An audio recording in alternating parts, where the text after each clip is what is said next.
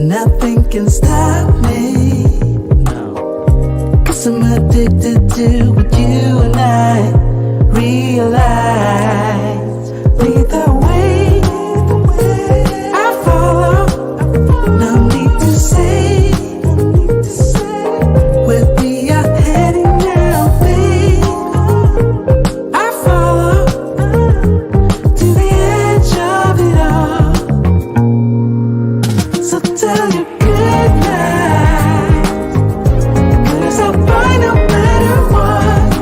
Yeah, susceptible now before the moment flies, before it flies. So tell you good night, 'cause I'll find no matter what. Susceptible now before the moment flies.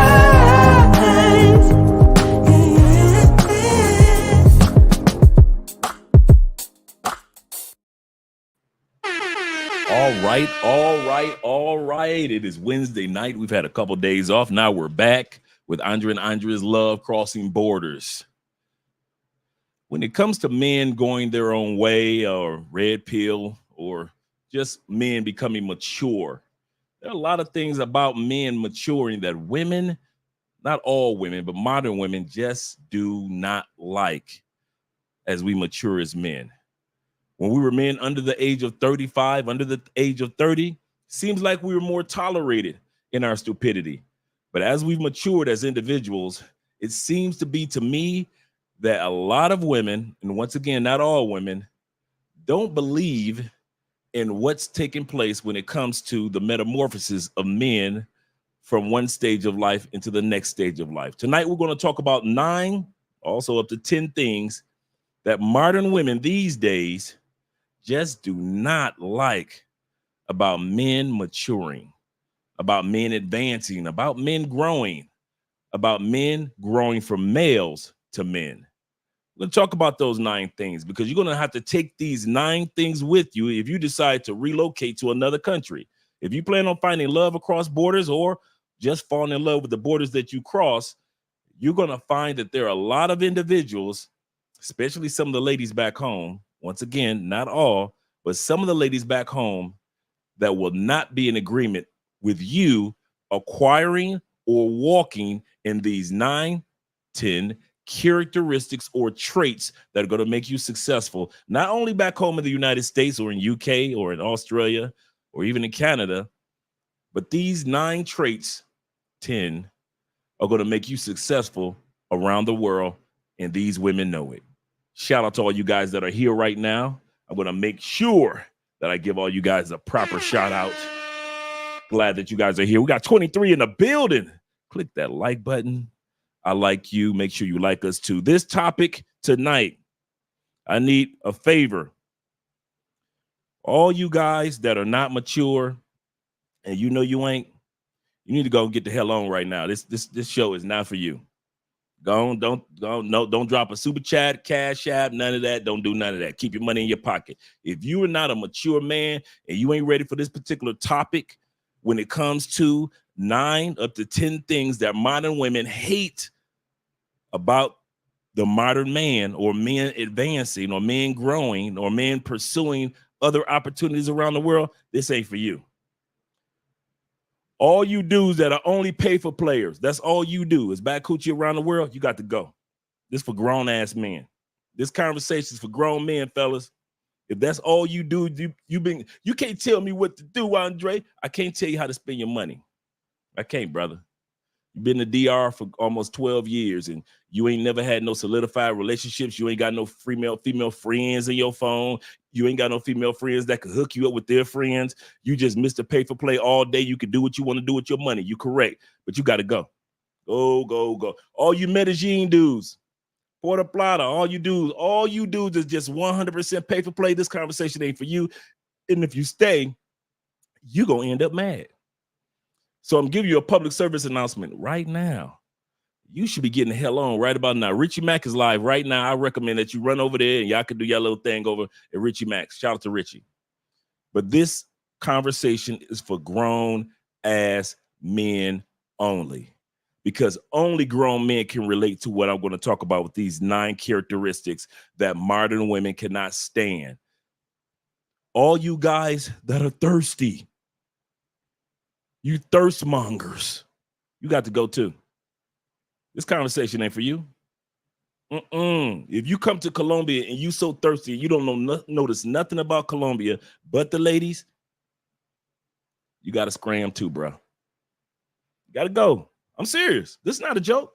Go. I would rather have just 30 people in here tonight that are some grown, responsible men and women than 300 people that's on gossip mode, childishness, and foolishness. This is a serious conversation that we're going to have about characteristics and traits that you can take around the world that's going to make you extremely, extremely successful. And for those that are thirsty dudes, you ain't looking for sex. You ain't looking for success. You looking for sex. I'll say that again. You thirsty dudes, you ain't looking for success in no way, shape, or form. You looking for sex, and ain't nothing wrong with that. But this is not the topic tonight. You might want to catch us on a Friday or on a Saturday morning or something. Tonight, this is a mature audience only conversation. Barbershop talk. Be ready to pull up your chairs. You might want to pull in some popcorn because we got 9/10 traits that modern women can't stand. They hate about you men. They don't hate you men. I'm going to say this again. There's a rumor going out in America only, because only Americans talk like that men hate women. That ain't true. We all know that's a lie. Or all women hate men. We know that's a lie. Us mature guys, we know that's a lie. Come on now. But we know that there are certain things about men that are succeeding that many of these modern women, these boss babes, these Miss Sassies cannot stand about you guys. And we're going to talk about some of those things because those are the things that are going to make you successful as you relocating to other countries. I'm not talking about just vacationing. I'm talking about as you relocate or decide eventually within the next 5 months or 5 years or next 10 years that you may want to relocate to another country. Looks like my Wi-Fi went out for a second, but I'm back. You may want to relocate to another country. And these are the traits that I'm noticing as I do consultations, as I talk to other guys, and I'm starting to see that there are certain characteristics or certain traits that you guys have that have made you successful. And so I'm just going to write these. I wrote these traits down, and I want to see if you guys find that you have these traits. And this may be one of the reasons why a lot of women can't deal with you in the States. They don't understand you in the States. You're a different breed of man in the States. Cologne of the night, cologne of the night, cologne of the night is, it's not very common when people talk about this cologne, but it is Creed Himalaya. Creed Himalaya. Great cologne for suits. Very underrated Creed cologne. Creed Himalaya. That is cologne of the night in the gray bottle. It's not a white bottle, but it's a gray bottle. So this is the cologne of the evening, gentlemen. That's what I'm wearing right now. And let's get ready to do some shout outs with you guys as you guys come on in. Shout out to my man, member of 3 months. Let's go, Dre. Shout out to you, Mr. Smith Jones of the Jones family. Glad that you're here, kind sir. Glad that you're here. Also with my man, Tevin King with the super sticker. Always showing some love, always supporting the channel. Thank you guys for the super chats, cash apps. Thank you for always being there on our behalf, guys, because that's how we pay for all of this stuff in here and make sure that you get the top quality that you deserve. Shout out to you guys. Also, let's go all the way back up to the top to those that were here in the beginning, such as my man GQ. 4U is in the building. Shout out to you, Easy. Glad that you made it here. Yeah, the dudes that ain't got common sense got to go. I don't want to hear nobody. You know what amazes me, guys? There are so many guys that are haters that can quote my life verbatim, but refuse to stand in front of a mirror to understand what's going on in their life. I'll say this again. 2 things you'll notice. You'll never see a hater that's doing better in life than you. There is no such thing as a man that has the energy or time to hate on a man that's doing worse than them. Your hater is always guaranteed 100% doing worse than you. I know guys that have money and yet they're haters. I know guys that's doing really good, but yet because the rest of their lives are in shambles, they decide to hate on you. Your hater will never be doing better in life than you. And the second thing about a hater will know more about you and your life than they know about themselves and their lives. And that's where their lives are in shambles. I'll say that last part again. Your hater refused to look in the mirror. They will look at your life, but they refuse to look in the mirror of their lives. Shout out to my man Timothy Bright in the building. Avengers Assemble. Yes, sir. Yes, sir. We are here assembling. We got 40 people in the building. Click that like button. I like you. Really do. Make sure you like us too. Such my man Dave in the building. David Dice. This Saturday is going to be a members only live stream. And we're going to be discussing step by step the Petronio Alvarez Festival, the Airbnbs. They're starting to go fast right now already. So if you ain't got your Airbnb yet, guys, yeah, we're going to talk this Saturday. Because I was looking up some stuff today, and remember, the Petronio Alvarez Festival is just in a couple of weeks on August 14th through the 19th, that Wednesday through Monday. So we're going to talk about details, even for you guys that might think about coming next year. Or you might be coming this December to the Salsa Festival. Or you might be going to Barranquilla for the Barranquilla Festival. And usually it's in February, but this year in 2025 that's coming up is going to be the first week of March for the Barranquilla Festival. All those celebrations are excellent. And so we're going to talk about details on what you should be doing to have everything in order. It's going to be like somewhat of a consultation, walk you right through everything, guys. So this will be this Saturday's live stream, members only. And of course, it's going to be Patreon is going to be a part of it too. Make It Coffee fans in the building. Shout out to you, brother. Glad that you're here. Glad that you're here. Once again, today's topic are at least 9 to 10 things that modern women hate, detest, loathe about you men who are maturing, you men who are succeeding, you men who are growing. This is not something that people like, especially in the United States. Do not think people are in love with what you're doing in the States. And why am I watching? I'm calling myself watching myself on the screen as a monitor, right? How come I am watching the wrong live stream, guys? I am watching a live stream from 2 or 3 days ago. I didn't even notice until I noticed I had a tie on. And I was like, wait a minute, I'm not wearing a tie. So let me get to the right live stream. Okay.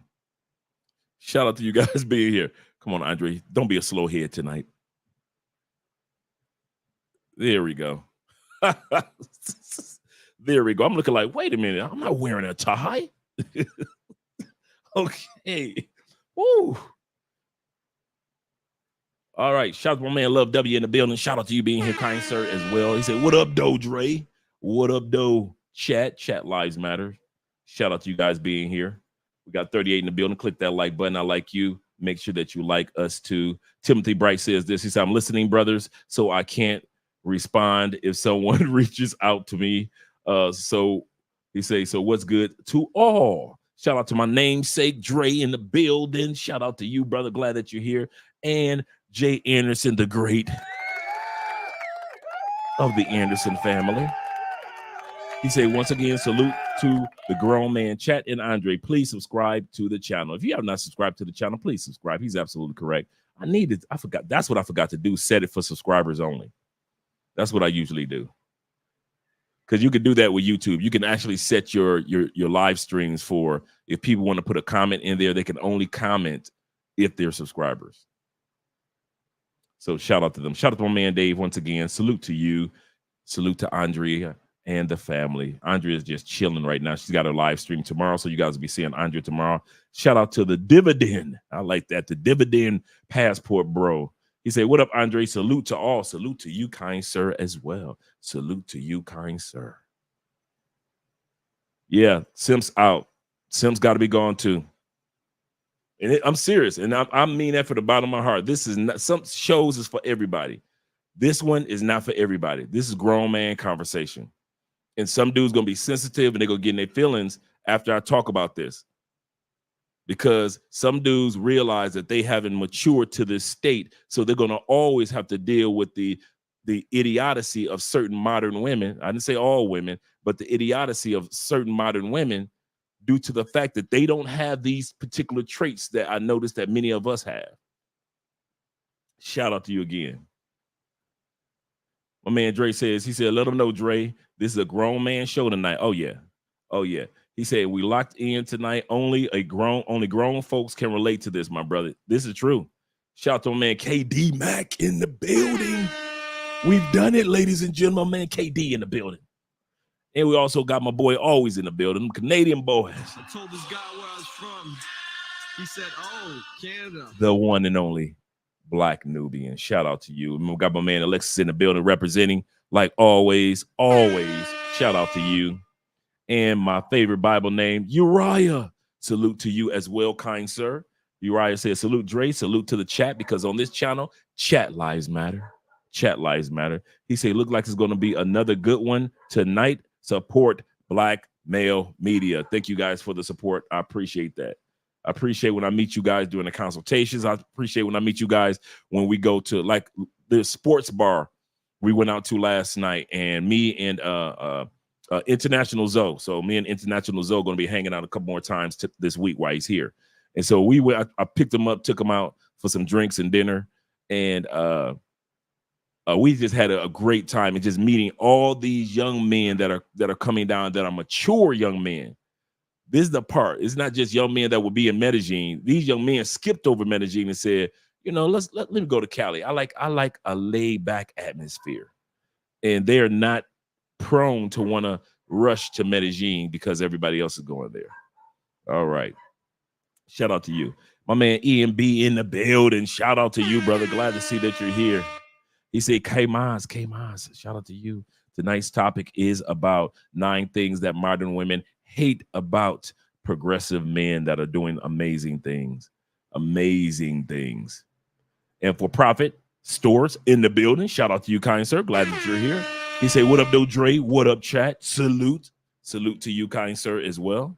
Glad that you guys are here in the building. Let me scroll down a little bit further. We got my man Drew Jr. World in the building. What have we done right this week? Shout out to you.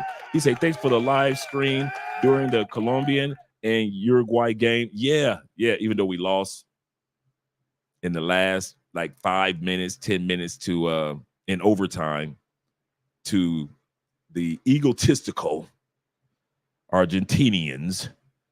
It was still fun. He said, I didn't know there was a strip club near Club Living. Yes, there is. It's right down the street. There's a strip club right there, strip club / brothel, if you will, right there, right across from Love. I mean, not right across, but like maybe because me and Ace walked it, maybe a 3-minute walk from Living. Maybe a 3-minute walk. There's a strip club right down there from Club Living. Yes, it is. El Patron del Paisilla. Did I get that? No, Paisilla. That's why. Yeah. Shout out to you, brother. I'm glad that you're here. And let's see. Yep, grown men only tonight. Shout out to my man Rain in the building. Shout out to you, brother. He says stream is about to be fire like always. I see nothing but grown men right here in this live stream thus far. So, for example, Mr. O is just living is in the building. Hey, Mr. O, could you do me a favor? If you're still doing your YouTube channel, could you drop the link in the description or in the chat area of this live stream so we can subscribe to your channel, man? This is a young brother that's doing some amazing things when it comes to working with young men, giving great advice to young men. You don't have to just be an older dude like many of us. You can still be a young guy and give some great advice on how to mature the correct way. So make sure you guys either subscribe to Mr. O Just Living. Good dude. Really good, brother. Make sure you drop your link, sir. My man with the $9.99 in the building. Shout out to you. Love W says supporting. Hey, Andre, what's your take on the Baton Rouge 540 and the Duke clone is equal to it better in your opinion? Is it better in your opinion? Yes, it is. I have the Baccarat down here. I have the 10 mil dispensers. Because when I was in London, I showed you guys this before. When we went to London, I purposely went to the oldest cologne shop in London. I was so happy to go there. Nice little shop. So I got the MFK collection. So these are the 10 millimeters. These are nice size. These are big. These aren't small at all. And so the last one right here is the Baccarat 540 right here. So I have that cologne right here. And I like Baccarat. I really do. Nice scent, good smell. But if I had a choice, I would get the more inexpensive Club de Nuit Untold. It projects better. It smells better. I hate to say it. It smells just like Baccarat, but I guess because it projects a lot, much better. And you can tell from the dent that I put in here. I don't know if you guys can see it. If I shake it a little bit, I put a nice little dent in this bottle. I don't know if you can see it from that angle. No, you can't. But yeah, I put a dent in this bottle because I would rather have, instead of paying $300 or something for Baccarat or $200 for Baccarat, when you could get this for like 25, 30 bucks. And it's the Club de Nuit Untold. Plus, I like the bottle. I like that shimmering red bottle. But man, I'm telling you, it smells like Baccarat. To me, it smells better than Baccarat because it projects more than Baccarat. Now I got the Baccarat right here. Nice size dispenser. And that's good. And you can tell the difference in the oils. You can tell the Baccarat oils are more expensive, but it doesn't project like the Untold does. And Baccarat, you know, Baccarat projects like crazy, but that Untold Baccarat lasts, I would say, 8 to 10 hours. But this Untold, man, you getting easy 12 hours. You're gonna wake up the next morning, you're gonna still be smelling like this. This Untold is crazy projection. So I would rather have this one and use this one on a daily basis and just have the Baccarat for special occasions. That's what I would do. So I kind of keep all that in the box right here. And it was a nice size. This was like $200 to get 10 of the MFK colognes. I mean, I think I got 8 of the MFK colognes. So that's not bad. Got it for myself for Christmas. Let's move this out of the way. So that was a good question. Yeah, I'll do the Untold all day long. He said, I can't wait for my first con to Bogota, Colombia. He said, I'm going as you talking about the Comic-Con or you talking about con? He said, I'm going as a Roman region or in the Roman Legion. Yeah, because a lot of guys don't realize this. Comic-Con is not just in the States, it is in Colombia, if that's what we're talking about, Rain. And you get your costumes, get hooked up, set up. I love Comic-Cons. So yeah, definitely. Plus, think about it. Colombian women dressed up like superheroes. Yeah. Do not forget, guys, the tickets keep going up. I'm telling you guys, if you're going to do it, make sure you get your tickets to the Black Manosphere Conclave 4.0. This is the 4th time around. It's growing. I mean, it is growing. More and more men are signing up. We're going to end up, it looks like it's going to be between 400, 450 to almost up to 500 guys are going to be there looking good, being professional. And you're going to hear from everybody from Theo, from me, to Zoom to Thailand coming in, El Guapo's coming in, Obsidian, and all the other brothers that are sponsors, that are the mainstay guys that will be there speaking as well. So it's going to be a great 3-day event in September. I'm telling you, do not miss out. And if you can't make it, you just cannot make it, make sure that you sign up for the virtual as well so you can actually watch it on television. So you can watch it on television if you don't make it to, or watch it by way of your computer, in other words, in television, if you cannot make it. If you cannot make it. My man For Profit said, I had a woman, boom, boom, boom, boom, in the past, boom, boom, boom, boom, say, tell me, boom, boom, boom, boom. Ooh, Ooh, you know you worth.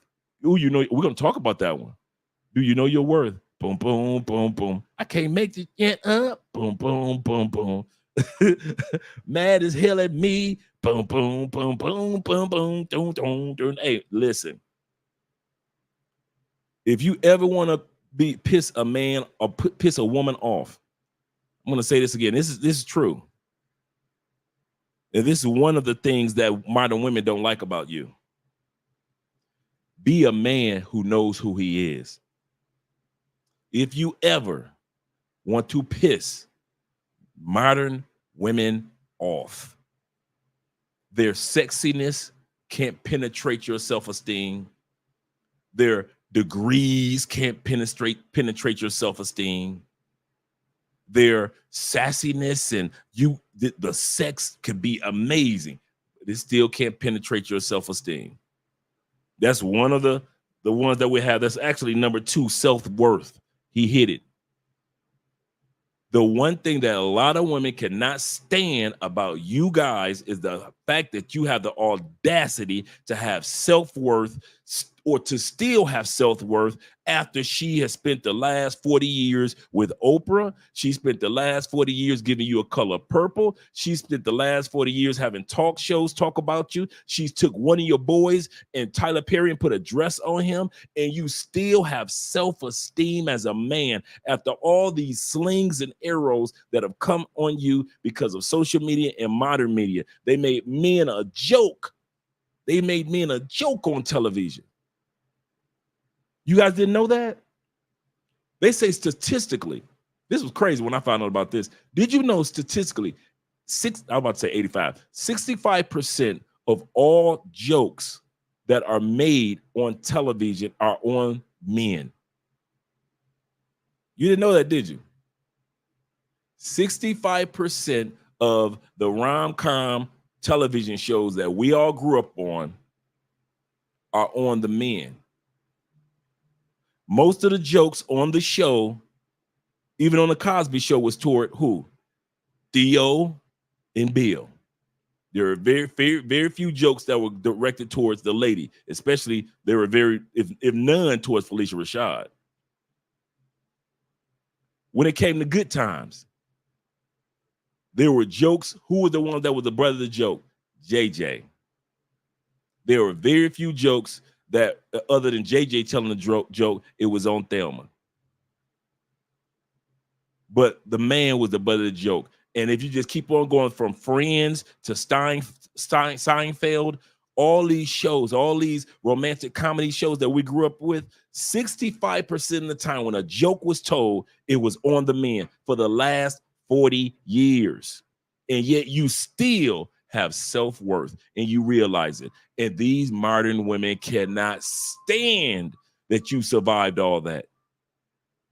How dare you let me get my masters and PhDs and all this and not bow the knee? How dare you see me get these corporate positions as a woman and sit back and see all that I've accomplished as a woman, and yet I'm still a mother of the earth and you still haven't bowed the knee? They can't stand that about you.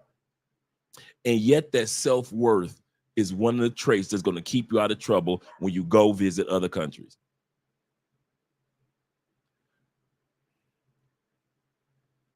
There's a white dude in jail right now in Medellin, in Bogota, Colombia, doing 42 years. You know why? No self-worth. Didn't believe in himself enough to where his self-esteem was so shot so low that when the Colombian chick probably was cheating on him, the female DJ, he snapped. Instead of realizing that she ain't worth me losing mine, he said, forget it. I'm going to take hers and I'll lose mine anyway. And he's doing 42 years in prison. No self-worth. There are dudes, y'all ready? Here we go. I told you mature audiences only. There are dudes out there that only do pay for play because it's safe. Because within themselves, they really do not believe that nobody will actually like them other than coming out of proceeds. I'm going to say this again. There are women out there. I mean, there are men that have no self-worth, and they actually believe that unless they're coming out of proceeds only. Now, we all know that all women to a certain extent want a provider. We're not talking like that. We already know that to a certain extent. But we know that there are certain men out there that their self-esteem is so shot that if they had to literally walk up to a Colombiana, even if they knew Spanish, let me put it like this. There are dudes that even if they knew Spanish would be so afraid to walk up to a Colombian woman. Excuse me, miss, what's your name? Where you from? Can I come? Or can I take you out tonight? To the movies, to the park. I'll have you home. They can't do that. So they cower into their wallets and pay for play in DR for 15, 20 years. And then here we go. You ready? Their self-esteem is so shot. They'll try to make you feel bad because they feel bad. Man, you can't tell me what to do with my money. Listen, I can't if I don't go to Colombia for 50 years and I pay for play. That's my business. You're absolutely correct. That's your business. That's why you shouldn't be watching this live stream. I told you this live stream for grown folks. So if you just all day pay for play, you don't need to be watching this. I said this earlier. You 100% correct. Spend your money the way you want to, player. Spend it the way you want to for years upon years. But you are not going to tell me that you're a man of high esteem, a man who believes in himself, and you've been going to DR for 15 years and you ain't never had nobody that really liked you for real, for real. Ain't nobody liked you. You ain't walked up to no female and just said, hey, babe, what's your name? Can I get your number? I'll catch you later on tonight, girl. We're going to go hang out. You ain't never did that in DR, ever? You ain't never took nobody nowhere in DR except for a pay for play. It's dudes that's like that. They self-esteem is shot to Hades. We got 72 people in the building. Click that like button, gentlemen. We like you. Make sure you like us too. So we might as well move that one up to number one. Self-esteem. Women I can't say women. Modern women cannot stand a man who knows his self-worth. Translate. I ain't got to put up with this. I ain't got to put up with this just because I'm black and you black. I ain't got to put up with this just because we both from Baltimore. I ain't got to put up with this just because you my baby mama. I ain't got to put up with this because you my wife. A man of self-worth knows I really don't have to put up with this. I don't have to tolerate what another man is willing to tolerate just because you pretty. Baby, I got something to tell you. I know you got some good coochie, but you don't have a monopoly on my orgasms. Just because you made me bust real good, baby. There was a chick that made me bust real good when I was 15 and I first had sex. There was a chick that made me bust real good when I was 22 also. There's a chick that made me bust real good when I was 24. There's another one that made me bust real good when I was 27. In other words, baby, I'm 42. Ain't none of y'all got a monopoly on giving me good orgasms. Don't act like that. I ain't got to tolerate you because once I get over your good orgasms that you gave me, the next chicks will come along and she'll give me some good orgasms too. You do not own a monopoly on my sex life. That is when you know you have self-worth and you can take that around the world with you. Some dudes have fallen by the wayside. Empty your pockets and your wallets. Overpay for pay for play because the first time she gave it to you so good that you empty your wallets, and then you had to look at your boys and say, hey, fellas, can I get $500 until we get back home? No self-worth. Y'all fucked up the pay for play game. The pay for play game was cheap. When I came here, you could get a dime for $17. I'll say that again. Yeah, Just 7 years ago, you could get you a dimey dime in just about any country, $17. Now in the States, we ain't kidding about the chicks in the States. Not in Canada, don't care about Canada either. When you talk about the West, y'all know what countries I'm talking about. $17. I mean, with 60,000, 50,000 pesos for all you old heads that was coming to Colombia, coming to Medellin back then. 60,000 pesos. Dude, if you gave a chick 100,000 pesos in Colombia, you know how bad dudes would talk about you? You gave a chick what? Dude, I'll never forget this. When the first time I heard somebody gave 400,000 pesos, that's $100, by the way, guys. Remember, Colombian money, you take off the last 3 digits and then you divide the first digits by 4. So 400 divided by 4 is 100. So that's $100, right? I remember the first time I heard about $100. Dude, my brain couldn't wrap around. I'm like, a dude paid a female $100 for some coochie? Like a real 100? Like 400,000? What for? Dude, we talked about that in the WhatsApp groups. It had to be a month. It had to be a month. We were flabbergasted that a man would actually come out of $100 for some coochie. Now it's mandatory. $75. These females don't even talk in pesos in y'all ear no more. That'll be $100 American. Or all you Europeans, that'll be 100 pounds. That'll be 100 pounds. 110 with currency exchange. You get this coochie for 110, 110 pounds. Canadian dollars, yes, that'll be 118 for you. 118 Canadian dollars if you want this coochie and the fire head that comes along with it. I'm like, what the heck?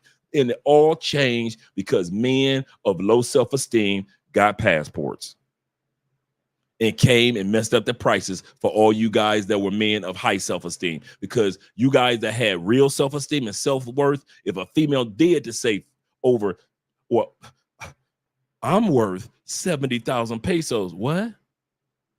Nah, girl, I give you 50,000 right now, and if you ain't taking this 50,000, I'm going over to her. And the chick will take the 50,000. That's about $17, $18. Then dudes with low self-esteem start coming and giving her, instead of 50,000 pesos, they were giving her $50. Then women start seeing if it was real. Like, wait a minute, and I remember this. This is like 2020. The Colombian women would like, is this for real? So what they would do was this trick, right? How much, baby? How much? They'll be at the clock tower in Cartagena. How much for the coochie, baby? 100. Now, if you say, well, 100,000 pesos, that's $25. You know, take off the last 3 digits, divide the 100 by 4, that's $25. $25. So, okay, she'll take the 25. Cool. Why? She's used to 17 anyway. But they would just say 100 and see what you would do.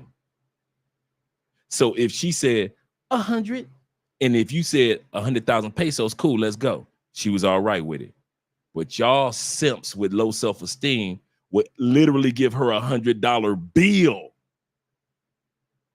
And so the next brother to get off the plane, she looked like, let me see this work again. How much, baby?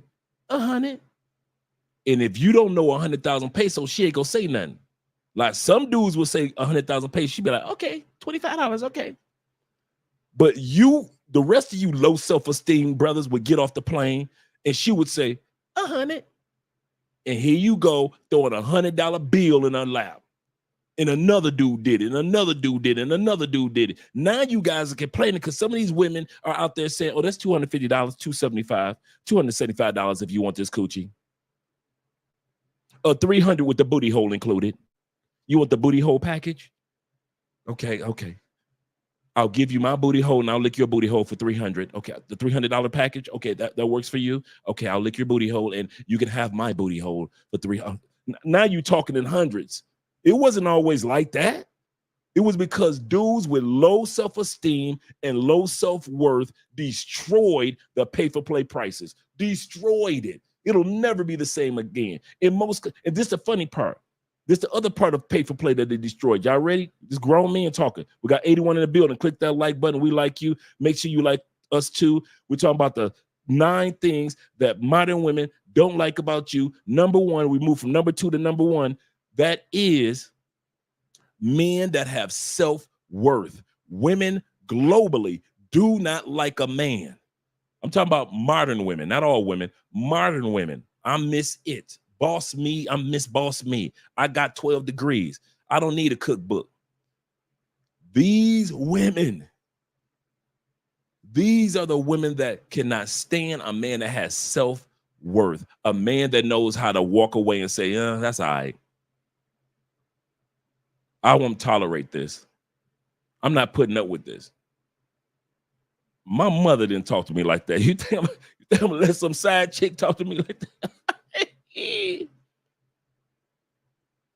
They cannot stand that you have that ability to sit back and say, that's all right. That's all right. A lot of you guys don't have that. You messed up the price of pay for play. I might as well combine number 9 and number 1. Because number 9 is women cannot stand a man with the ability to walk away. If you want to be seen as a strong man to most women and piss off a certain group of women, I'm going to say this again. The modern women group, you're going to piss off, but you will impress most women on the planet. Have the ability to walk away from their ass if they get on your nerve. Go ahead. Be a man that has the ability to walk away. That was number 9. I'll combine number 9 and the one that was number 2, and I move those up to number 1. Self-worth will give you the ability to walk away from a price, walk away from an orgasm, walk away from twins, walk away from late night creeping. Some of you dudes got drugged because you couldn't walk away. Let's be real. Oh yeah. Them the ones that need to be moving on too. You need to be, like I said, Zoom to Thailand is live right now. That's where you need to be, where y'all can laugh and giggle and kiki kaka. This is a grown man's channel. Shout out to my man Richie. This is a grown man's channel. Some of you dudes did not know how to take your butt back to your Airbnb that night at 3:30 in the morning. I got to get the coochie. And when she came with outlandish prices, and then when she said, can I bring my friend? All the red flags were waving in your face like you were from Canada. You had more red flags than Canadians and Russians. That's a lot of red flags.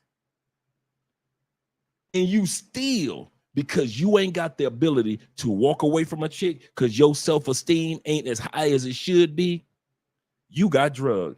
And some of y'all have been drugged 2 or 3 times. And I've already heard the stories. I've already heard the stories of guys that have gotten drugged already 2 or 3 times in the 6-year ventures in Colombia. That's why I stopped feeling sorry for dudes. That's why I said, man, what happened to the brother? I stopped doing all that. Brother, you all right? I stopped doing all that. Brother, did they take it? I stopped asking all that. If you've been drugged in Colombia 2 or 3 times, ain't no hey, That's on you, bruh. That's on you. You don't have the ability to be Mr. Walkaway. Some of y'all, like I said, like I always say, some of y'all brothers ain't never walked away from a pretty coochie in your life. You don't know what it's like to look a pretty, fine dime in her face. That's all right. And just, I'm good. But I bring my friend and she look as good as me. Red flags. I bring both of my friends. See the pictures? Yes, super red flags. She bring her friend. That's the one that's gonna look out while she put the drugs in your drink. Super red flag. But you ain't got no ability to walk away. And you can't even put in a comment section the fact that you don't know how to do that. That's the problem. We'll put everything in the comment section. But if I say put a 1 in the comment section that you ain't never walked away when you were supposed to, half of us ain't gonna tell about that time we should have walked away. I put a 1 in the comment section. I ain't got no problem with telling there have been times when it came to some coochie, I should have walked away. Certain relationships, I should have walked away. Certain females, I hit it was cool. Then I hit it again, and she was insecure, jealous, angry at everything, had an attitude at everything. She thought that she could ask me where I'm going, where I'm at, what I'm doing. I should have walked away from that coochie. I put a 1 in the comment section. I ain't got no problem with that. There are plenty of coochies that I got. I should have walked my ass away. The red flags was there. She didn't even like me like that. But I had to hit that coochie. Some of us hit coochie because we know she don't like us. And we going to prove this point. I bet you she don't like me, but I'm going to still get that coochie. And then you find out the coochie is fire. And she ain't going to never. Man, I had some coochie, man, that was so much fire. And she told me before she gave it to me. She said, I'm your girlfriend's best friend. First of all, true story. She said, and she was fine. Oh, she was fine. She said, I'm your girlfriend's best friend. She said, Andre, this is going to happen one time and one time only. First of all, I didn't know what the hell she was talking about. You ever get some surprise coochie? Where they just surprise you and give you some coochie? You like, I was not expecting this. I thought we were about to play bingo tonight. You just get some coochie from out of nowhere. You like, what? I plan on knitting. I was planning on putting a string on the end of my kites. I plan on, shining my shoes tonight. All of a sudden, custom-made coochie just fall in your lap from the heavens above. You like, what? And that's what this situation was. We were sitting at her place, sitting around, just having some drinks, chopping it up. I've been knowing her forever.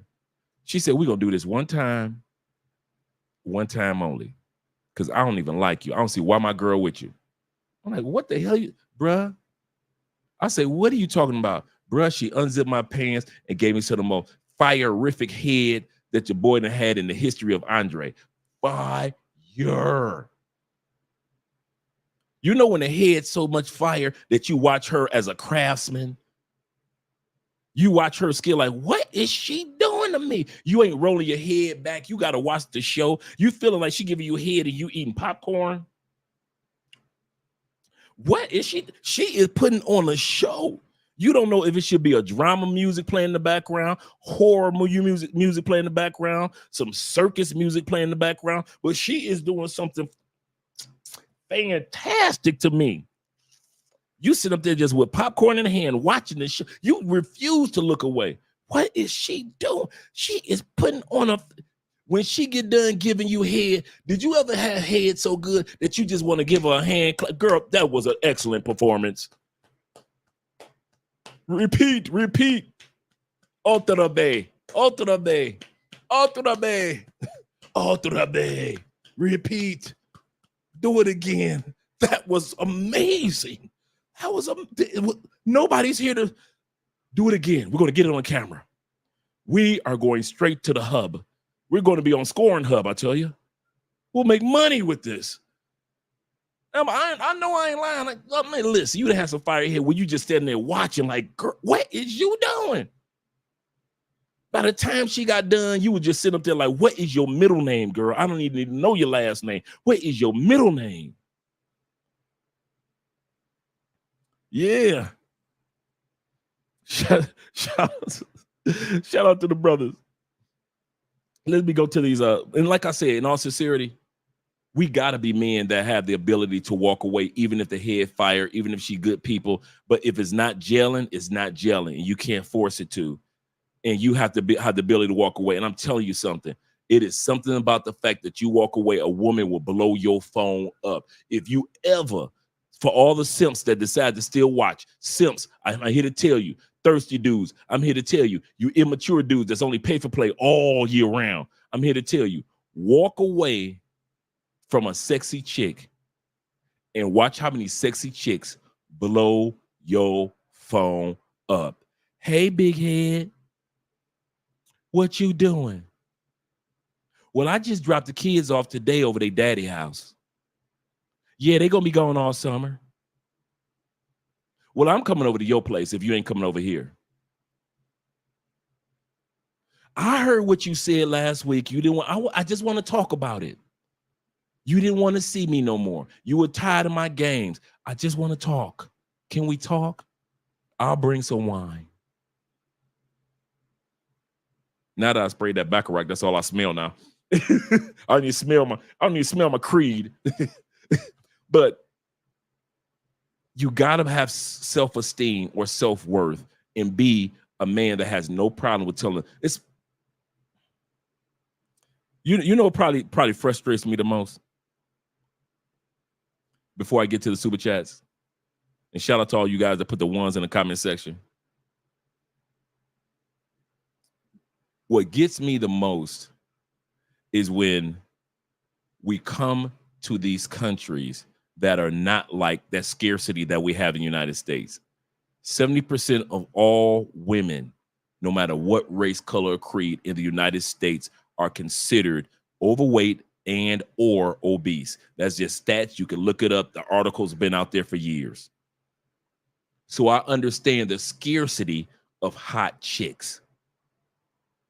But when you go to DR and you treat DR women like they scarce, you treat Colombian women like that beauty is scarce. You go to Brazil and you hunting down chicks and you stalking chicks and you overpaying chicks as if it's rare to see that type of beauty. Man, that's probably disappoints me the most when it comes to South America. That is on my top 5 disappointments for men when we come to travel to these other countries. There is so much beauty, so much sexiness, so much feminineness.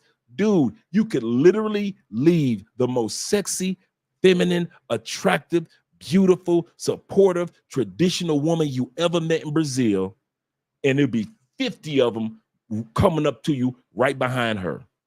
You ain't never got to worry about, are there any traditional women in Brazil or in Colombia, any traditional Venezuelans, any traditional Peruvians. You ain't never got to worry about that. But we treat them with the scarcity mindset we had in the States, because what that many in the States. So we know I got to hold on to this one, because it might be 6 months to 6 years before I see somebody that's this good and this fine and give me this much firehead. You can get that firehead every other hour in Brazil. Ain't nobody gave me the booty like that, like the Colombian chick. You all that. You got to be willing to just walk away from a woman when you know it's not gelling. If the gel ain't gelling, just walk away. There's nothing wrong with that, because there are 50 to 60 others that look just like her that you're going to run across that exact same day. That's the part that I really love about Colombia, because nobody's got a monopoly on sexiness. Nobody's got a monopoly on femininity. Nobody's got a monopoly on tradition. So we got to stop treating them like that. Let me go on to the super chats. Shout out to you guys being here. Shout out to you guys being here. We got 82 in the building. Click that like button. I like you. Make sure you like us too. Okay, we did the Back Rock Rouge. Shout out to my man once again. Love W. Up in the Klaus is in the building. Shout out up on the Klaus is here. He said, paying my dues. Thank you, OG. Yes, sir. Thank you for being here, brother. And thank you for your support. Also, my man with the $2 love, Faldy's in the building. Shout out to you. He said, not walking away is Darwinism in action, for real. Shout out to you. You went straight with the Darwinism. These dudes refuse to evolve at all. Shout out to my man Uriah gifting. Uriah's gifting brothers with the membership. Remember, this Saturday's live stream is going to be only membership, because we're going to talk about the Petronio Alvarez Festival. That's going to be August 14th through the 19th. This information you could use in any festival here in Colombia. So whether you come next March, or the first week of March is going to be the Barranquilla Festival. Not in February, but it's going to be the first week of March next year. So if you go next year to Barranquilla Festival, which is the world's largest Latin speaking, Brazil's is the world's largest Portuguese speaking, but the world's largest Latin speaking festival is Barranquilla Festival. And I'm telling you, that month is crazy in Barranquilla. You can use this information there. If you're going to the Flower Festival in August, the first week in Medellin, which is a concert celebration of their harvest of flowers, I'm telling you, partying all week long, this information can help you. Or if you're going to come to Colombia in December for the December version of the Petronio Festival / the Cali Colombia Salsa Parade, this information is going to help you as well. So this Saturday, the information that we're going to be walking through detail by detail, Airbnb by Airbnb, because these Airbnbs are going fast. And I mean fast. If you ain't got your Airbnb, if you plan on coming down and you ain't got your Airbnb set or your hotel room set, bruh, I'm recommending you get it done immediately. Shout out to you guys. Shout out to my man David in the building. He just sent you the consult fee, Andre. Let's get it set up. Okay, cool. Thanks, Dave. I'll go ahead and I'll get you scheduled. Thank you for letting me know. I just did a consultation with a cool brother today too. Did a couple of these this week, man, with some really good guys. One of my boys hit me up. He did a consultation last week. First trip to Colombia. Gave him the breakdown of Cartagena. Helped him with his Airbnb. Helped him with getting to Palenque, the first black town in all the Americas. So he got him to the Palenque. Got him the free tours of Cartagena. And so he just had met other brothers. Just had a great time. And he went there solo. Like I did. He went there solo the first time I went to Colombia. It was his first time. He had a great time. So he flew back home safely today. And he was like, Dre, man, I appreciate everything that you told me on the consultation to help my transition to going to Colombia the first time by myself. So much easier. So shout out to that brother. Mr. Smith Jones in the building once again. He say, one-on-one, I want to play that game. Come on, I want to play that game tonight. One-on-one. Oh man, you got me on that one, boy. That was a good one. He said, I want to play that game one-on-one. I want to play that game tonight. One-on-one so slow. Oh man, that was the jam for real while y'all playing. He said I slipped in after walking away. He said now I'm like, he said I slipped in after the walk away.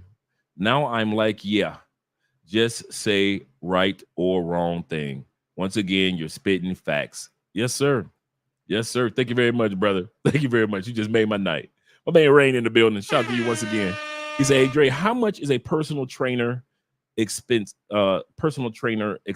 or expensive? In Colombia, it's not expensive at all, man. I forget how much it is, man. Because I'm actually hiring a personal trainer for leg days. I'm trying to bulk up the legs. And so, and plus having stronger legs help me out with my running also. Man, I forget, man, it is so inexpensive that you can't even believe it. Let me look it up. Let's look it up on average. Let's look it up. How much is the average personal trainer in Colombia? Let's see. Between $100 to $300 a month. Yep. Between $100 and $300. Well, wait a minute, it may be less than that. That's in the States. Personal trainer salary in Colombia is, wow. It is, you would not believe this, $4 an hour. The average personal trainer in Colombia gets $4 an hour. Wow. I knew it was low. Like if it were me, I would pay like $10, $15 an hour. I would pay $20 an hour. If it's a real good trainer and I know that they give good results, I would pay $20 an hour. I would have no problem with that. Goodness gracious. I'm looking at another one that says that $4 an hour. That's wild. Like I said, I knew it was low. Let me take a look. Once again, I'm looking at a third one one more time. How much does a personal trainer make in Colombia? That is on average $350 a month.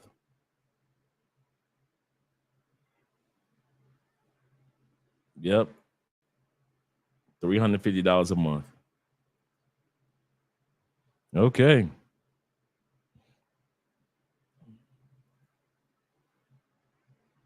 We just learned something. That was a good question, Rain. Let me scroll down a little bit. All you guys are in here. So got 74 people in the building. He said, I'm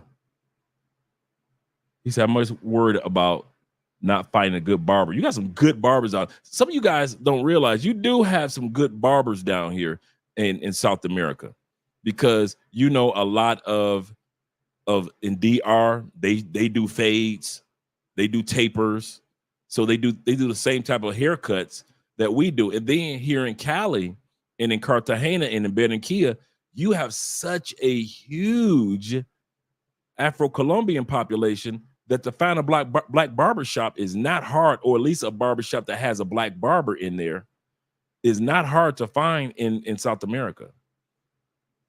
You can't even say that about Brazil, because I mean, you can even say that about Brazil, because even Brazil is a humongous black population of 14.5 million. They got more blacks than we do. So definitely, you can find your black barbershop. And that's one of the reasons why we have the WhatsApp groups for you guys to get into, because these are the questions that you can ask other guys. Hey, anybody got a good barber? And you can ask the question, and all of a sudden guys will throw in their barber information into the comment section. Yeah, he said I had the same Dominican barber since I was 14 years old, over 10 years. Yeah. Yep. Do not sleep on Dominican barbers. I'm telling you guys that right now. Take it from a dude from Florida, because women in Florida do not take Dominican female hairstylists for granted. If a woman want her hair nice, just right, a lot of sisters don't even go to sisters. They go to Dominican sisters to get their hair done, to get it tight just right. Yeah. He said, yikes. He says, that's $8 a session. Yep. So that's why I said I would pay like $20, $25 a session if they're bringing good work. Shout out to my man BK in the building. Shout out to you, brother. Shout out to you. And my man Will in the building. Shout out to you, sir. We'll say good evening, Andre and Andre chat fam. He say, sorry, I'm late to the show. He said, anxiety moving to another country, and you should have it. I loved when I had anxiety. I was so anxious. Anxiety, for those that don't know, is also another form of what's called caution. And the definition of the word caution, one of my favorite words in the dictionary, the reason why, the definition is self-bodyguard. It means that you're not cocky. It means that caution is what keeps us from walking into traffic. Our self-bodyguard. Little kids don't know caution or to be anxious about something. Why? Because they don't know, they don't have an inner self-bodyguard yet. That's why we got to hold kids' hand while they're standing there on the corner, because we have a self-bodyguard, or we know what caution is. That's what anxiety does for you sometimes. Not all the time, but a lot of times anxiety causes you to not be cocky about your move. It causes you to be more strategic, calm down. Okay, I'm going to be making this move. Let me make sure I put all my cross all my T's, dot all of my I's, instead of just going out there acting like I'm cocky and I'm walking down the street like I'm John Travolta and I make some mistakes. So yeah, definitely the anxiety is good. He said anxiety of moving to another country, no matter how many times you've moved overseas, is stressful. It is so true. We just moved, bruh, just for us to move 5 minutes away. We just moved we're in the same area. We just in a more upper class. Dude, we only moved 5 minutes away, and we were so stressed out. Like, calm down, calm your nerves. Got to make sure that the moving van was here. Got to make sure this was done, that's done. Make sure the old apartment was clean, and it was work. But definitely, yeah, that's stress. He say, smash that like button. Support Black male media. Yes, sir. Shout out to my man Will once again. He is gifting dudes. Will been gifting dudes like Santa. Will says he's gifting one more person with a membership. Remember, this Saturday's episode is members only. Let's go back to the comments section to hear what some of you guys have to say for a second. Then we're going to go to the next one. Shout out to my man Azrael in the building. First of his name, kind sir. He say, shout out to the Hall and Oates. I know, right? He hit me with the 101. Classic smooth rock. Yeah, that is cheap. That is cheap. For the month, that's not bad.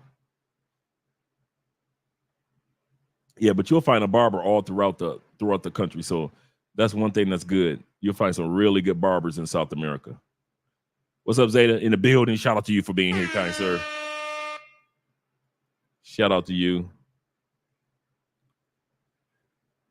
Esco says this. He say, ha, who says black men aren't loyal? Modern women. The same barber for 10 years. Shout out to my man for 10 years. The same barber. When you find a good barber, man, yeah, that's good. We're talking about good barbers, GJ, in you can find them in DR, you can find them in Colombia, as well as you can find good barbers in Brazil. Common sense and self-worth is the top 5. In the top 5. I didn't put common sense down here because a lot of dudes don't have it. And those of us that have it, it's a given. And I should have put common sense here. We might put common sense toward the end because women don't like men that got common sense. They really don't like that. Next thing that we're going to look at that women do not like that men have that are mature, and you're going to be using this in other countries. Number 2. Opportunities. You got opportunities now. You don't have to choose or deal with American women or Canadian women anymore. You don't have to just date in one country anymore. You don't just have to have a family growing in one country. I know a brother down here. He has his girlfriend. They have their first child. His mother and father flew from California to spend the whole month down here with him and his new family. Good brother. Him and his girl been together for like a year and a half. Real good couple. He works online, so he has an online position. He's done everything that needs to be done to take advantage of the opportunities. And women in the States that are the modern women, not all women, but the modern women, they cannot stand a man that knows he has opportunities. You ain't got to argue with women in the States no more. All that threat and all that, girl, I rule with an iron hand. You better be traditional. You better cook, man. You ain't got to do all that, bruh. Man, I'm gonna tell you something. For all you dudes that are true passport bros, true expats, true digital nomads, true travelers, there should never be domestic violence on your resume, ever. Any type of violence towards a woman. Man, you should be so ready to walk away if she ain't supportive of your plan and goals for both of your life and their lives. You ain't got to sit back and control and convince no woman. What? You got opportunities and options. I'll say that again. Dudes that are into that domestic violence thing, they either got some mental issues or they actually think that I've got to rule her with the iron hand in order for her to submit and obey. No, bro, there's countries around the world that women are waiting to submit and obey. No problem. I gotta smack her around to make her cooperate. Nah. You ain't gotta go through all that. Well, Colombian men do it. Yeah, that's because they insecure. I'll say it again to all my Colombian brothers that's into violence. Man, y'all do that because y'all insecure. And guess what? She still end up sleeping with an American dude behind your back. So what now? Colombian dudes put their hand on the beautiful woman. She's still sleeping with you when you get off the plane. So that putting your hands on a woman, that ain't gonna work. You know what was disappointing when I put down you have opportunity and options as number 2 that women don't like about this? Modern women loved you when you were opportunist, but they don't like you now that you have opportunities. Okay, take it from an ex-opportunist. Your baby daddy, the kids going with your baby daddy? How long they gone? Oh, 2 months? I'm an opportunist. I don't even like this woman. I ain't never took her to a movie theater. I never took her out to dinner. I'm gonna beat that coochie up as if we get engaged tomorrow. I'm gonna beat your baby mama coochie up so bad. It's gonna be sore like when your 2 kids was born. I'm gonna beat your baby mama coochie up like I'm going off to Vietnam, the Korean War, Iraq, Kuwait, and Afghanistan on the same day. I'm gonna beat your baby mama coochie up so bad, her asshole gonna feel it. I was an opportunist. I took advantage of the opportunity. And they loved it. No complaints. If a female let me have 2 or 3 females, I was an opportunist. I'm gonna take advantage of that opportunity. If I could smash the girlfriend and my girl, I'm an opportunist. In other words, they loved when we were shisty, when we were immature, when we were foolish in some of our endeavors that didn't pan out to be much of anything. We didn't even like half the. Okay, here we go. I'll put a 1 in the comment section.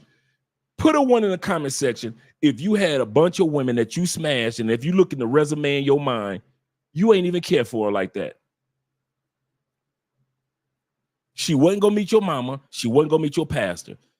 Put a 1 in the comment section. You remember now you smashed a bunch of chicks and you ain't never took them on no date ever. You ain't never bought them a bottle of wine, bought a water. You ain't even bought her a bag of weed, nothing. I know I ain't the only one that smashed chicks that I did not even care for. They wouldn't go get a dude. I smashed one chick, true story. I smashed one chick the next day, walked past her while she was walking with her friend. Literally, and I was dirty. I was wrong for that, but I was immature. Literally walked past her as if I didn't know her. And I could see the pain on her face as I was walking past. I was like maybe 20 years old. As you could tell, I never forgot about that moment. I could still see her face when it happened, when I kept walking. I could easily say I've got more coochie for women I could care less about than women I cared about. I'm going to say this again. Some of you dudes might want to lie. When I was an opportunist, I smashed more women in my resume. If you pulled out Andre's sex resume, had to be a good 80 to 95% of the women I smashed, I could care less about. Half of them, I didn't even know their names. They'll tell me their names. They go one ear out the other. Everybody was called baby. Oh, baby, this is some good vocals. Oh, baby, hit it. Oh, baby, good, baby. Let me hit it again, baby. Oh, baby, baby, baby, baby. I was James Brown. Baby, baby, baby. I was an opportunist. And they loved an opportunist. But now they can't stand the fact that you take advantage of. Those same women cannot stand that you have opportunities or options in other countries. There are women that are cool with you smashing them and not even caring nothing about them as long as you stay in the States. But they will get pissed if you don't act like an opportunist and you take advantage of positive opportunities to enjoy dating and mating in another country. Man, I know 95% of my resume women, I don't get nothing, please. I can't know about them chicks. And if you want to be honest, you didn't either. You're gonna sit up here and tell me that you went through 75 women and you cared about all 75. Negro, please, who you think you talking to? Tom Tucker, that dumb mother. You think I'm Tom Tucker, that dumb mother? You think I believe that most women that you smashed in your life, you really cared about each one of them? Man, please. Please, no. At least 95% of chicks I could care less about. Many of them never got a date. Many of them didn't even get an ice cream cone. They didn't get a bag of J's. They didn't get a bag of Lay's potato chips. I didn't bring them a Faygo. I didn't bring them a Verner's soda. None of that. They came over, they got a mouth full of and a face full of, and they went on home. Some of them came back for a second serving or a third serving. And then here's the one. Y'all ready? There are women that knew that we were opportunists and still kept coming back. They knew we wasn't going to boot them up. Girl, I've been hitting you for 3 months. If I ain't talk about no relationship, or if I ain't never took you to, put a 1 in the comment section if you've had women that complained about what you wouldn't do with them or for them, but still kept letting you hit it. How come you'll never take me to a movie? And then they'll bend over. How come we never go to dinner? Why they suck giving you head? How come you don't introduce me to your friends? Why they spreading their legs wide open? They knew we were opportunists. OPP written all over your head. You were opportunists. She knew it. Months going by, she still let you beat. Dude, how many of y'all put another 1 in the comment section? Here we go. We're going to have some fun tonight as grown men. I told you, look, this conversation is not for little boys. We now have opportunities, but what's disappointing is that the women in the States will tolerate us staying in the States as long as we stay opportunists, using them or misusing them. They don't care. They'll take flowers, cards, and candy, or your dick upside her forehead. She don't care about either one. She said you can put your dick on my forehead, or you give me some flowers, cards, and candy, as long as you stay here in the States. And that's how we did it. Some of us were like that in our 40s. Some of us was even like that in our early 50s. You knew you was in the States and you've been smashing chicks all the day long like I was, chicks that you could care less about. Some of them were the sweetest women. Come on, let's go through the Rolodex of our mind. Some of them sisters that we was hitting with some of the sweetest, some of the white girls. Oh, just the sweetest girls named Wendy. Sweetest, the nicest white girls. Never took them on a date ever. I had women I hit. The last time we were seen in public together was the day that we met in public. Okay, I'm the only one. I'm gonna say that one again that went over the head. I'm talking to the guys in the back of the church. I've had women that I've hit, many of them. The last time that we were seen together in public was the day that we met in public. Stop me when I'm lying. Some of y'all got some women like that too. Now y'all going through your mind like, oh, dang, I did hit Kathy about 5 months and I never took her nowhere.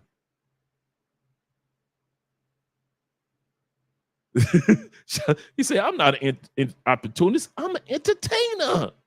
There's a difference, ladies. I'm with you, brother. Guilty as charged. And they will sit up there and complain while pulling down their panties. But it wasn't angry. Wasn't mad, wasn't upset. They will go in there and make you a sandwich and cook for you sometimes. And you can hit it in the kitchen. You can hit it in the kitchen. Yep. Over by the stove. By the rolls. You can have her where? On her tippy toes. Like the restaurant was closed. Making love like the restaurant was closed. Let's bring that beat back, Kelly. What was we doing to these ladies? Didn't even know their name. Wasn't taking them on no dates. If they had rent due, we wasn't paying no bills. If they got a flat tire, the tire was gonna stay flat. And they knew what we was about. And yet and still, over by the stove. By the butter rolls. On her tippy toes. We'll be making love like the restaurant was closed. Come on now. My man Will say, I was terrible when I was stationed in Germany. He said he lost count real quick. We used to call them chicks recycle hoes. See what I'm saying? So I ain't the only one that experienced this. But now these same women have the audacity to get upset with us that we're taking advantage of true positive opportunities to find good mates, people that we really want to spend time with in public in other countries. Some of y'all dudes ain't gonna have your little DR girlfriend. You want everybody to see you with her fine tail. You always outside on the beach, at the club, on a date. You sitting up there meeting her family in DR. You doing all the stuff that you was not doing in the States. You doing the exact opposite for that DR chick. Us dudes in Colombia, we got our little Colombian girl in the museums. We taking them to the zoo. We all at the water parks together. We all meeting up with y'all, and y'all going out on dates. We doing double dates in Colombia. We wasn't doing none of that double dating in the States. We were not taking them chicks out in public for nothing. Now, the ones that we cared about, yeah, they got the public treatment. But everybody else, no. I was smashing them chicks in the shadows. See what I'm saying? In the shadows. He say, damn it, Dre, stop going through my history. For real. Shout out to you. Shout out to you for real, man. He say, I was terrible when I was, once again, stationed in Germany. Facts. Right, for real, bona fide social worker. Bedroom only, for real. We pretend like we interested in what they got to say on the couch. How was work? Oh, for real? Oh, you know she a hater on you, baby. Anyway, you doing great things. I'll sit there I kid you not, true story. I'll sit there on the couch. She'll turn on some Netflix. We'll be talking for about 20 minutes. Next thing you know, she give me fire head. I'm beating it up from the back because I like the size of her booty. I'm putting it in her booty. I'm taking her to another room, whether it be the bedroom or to the kitchen. Once again, taking the bedroom and the kitchen. Then I hit it. We go to sleep. I wake up in the middle of the night. I'm horny. I open that coochie up. I give it a sad bang, bang, bang. What I used to call pussy piracy. Where you just like a pirate at 3 a.m. She loving it. Let her bust, I bust. We roll back over, go to sleep. 6 o'clock in the morning before I have to leave and get ready for work. I beat it up one more time. And I can't tell you her name if you put a gun in my head. And I've been hitting it for like 7 months. And this was commonplace for me. How many times, okay, let's be real. How many times in life you hit a chick that you don't care nothing about who literally told you over the phone or in person, you will never get this coochie, ever. This coochie is off limits. There is no way on God's green earth, hell will freeze over before I spread my legs for you. 48 hours later, she in the middle of her third orgasm. The same one that told you. How many times you would have had a chick tell you that she ain't giving you the coochie? You ain't giving me what? You forgot I'm Mr. Walkaway. I will walk away from you. Like I said, I got women by the dozen. If I ain't smashing you, I'm smashing your cousin. I'm Mr. Walkaway. Yeah, that late night snack. She's sleeping on her stomach. You look over and you see the curvature of that sheet or that blanket. You pull that blanket back and that booty looking so good because she's still butt naked from when you hit it like 10 o'clock that evening. It's 3 o'clock in the morning now.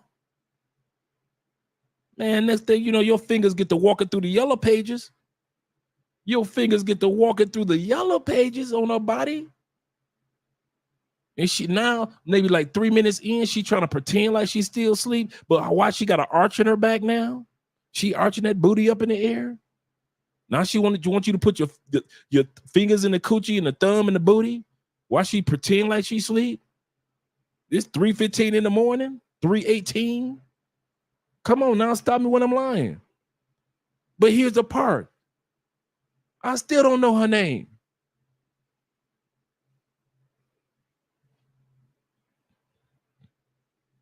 Hitting it for 7, 8, 9 months. I don't know.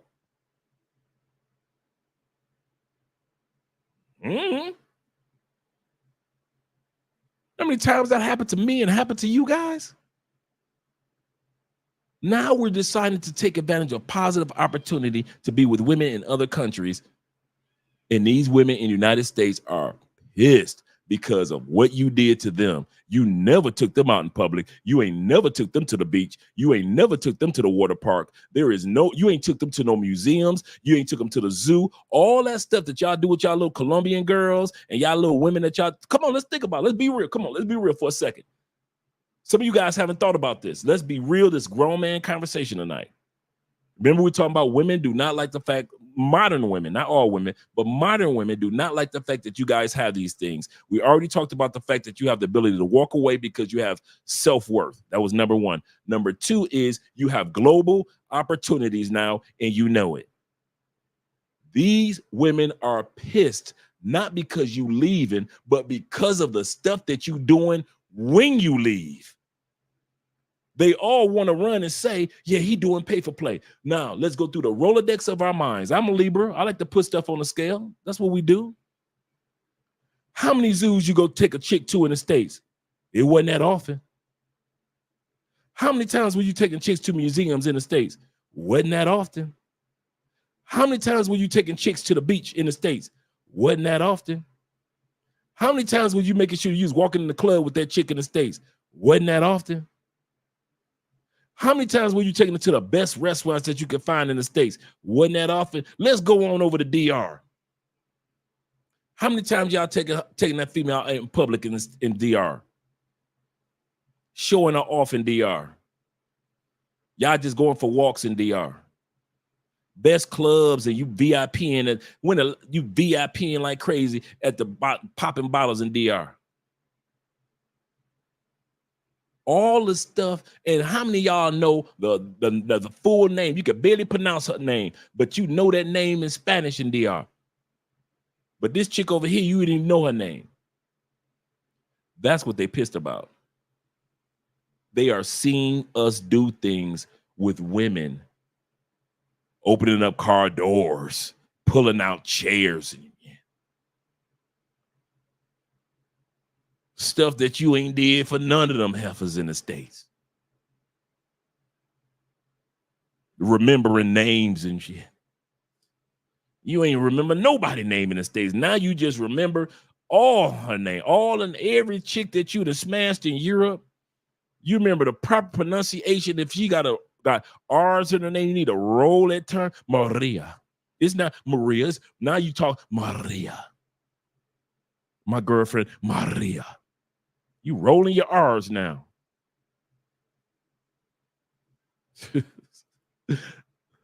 My man, Mr. Smith Jones says this.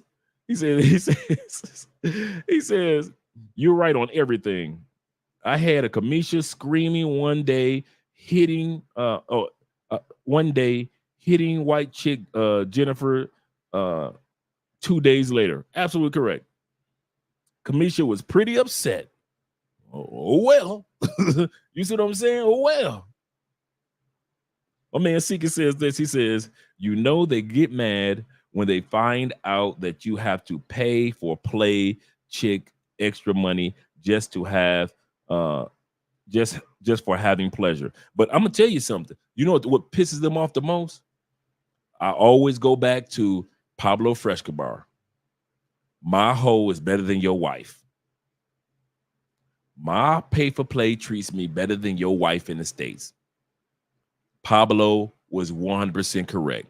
What pisses a lot of American women off is that when they say, well, y'all going out there pay, but the quality of how a woman acts when you pay them is better than the quality of how you ladies in the States act when we pay y'all. Pay for y'all meals, pay for some of y'all clothes, pay for some of y'all cars to get repairs, pay for some of y'all rent, pay for y'all kids that ain't even our kids. We paying for Happy Meals just so the kids can be happy, so you can make me happy. We paying y'all. But y'all mad because when we go pay for play in other countries, these women treat us better than you do. Y'all just going over to pay. My hoe is better than your wife. My whore treats me better than your wife treats you. That's a dang shame. And I'm not just talking about sisters. I'm talking about women of all races. I was in the States. I was forgetting everybody's name. I was forgetting Kimberly's name and Wendy's name too. Magali, I forgot her name too. All of them was getting forgotten. Man, please. It wasn't just sisters. He said, we don't do that in the United States because McDonald's don't need reservations. That's right. We don't take them nowhere that's like they're flabbergasted. You know, you be with your DR girl. She be like, oh, baby, this is so nice. Oh, baby, look, Poppy. She looking around just ready to take photos. She all like this. You know Colombian women. They taking photos in the spot.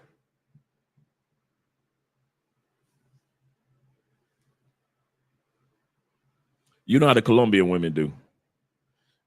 They show that they happy and appreciative. Not in the States. Ain't no appreciation show for your hard work. So you decide you ain't gonna take them to those spots in the States. There's not going to be an appreciation. Let's go to the next one. So we already talked about self-worth. We already talked about opportunity. The other thing that women in the States cannot stand that you guys have that you're using around the world is the fact that you got standards. How dare you have standards or expectations or rules that you live by or lines that you will refuse to let be crossed? How dare you not let a woman talk to you in any type of way? How dare you not let a woman just use you and discard you? How dare you tell a woman, no, that's all right? A man with standards and a passport, they can't stand that about you. They can't stand that about you. My man Zeta says, shout out to you, bro, Zeta. He said, I had a South Korean girlfriend come to the U.S. from Busan. When we went out, I was showing her my gentleman's side, pulling out her chair. I still pull out Andrea's chair. I did it today. Pulling out her chair, and I had a black woman. He said I had a black woman salty, and she asked, "Do you do that for the sisterhood, the sisterin? Do you do that for us?" Y'all didn't want that. Y'all told us to stop. Modern women, not all sisters, but the modern women sisters told us stop opening up doors, didn't they? Stop holding the elevator for them, didn't they?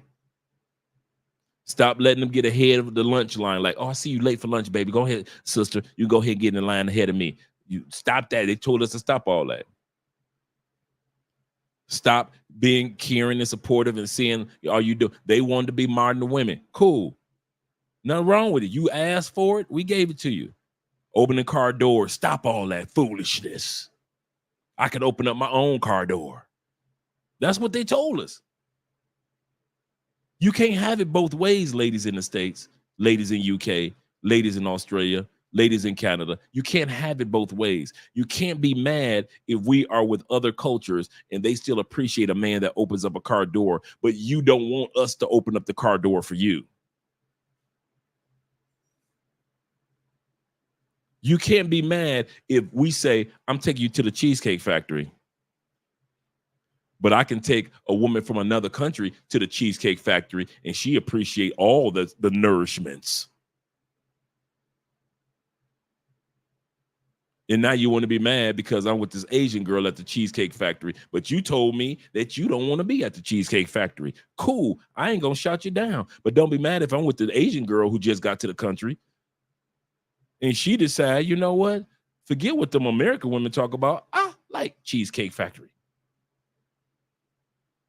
Or the white girl that want to do Cheesecake Factory, she's like, what's wrong with the black girls?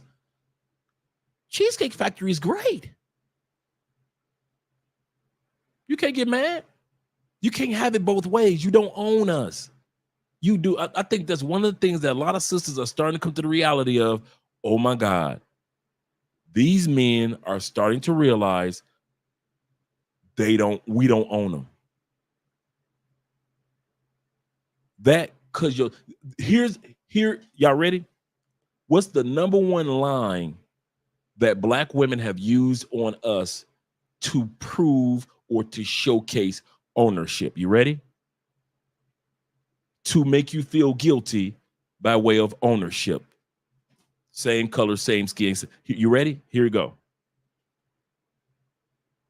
Wasn't your mama black? Ain't your mama black?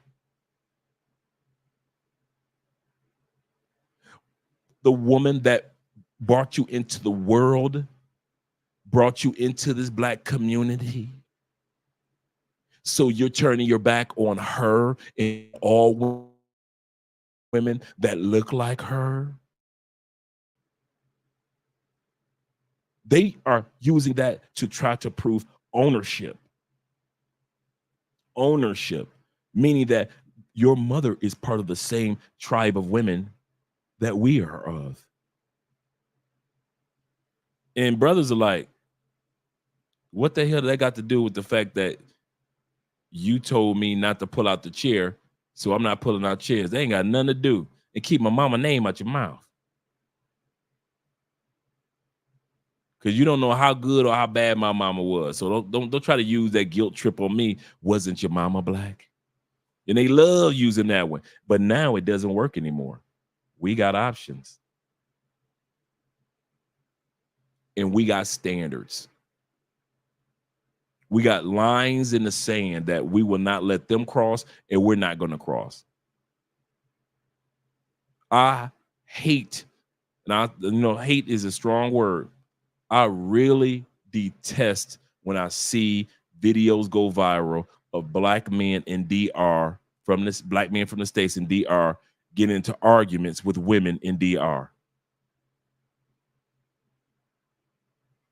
I hate when I see videos of white men that are from states going over to Germany, getting into arguments with German women. Latin brothers from the States getting into arguments, coming to Colombia and getting into arguments, almost fisticuffs with Colombian women. Why? You got standards and options. And one of your standards is you refuse to be treated a certain way. You should be Mr. Walkaway before it even got to that point.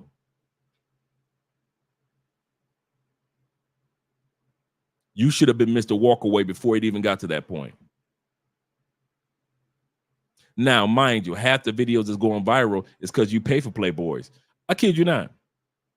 Passport bros would not even be known in many parts of the black community if it wasn't for the pay for play drama that takes place. Some of you dudes, y'all pay a chick, she don't leave, she want more money. You put it on film like an idiot instead of keeping the film to yourself to show to the police. What do? You put it on YouTube or TikTok for the whole world to see your idiocy as a black man live on the screen, 60-foot screens. And everybody can see how stupid you were when it came to that pay for play in DR or that pay for play in Cartagena. If you dudes want to learn anything when it comes to the pay for play game, I do remember this. Back in my day, we wasn't filming it. And if we did film it, it never made it to social media. In the 2010s, 2015s, 2000, all the way to like 2018, we was filming. We was filming for evidence and protection. Y'all film and y'all post because you talk too damn much. If I personally had an incident like that, nobody would ever know unless I told the tale. There is no way in the world we supposed to sit back and see your business unravel in a negative way on social media. That should have just been for police evidence, to protect yourself and to keep the female at bay so she don't bother you in the future. Who the hell is telling y'all to post these pictures, these videos of some stupidity that's happened to you on social media? And it don't get you no extra views because half of y'all ain't even real YouTubers or TikTokers, or Instagrammers. So if it ain't helping you out on your social media, why are you posting your business like that? There was a time where men kept their business close to their chest. Now men gossiping and telling their own business like women. Ain't no way in hell I'm gonna post a video of me at a spot and pay for play go left, and I'm gonna pull my camera out and I'm gonna record it and I'm gonna put it on social media. No, it's gonna stay in my archives and put up in the cloud somewhere, like Dropbox or something, or Google Cloud. So if anything ever happened to the phone, I still got it in the cloud space to show the police. And that's it, as if it never happened. But the reason why it happened, you ain't got no standards. I'm gonna tell you why y'all ain't got no standards. You ready? I'll give you a perfect example. Let's put it like this. Of men don't have the standards that we used to have, even in the pay-for-play world. There used to be a time with pay-for-play, women would dress and smell their best.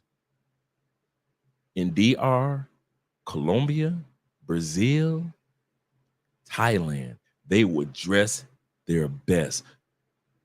The perfume, the best. Hair done. They know they're coming out. Their hair look like they're going to a wedding. Look like they're about to go to a wedding. Have you seen the latest over the last 5 years of pay for play in DR? Half of them chicks might as well be wearing flip-flops and sandals. They ain't even got their toes done. Ain't no polish or lotion on their toes. Legs ain't lotioned up no more. They got hair on their legs. They ain't shaving their legs no more for y'all. Coochie got coochie hair. They ain't even shaving their coochie no more for y'all.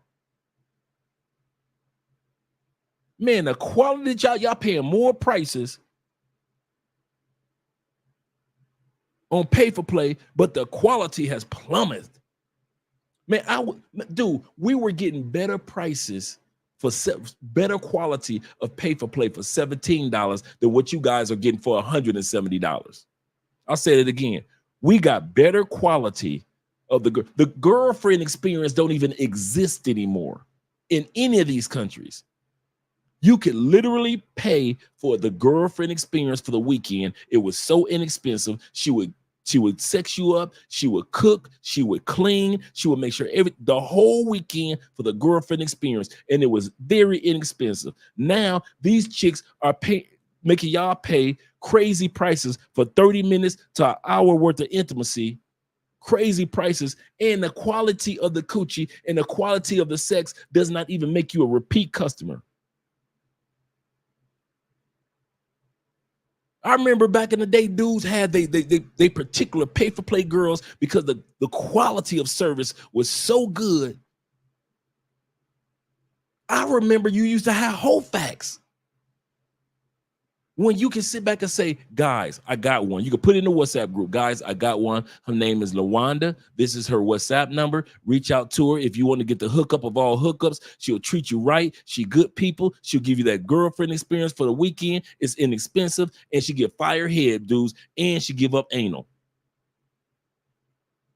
Now you dudes are hoarding women. And these are the raggediest. Don't even shade their coochies. Don't even shave their legs no more. Ain't putting no lotion on. If these chicks, if they could, they would come out to the clock tower in Cartagena in bonnets and shower caps. The quality of pay for play that you guys are getting is trash. Why? Why did I just say what I said in the last 5 minutes? Because you guys' standards These ladies have been able to push the tug of war of your standards to where you're losing. That's why they're able to raise the prices and not give you better quality. Because you ain't got no standards. You will smash anything. You ain't got to give me the girlfriend experience. I'll still pay the same price. You ain't got to stay overnight. I'll still pay the same price that dudes used to pay for overnight. The price y'all pay for overnight is what we used to get for a whole weekend. And I'm talking about top quality. Now the women y'all be with, trash. Trash. I don't care. I still get fired here. Dude, you remember Elijah Muhammad held up the water? If you put dirt in this water and give it to the people, if they don't have anything else to drink, Brother Malcolm, they still drink the water. If you give this pay-for-play coochie to men getting off the plane in Cartagena, and they ain't got no other coochie, they will still drink the water. So what you think is fire coochie in Cartagena, that ain't fire. The best coochie that you'd have had in the last 5 years in Cartagena can compare to the $17 coochie we was getting before 5 years ago. And anybody that was around back there in Cartagena, in DR, in Brazil can attest that I ain't lying. Dudes that are simps are men that don't have standards. These chicks ain't even got to go to the gym for y'all no more. They be all out of shape now. Half the females that you, when we looked up on the scopolamine website, or the dudes that got drug or scopolamine, half the women that they caught on video was out of shape, ugly chicks in Medellin. I'll say that again.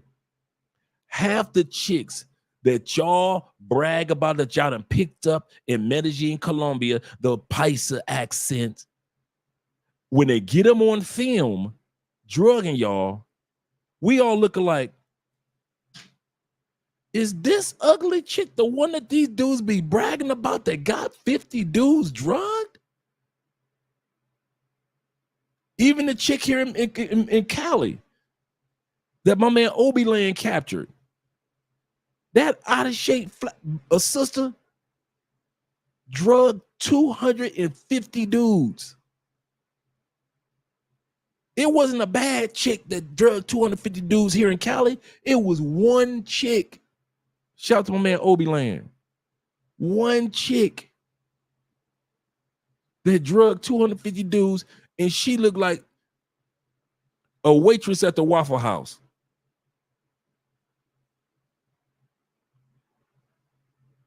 Y'all standards are shot to hell, but men that have standards, that's why we get the quality women. Men that have standards, we ain't doing baby mamas.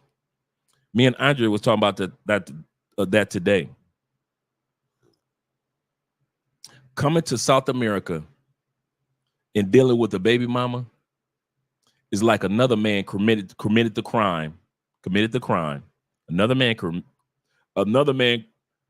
committed the crime, and you're doing the time. You're the one that's going to sentence.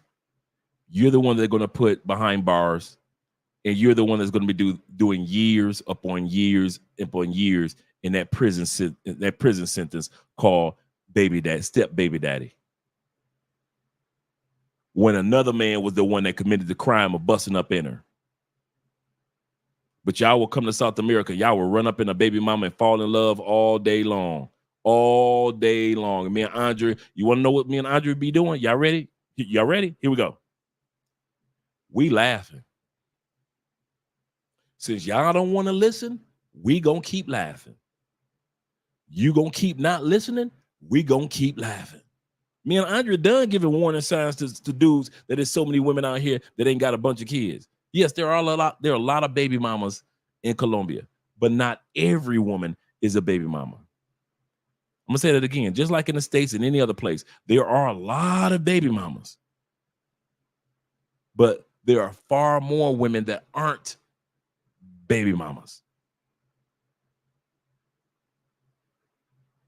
Far more. How do I know? I can say out of all the cities that I've been to when I was single, I smashed literally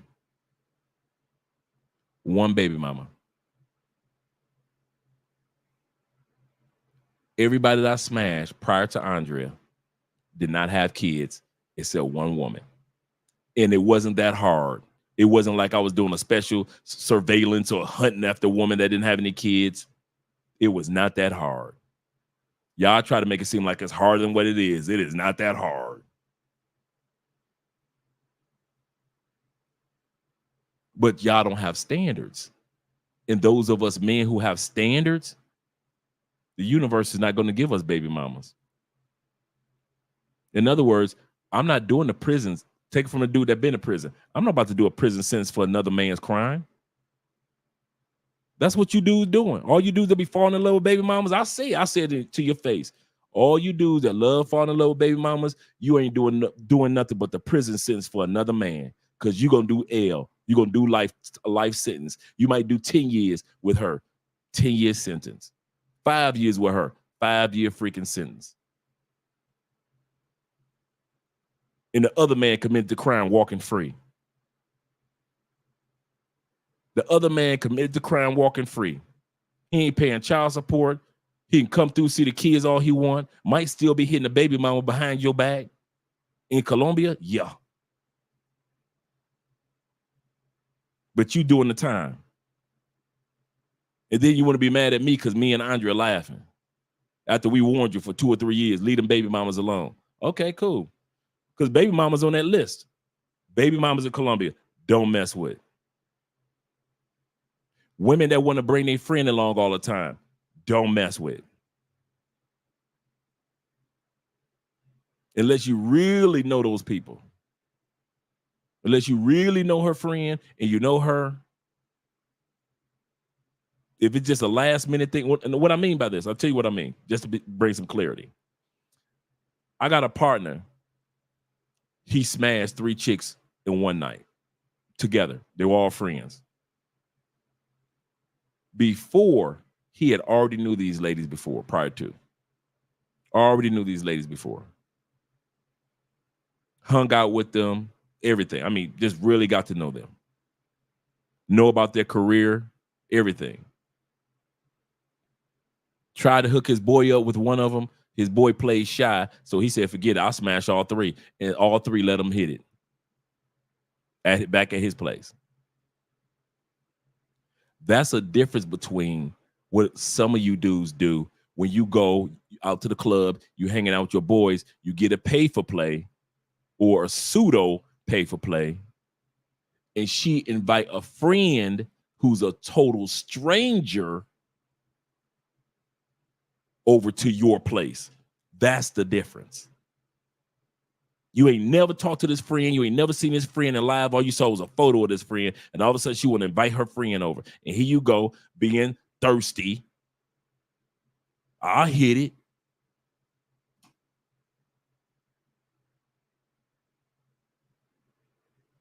Man, I done stayed out of so much mess because my sex life is arrogant. I've been through enough women to where I could be picky. And so I picked my wife. But if I was single, I'd still be picky. I don't have that miss out syndrome. I don't go through FOMO when it comes to women. Some of you dudes feel like you're going through FOMO or like you got to prove a point. Look at me, I'm with 7 women tonight. Cool. Been there, done that. Literally. Don't forget I used to be in a swinger world. So literally. And I was heavy in the swinger world. State to state. So when it came to women, I'm finicky now, man. I was me and Andrea was talking today. We were like, we spoiled. We could put it, we both started laughing. Me and Andrea like, I know, right? Choose it, lover. Choose it, lover. Yeah. Andrea like, I know I ain't gonna find too many dudes out there like you, so I'm good. And I'm like, I ain't gonna find nobody out there like you. And most of them don't even know how to start their own business, and they don't know how to take care of this behind the scenes and take care of that and take care of this. I say, man, most of these chicks, if I'm in Colombia, I'd be like, we about to go to Peru. I gotta wait till my boss let me off.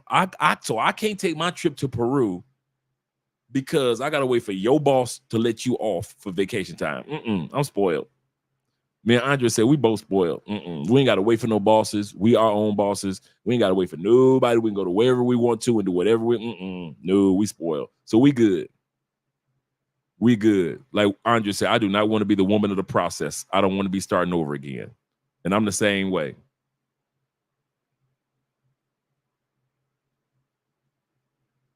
Yeah. At the end of the day, yeah. Mr. Anderson, he said, is the swinger world for the rich? Yeah, I would say that. Swinger world is not for poor people. Poor people cheat on each other. Swingers don't. I'll say it again. Poor people, they spend time cheating on each other. Swingers are usually people that got money. I can't lie. Or at least a good job. Good careers.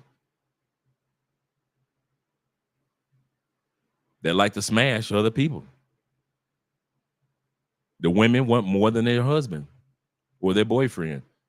The boyfriends want more than their girlfriend or their wife. And they've come to an agreement. And I'm talking about from every walk of success, every walk of life, somebody has probably been a swinger. Without a doubt. Yeah. He said, you guys out here, be careful with these pay for play. True. He said, and regular women, because many of them chicks are witches. This is true. And Andrea says that, so I'm not taking what you're saying flippantly, especially in Colombia. I'm going to say this again. A lot of the sisters in Colombia hold strong. And I might have Andrea talk about that on her live stream, but a lot of sisters still hold strong because Colombia holds strong to their African roots. And bruh, a lot of how they do religions and voodoo, and I don't want to say voodoo, but more witchcraft here in Colombia. A lot of women are into like hiring somebody to put a spell on you to keep you. It's crazy, bruh. He ain't lying. He is not lying. When we were in Cuba with our tour guide, a brother, and he was talking about the type of different black religions in Cuba, other not Christianity and everything, but some of the African religions. And he was taking us to some of the places that they would worship and things like that. Took us literally to these places. That was part of the tour. And he started naming off these African kind of like religions, and some of them was based on witchcraft and animal sacrifice. And you saw all these dead animals around, not dead animals, but the animal bones around. And he would tell they would come out here to the riverside and they would do this and do that. And Andrea said, what's the name of that? As soon as he said, Andrea said, oh, some of my girls, they're in that religion. Oh, I know people back in Colombia, they do that exact same religious sacrifice. And they won't dude, they will not tell. Dude, there are Colombian women right now that are doing animal sisters. Bullshit you not. I kid you not. And they're very serious about it. It's not a game. It's their religious belief. And part of it is to get a man or control a man, some animals must be sacrificed, and you don't know it, and you laying right next to that chick in Colombia. He is not lying. He is not lying. That is very well documented here in Colombia among the sisters. Very well documented. You know, we kind of play with voodoo, talk about it like in New Orleans. They're gonna put the, you know, the period blood in your food. We'll joke about that. No, in Colombia and in Cuba and other parts of the world, that controlling a man by way of certain religious rituals is true. It's 100% true.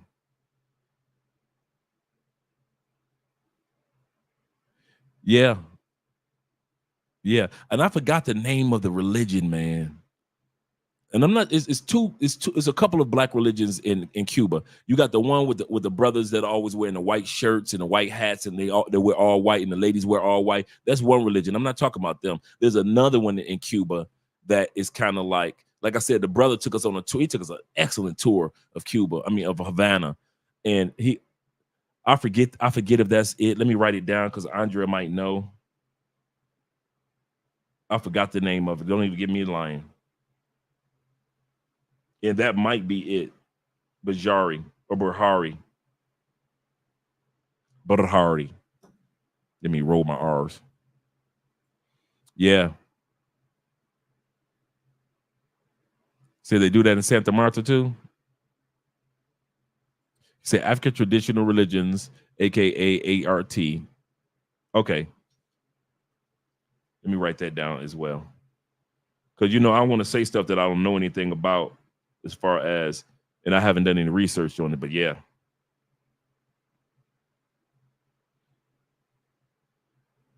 You guys know quite a bit.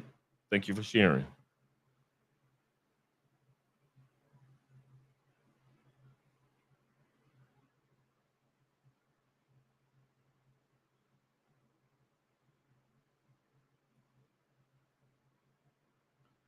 All right, Will, thank you for sharing that as well.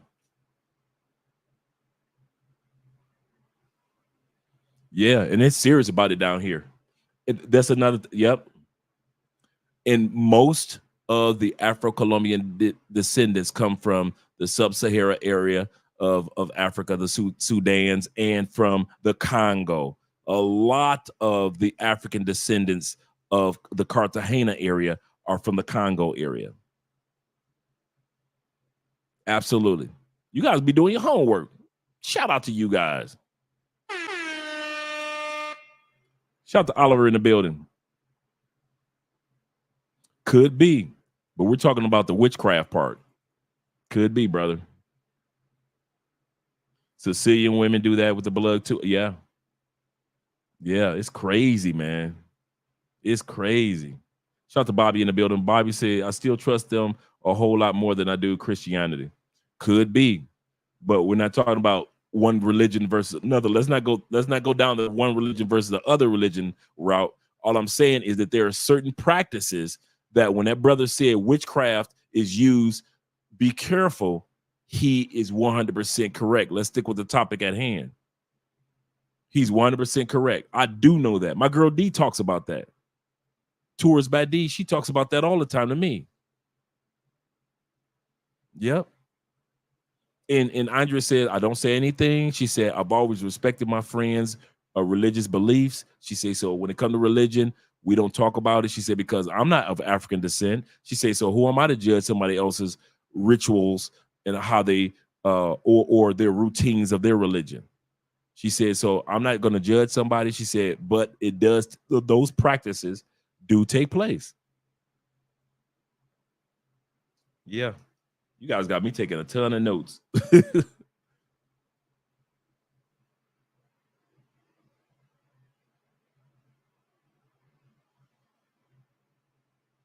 Yeah.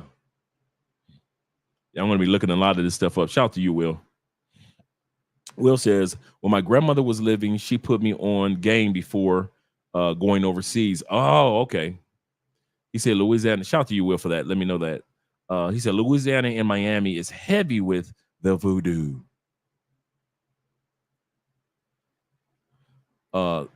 Saint Cyr says this. He said, in the USA, African traditional religions too, hoodoo. I didn't know about that. He said, in Louisiana, voodoo. I didn't know about that. That's true. So let's get back to the next one. Like we said, guys, make sure you have standards. That was the next one. The next one, what women do not like, modern women don't like a man that has standards, that put a line in the sand. If you're that type of guy like I am, you put a line in the sand and you don't cross it and you don't let nobody else cross it. You don't let a certain type of woman in your life. I'm going to say this again. A man with standards, women don't like, because you don't just let any type of woman in your life.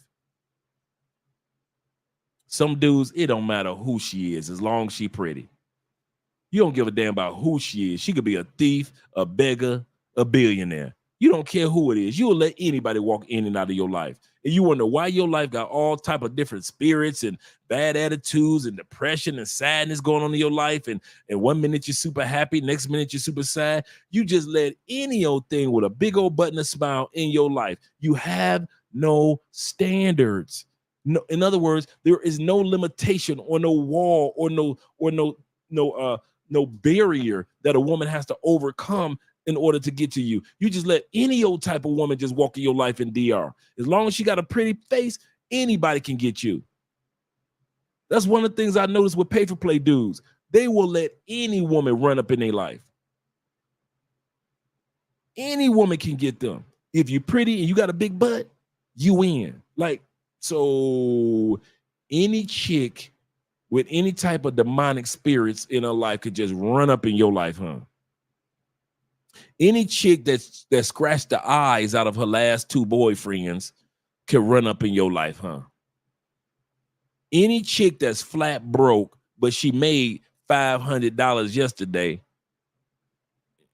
she can run up in your life. Y'all let any chick run up in your life. You just let, it don't matter. Anybody can just run up in your life. No, us men with standards, not everybody can run up in your life.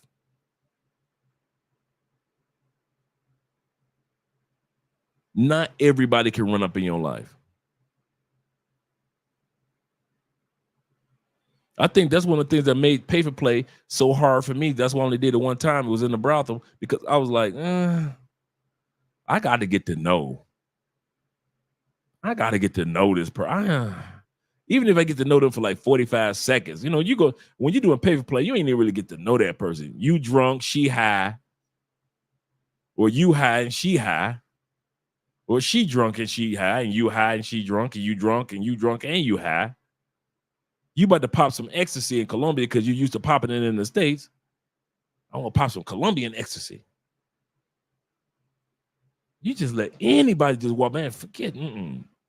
I can't do that one. So having standards.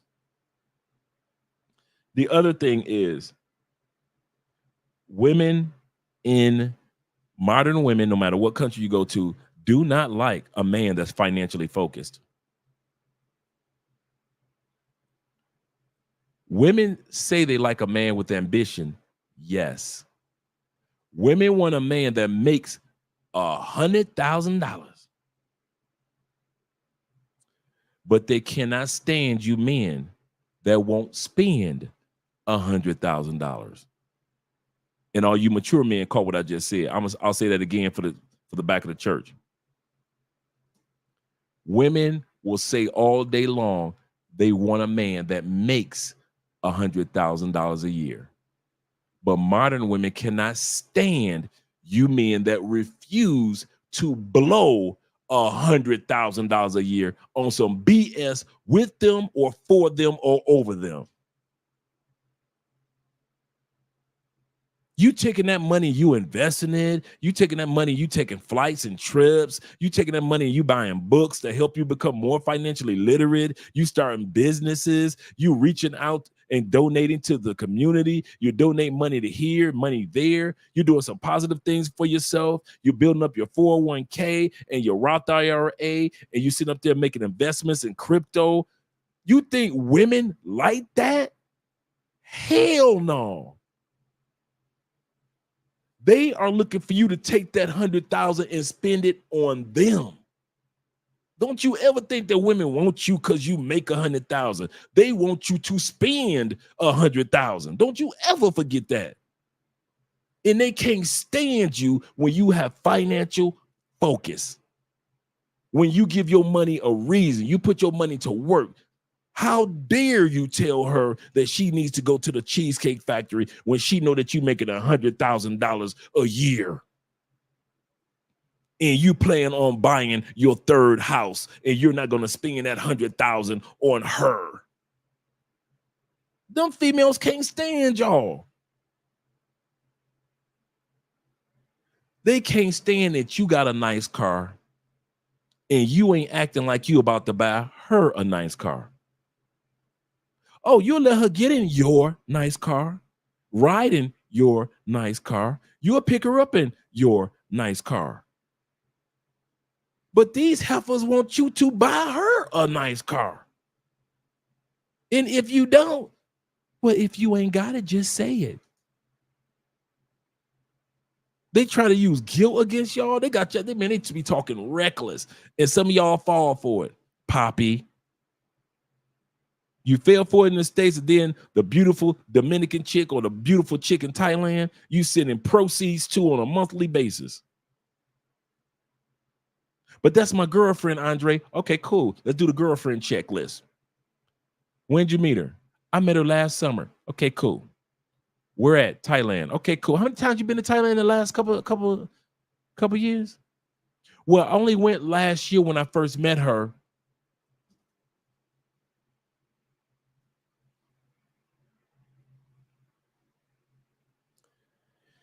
You sending proceeds like a Jerry Lewis telethon to a female in Thailand, and the only time you ever seen her alive other than video chat is the year that you met her. I'm gonna break some hearts today. I keep trying to tell y'all this is not the hey, y'all need to go ahead and stop playing being on this live stream. Go ahead and zoom to Thailand. Go take your butt on over that live stream. I don't know if Black Man Travel got a live stream going on right now. Y'all need to go on over to Black Man Travel's live stream because this grown man conversation. All you do is sending money to other women in other countries, and you have not been over to that country at least 4 times this year. And this year is halfway over. If you have not been to that country or plan on going to that country at least 4 times, you ain't seen that woman at least 4 times since the time that you met her, bruh, that ain't your boo. Stop lying. But my ass. I'm tired of us. You know what I'm tired of? I'm tired of us with passports pretending and lying to each other day in and day out because we're so happy for each other that are traveling, and Black men ain't travel like this in our lifetime. So we're so happy for each other, but now we want to lie to each other like women do. Now y'all want me to sugarcoat shit like women do. I could, you know what? I could do like all the other YouTubers. I could just juggle and entertain, and I could make clown balloons and shit and poodle balloons, and I could do all, I could put a dunce hat on my head, and I could put a show on. That's what y'all want? Y'all want me and Andre to just put a show on? Or do y'all want to talk about some true stuff? Y'all want to talk about some true stuff? Well then, the truth is, your bitch ain't your bitch. That's the truth. I knew ain't no way in hell. See, here we go. Let me unbutton this jacket. It's easy for y'all to sit and see me and Andre together. Ain't nobody had nothing to say when I was coming over here 8 times a year before I moved over here. With nobody saying nothing when I only had 10 vacation days and I'm over here 8 times a year. I done ran through my 90 days. I gotta get an extension. My first 2 years of coming to Colombia, I was over here more than I was in the States, it seemed like. I put in the work for this relationship. And if I wasn't gonna come over, I knew this wasn't a relationship, man. I just gonna be some cool, just people that was cool. I'm cool with her. She cool with me. We knew it was going down that path if I could not come over here and solidify the relationship. And I'm not talking about solidifying only with sex. I'm talking about with quality time. That's a relationship, quality time. If you only been in DR and DR is not far, and you talking about you got a girlfriend in DR, you only been in DR one time this year, but you've been kicking it with that chick 3 years, and you went 2 times last year and 2 times the year before. Bruh, if you don't think there's another Dominican chick, another Dominican dude beating your chick's coochie up the rest of the year, you out your rabbit ass mind. Your woman coochie is getting beat back, sore, tenderloin coochie. Her coochie is so soft and tender after that Dominican dude been beating it up, she don't want to touch it. A woman's got needs like you got needs. And most of it is attention and companionship. It may not even be physical. She might be able to hold the coochie out, but you ain't giving her the attention that women crave and the companionship that women love.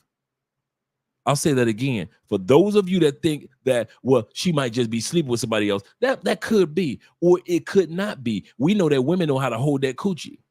But here's the kicker. Another man through the rest of the year is giving her attention and companionship, which you can't do by only doing video chats. And me and Andrea did video chats before, but I knew how to get my happy ass on somebody's plane every other month. Damn 4th of July with y'all, I'm in Colombia. Damn President's Day with y'all, I'm in Colombia. Damn Veterans Day, Memorial Day, man, y'all eating barbecue ribs and all that, man. I'm in Colombia. I got my woman in Colombia. Thanksgiving, damn a Thanksgiving. That's more time in Colombia. Christmas, damn the fat white man is coming down chimneys. I'm in Colombia. New Year's, guess where Andrea is? Yup, Colombia. If you ain't doing it like that, all that bullshit you talking about, this is my woman, stop lying.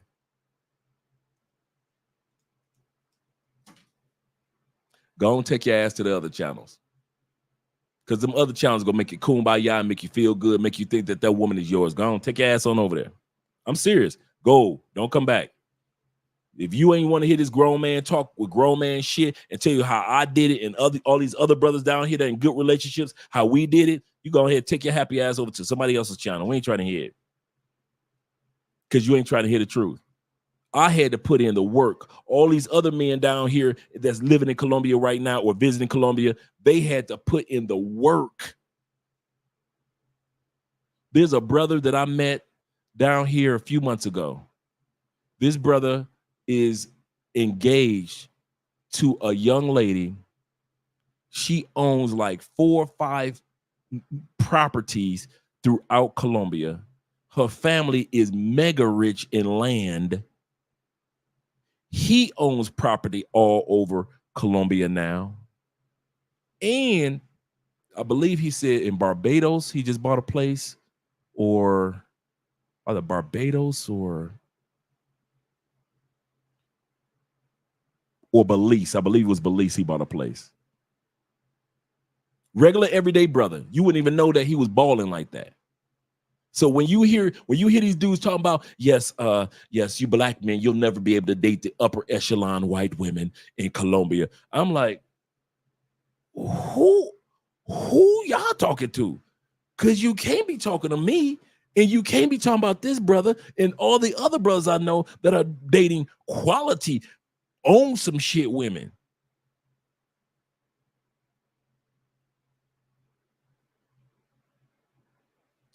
I don't know who they talking about.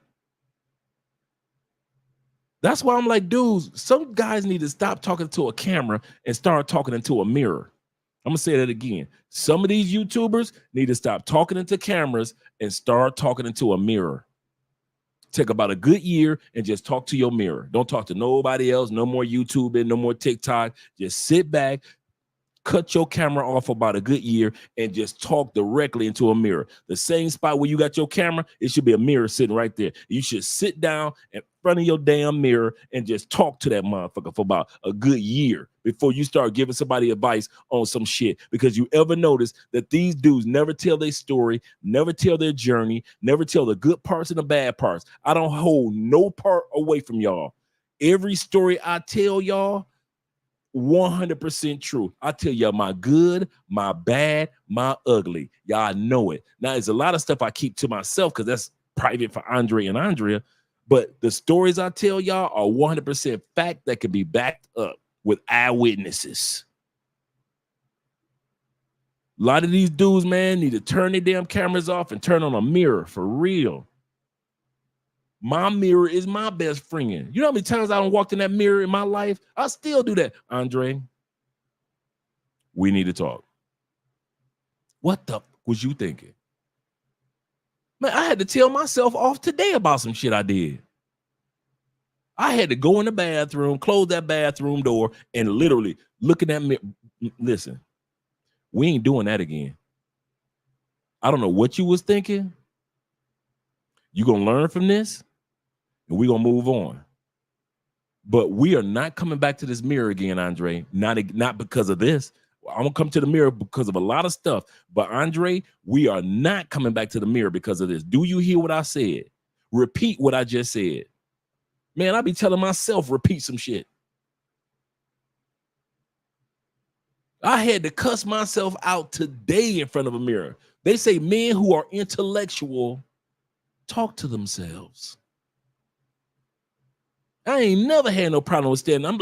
They said that Prince, if you are part of his band, Prince will have you stand in front of that damn mirror. I remember Nicky, I forget his name. He was like Prince guitarist, like the original Prince band. The original, I think, Prince of the Revolution, the original band. And it was the brother that used to wear the headband. He was a guitarist in Prince. He said, when I first met Prince, he said, that brother had me stand in front of a mirror for 2 hours because that's one of the things that he would do. Just be quiet and just talk to himself about himself to himself. He said, it's amazing how much I learned about myself and admitted to myself by not saying nothing, looking at a damn mirror. So when I tell you guys that, don't think that I'm saying something that I don't do. I do that right now. I will cuss my, what the hell was you thinking? Man, I'll be in that mirror like I'm talking to somebody else's child. Like we about to get into a fight.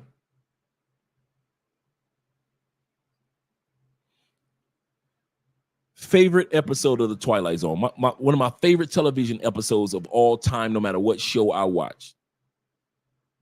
Let me see if I can pull it up.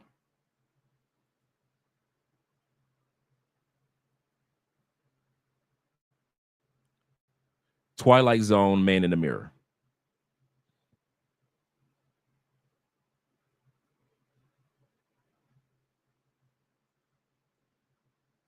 Some of you guys might remember this episode.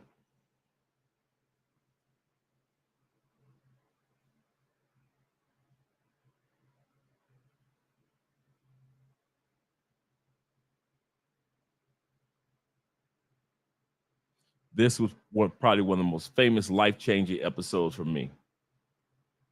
Let me see if I can pull up a small clip without getting copyright.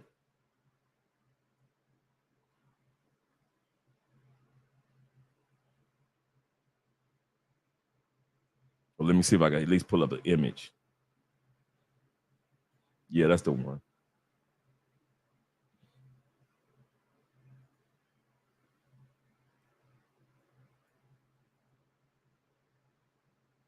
This one right here.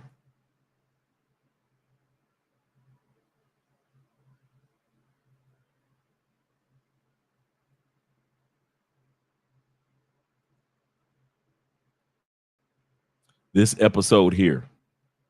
This was a game changer for me. The nervous man in the $4 room. That's what it was called. The Nervous Man in the $4 room.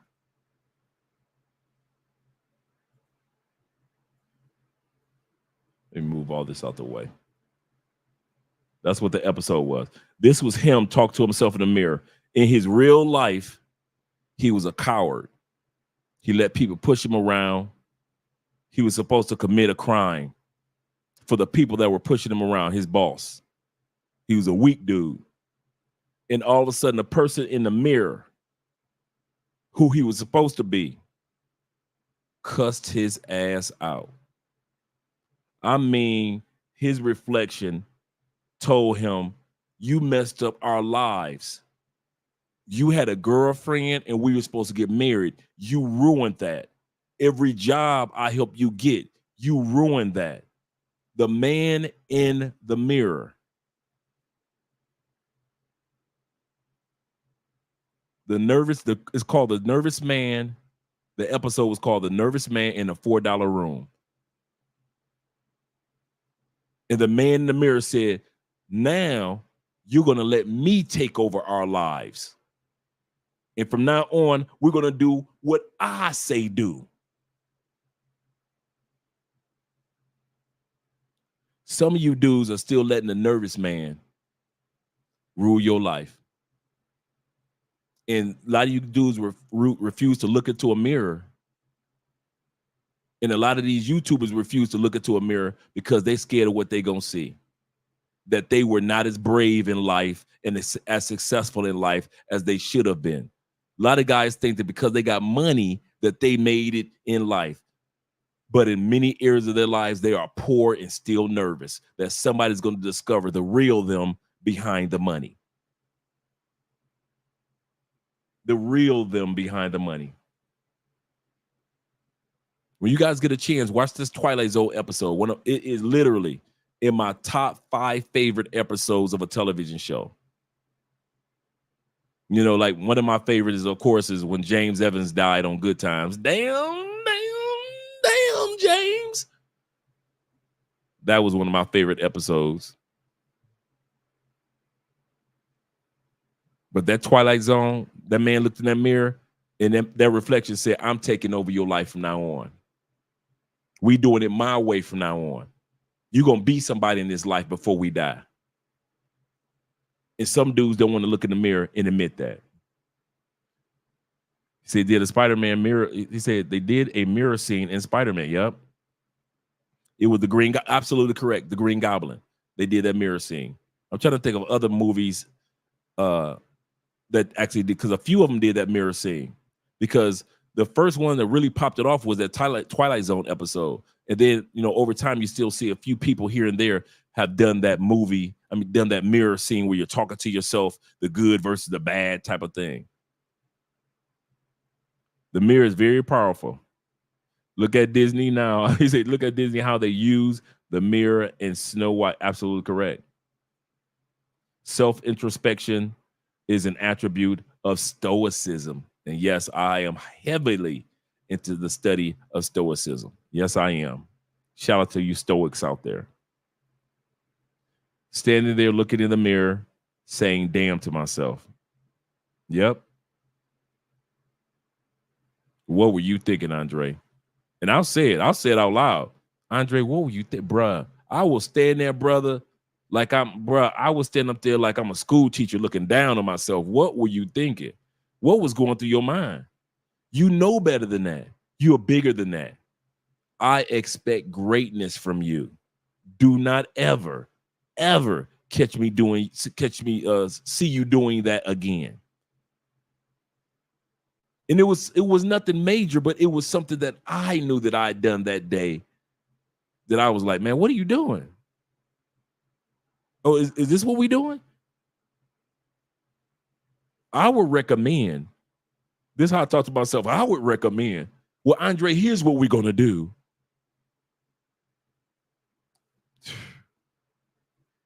Said Twilight Zone was that work for real. It was, man. I'm still a Twilight Zone fan. And the Honeymooners. Man, listen. Shout out to my man Jackie Gleason, Norton, Alice. Man, please. Before there was the Flintstones, there was the Honeymooners. Yes, stoicism saved me big time. Yes, sir. Me too. I became more of a stoic when I was incarcerated. Not because I was incarcerated, but then I started studying the teachings of stoicism. And I was like, okay. Not to be moved by just everybody and moved by how other people move, not responding, reacting the way other people react to certain situations where everybody else say, Andre, why didn't you? There's a time and a place for everything. Haters have a place. Stoicism teaches you that everybody has a place. Haters have a place in life. Even haters. Let's go to the next one. Let me make sure I got to all the super chats. South Korea. He said, I told her I tried and he said they didn't appreciate it. He said, once again, the simple symphonics. Yeah. Not economics, but the symphonics rears its ugly head. Dudes do that, man. And be mad at you. Man, you want to see some dudes mad at you? Tell them the truth about their DR girl. And they only been to DR once that year. And dudes ain't trying to hear that. They are not trying to hear that. They are not trying to hear all the work that you put in for your girl.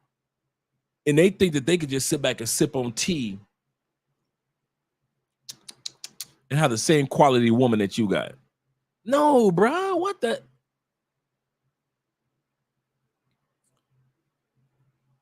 Crazy. My man Will says this. He said, when my grandmother was living, she put me up on game before going overseas. I remember Will mention that. He said, never let any woman know how much money you have, make, or what you own unless she is your wife. In the words of Ice Cube on his America's Most Wanted album, he said, I ain't doing nothing for you unless you my boo and I'm fucking you. I won't be doing nothing for you unless you my boo and I'm fucking you. Quote, Ice Cube. America's Most Wanted album. I forget which song that was.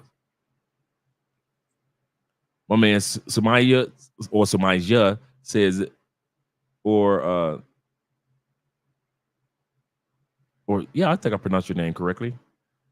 Suereyya said this. He said, great content as usual. Dropping hard truths and fire tonight. Thank you, brother. And thank you for being here also. Thank you for being here, kind sir. You are truly appreciated. He said those Facebook groups are notifications for that. Yeah. Or notorious for that. Yeah. Yeah, man. You gotta be a man of financial focus because these women will sit back and be upset, not at the fact that you, like I said, let me word it like this. The women that are asking for you guys to make $100,000 could care less that you make $100,000. They only care if you are willing to spend $100,000 on them. That's it. I need a man that makes $100,000. No, you don't. You want a man that was willing to spend $100,000, sister. And most men aren't that even make that amount or beneath that amount are not willing to spend $100,000.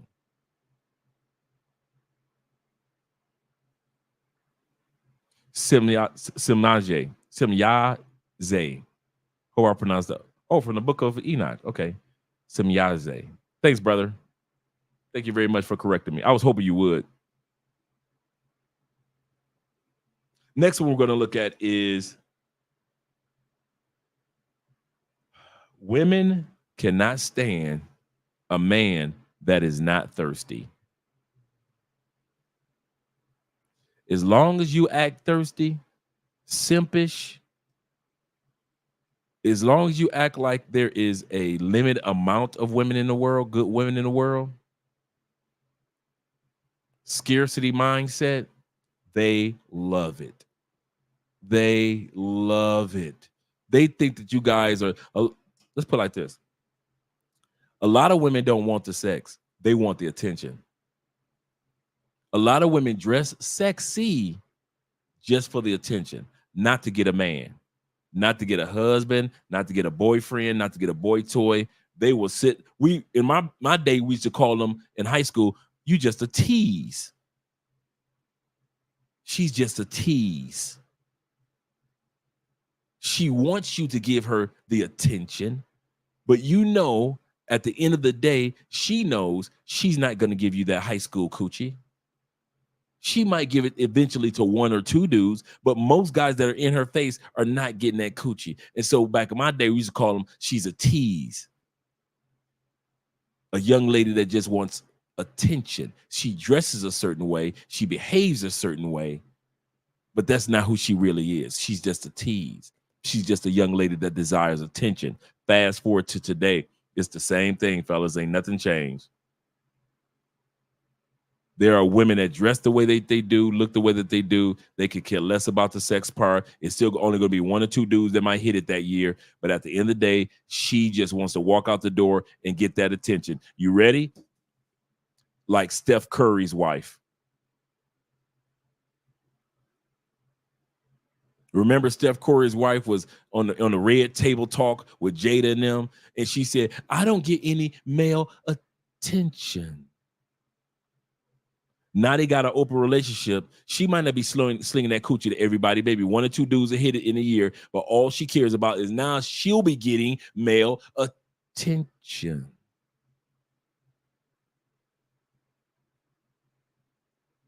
Brothers, the world would change if it wasn't for thirsty simps. If it wasn't for thirsty simps, fat women will still know that they fat. Broke women will still know that they're broke. Broken women will still know that they are broken women, no matter how attractive they are. But because of the rise over the last 40 years of the simp and the thirsty dude, fat chicks think they divas. Broken chicks don't know that they're broken anymore. Broke chicks, as long as they look good, they will not be broke for long.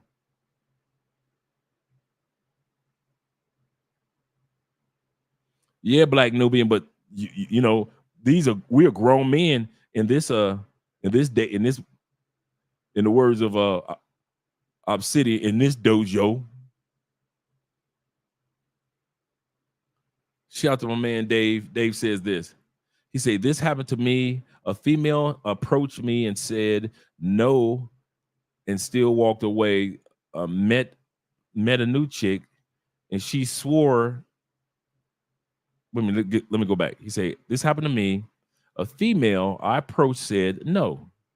So I walked away and met with new chicks. She said it then and says she looked at how fast you moved on. This is why I say no in the first place. These women only wanted his attention. Well, that young woman only wanted the attention of him approaching. She did not care about his intentions. I'll say that again. There are women out there that could care less about your intentions, whether it be physically or whether it be I want a relationship or whether I just want you to be my home girl or whether I want you to be just a jump off. They could care less about your intentions because all they care about is your attention. Don't you ever forget that.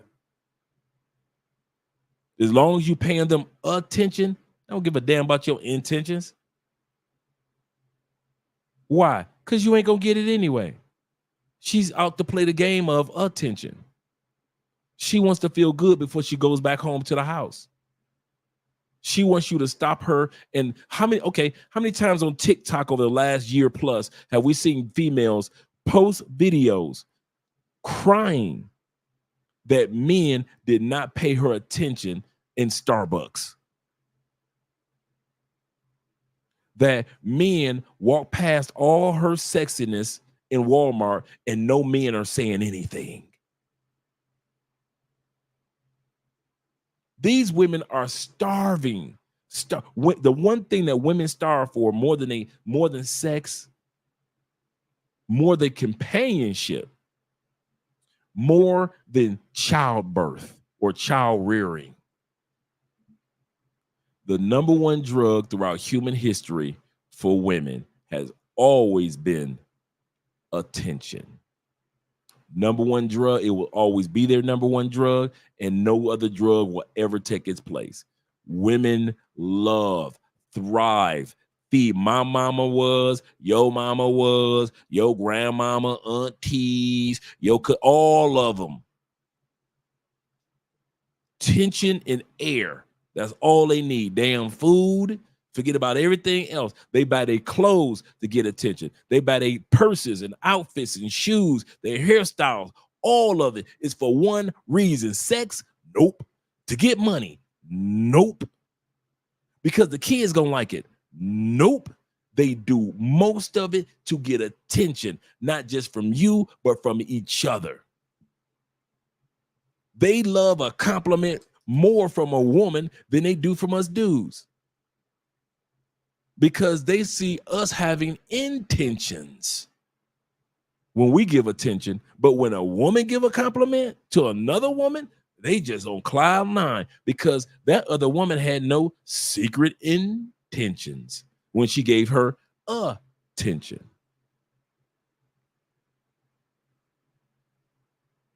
That drug of attention, man, please, can't none of us replace that one. Long after you gone, in the year 2626, there will still be women that will be addicted to attention. And nothing else, nothing more. They don't want nothing else. They just want you to pay attention to them. And when you don't, it's just like my brother just said, and you walk away to another female, you gave up so easily. That's why I ain't take him serious. He just out here just being a player. No, you just mad that my attention is focused on somebody else. That's what they're mad about. That's what the woman was mad at David about. He took the one drug away and gave that drug to some other woman. Attention. If you guys ever learn anything from me or heard anything from me, I'm telling you, no matter where you go in the world, women want attention. My wife wants it. Your girlfriend wants it. Your future wives want it. You'll jump off want it. Even pay-for-play women want to have the attention that the other pay-for-play girl didn't get. I made $500 tonight. I only made 50. Attention. Don't never think that's gonna change. That one ain't gonna never change. He said women are interested in women are interesting creatures to observe. Attention may be their currency. Absolutely correct. However, accountability is their kryptonite. Preach, Pastor Jay. That is facts. That is facts. All races, colors, or creed, doesn't matter. Said no free attention. Yep. Alan Roger Curry. Shout out to Alan Roger Curry. My man said, shout out to man seeking understanding. He said, yo, Dre. He said, I live in Albany, New York. These chicks out here literally look and carry themselves like drug addicts, and they swear they're God's gift to me, and they think that they're dimes. You know why? Because there was a simp and a thirsty dude once upon a time that told them they look good. And then he said it again. Another simp came along.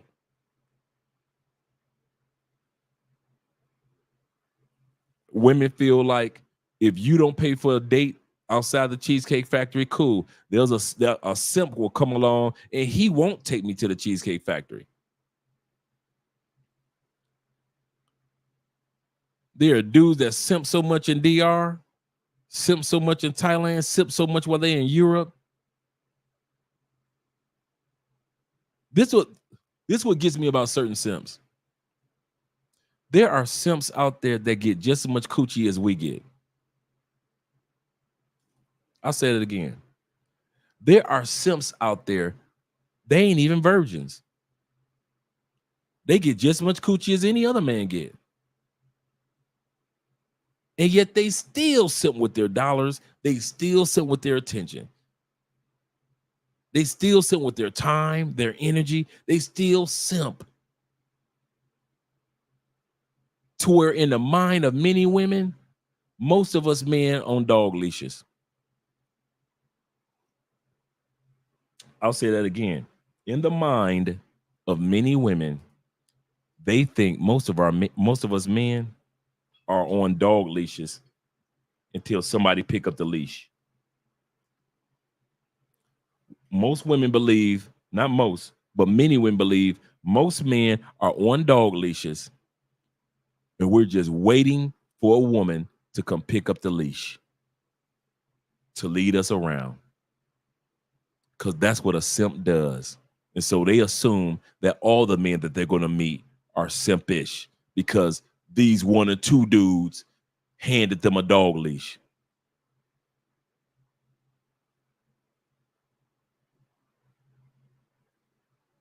Simps. Thirsty dudes. Moving too fast. Blowing up the phone. Texting her over and over and over again. Bruh, if she ain't responding, let it go. Let it go. If she not responding, you in Colombia. Y'all been texting the whole time. Soon as you land on, and this happened several times to dudes. Soon as you land on that plane, you get off. You excited. Shoot her a text. Okay, you ain't heard nothing in the first half an hour. Okay, cool. Let me go get my luggage. Go get my luggage. Okay. You shoot her another text. Okay. Maybe she's still at work. You know that heifer ain't got no job, but you're going to lie to yourself anyway in Medellin. Okay. You get in a taxi. You riding. You know, it's a 45-minute ride between the airport and El Poblado or Laureles. So you riding. So, okay, halfway through, you text her again. Hey, baby, I'm in town. I finally made it, but ain't no response yet from that Colombiana. You just sent out 3-4 texts. Okay, now you made it to your hotel room. You got everything settled. Now you text her one more time. Hey, baby, what's going on? You about ready to call, but you don't know Spanish, so you can't call and just talk that talk. So now you got to wait for her response. Bruh. After that second text, ain't gonna be no more texts. Why? I'm in Medellin, Colombia. Boo. You can text me, but you don't have to worry about me texting you again. That treating women like they are rare and it ain't you ain't gonna meet nobody. Man, listen. I told y'all my story. Bruh, I did just like y'all do, like a lot of you dudes do. And what we did back in the day when it was cool to go on social media, like it was cool to go on TikTok and wasn't dangerous. It was cool to go on Colombian Cupid. It was cool to go on Plenty of Fish in Colombia and all that stuff, right? A Latin Cupid and all that, right? Here we go. You pre-game like 4 months in advance, right? 3-4 months. I'm coming to Colombia, ladies. You start reaching out and filling out who's out there on the apps, and then you get the phone numbers, and I get to text them back and forth to each other. I'm coming, baby. Okay, I can't wait till you get here. I'm so happy. I'm so excited. 2 days before you get ready to come down, you got 4 of them lined up. You like, yeah, boy, I'm gonna come down there and tear something up. You come down to Colombia. Guess what happened to most of us? Them same chicks that we talked to for 4 months. We ain't had time for none of them. We so busy meeting new women and enjoying the 1, 2, or 3 good women that we met down here. We done forgot all about the women that we were supposed to be dating, and we've been talking to them on WhatsApp for 4 months. You ain't got to stop me when I'm lying. Am I the only one that went through that? Am I the only one that went through that? Put a one in. I'll put a one in the comment section.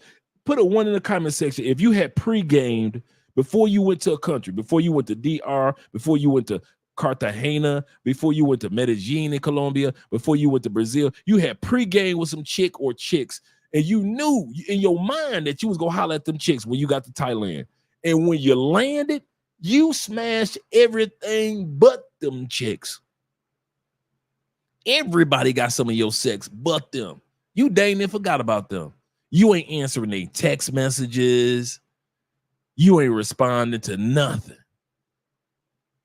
You done disappeared since the plane landed. She don't know if your plane had fell off course.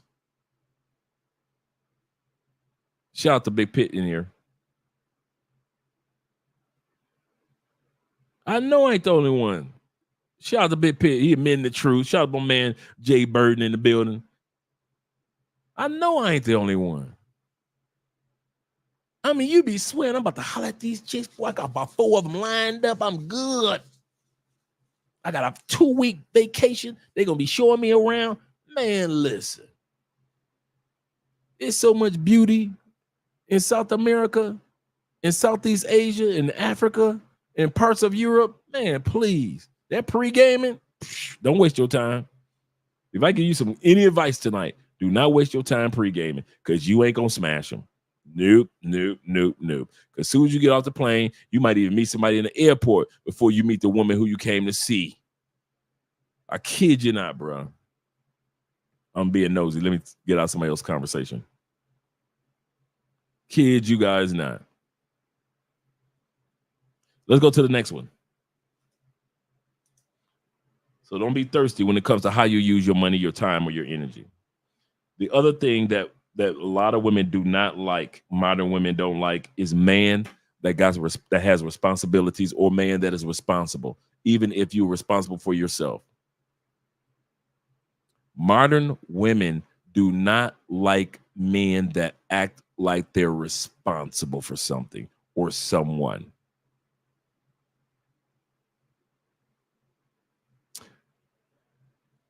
I can have kids, but he can't have kids. I don't date a man with kids. Don't you got 4 kids? I can have kids, but he can't have kids.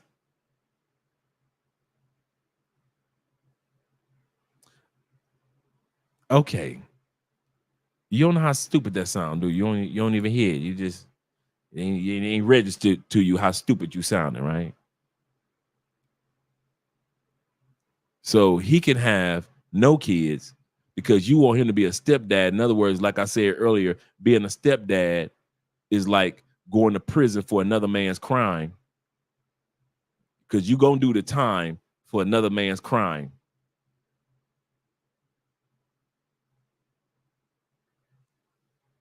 That's what being a stepdad is, or the step boyfriend. Some of you dudes, they might not marry her, but you're gonna be giving proceeds to the kids as if you married her. Your DR girlfriend with them 2 kids, them 2 badass little kids.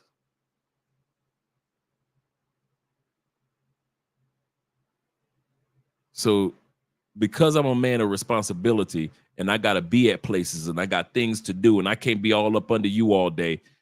So modern woman, you upset with that. But you could go after your career and your goals. But for me to go after my career, my ventures, and my goals, y'all don't like that. Well, how the hell you think I'm supposed to make $100,000 a year? Like the song said, you want to have what your girlfriend's got, what you ain't got. But baby, I can't be in 2 places at the same time. If you think you're lonely now, wait until tonight, girl. He's telling her, listen, you want to have what your girlfriend's got, what you ain't got. So I got to go to work, but I can't be in 2 places at one time. Therefore, if you think you lonely while I'm at work, watch how lonely you going to be as I leave you, because I'm done.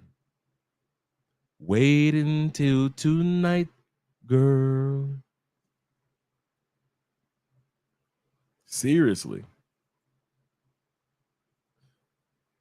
He said, Dre, I've met them on airports and public transportation. Yep.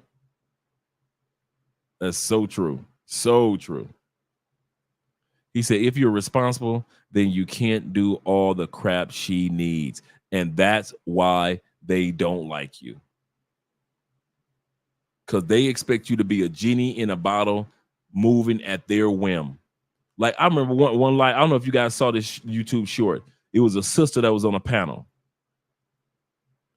She said, in order for me to know if a guy is serious about me, I'll call him and say, well, I have a flat tire, just to see what he would say or what he would do.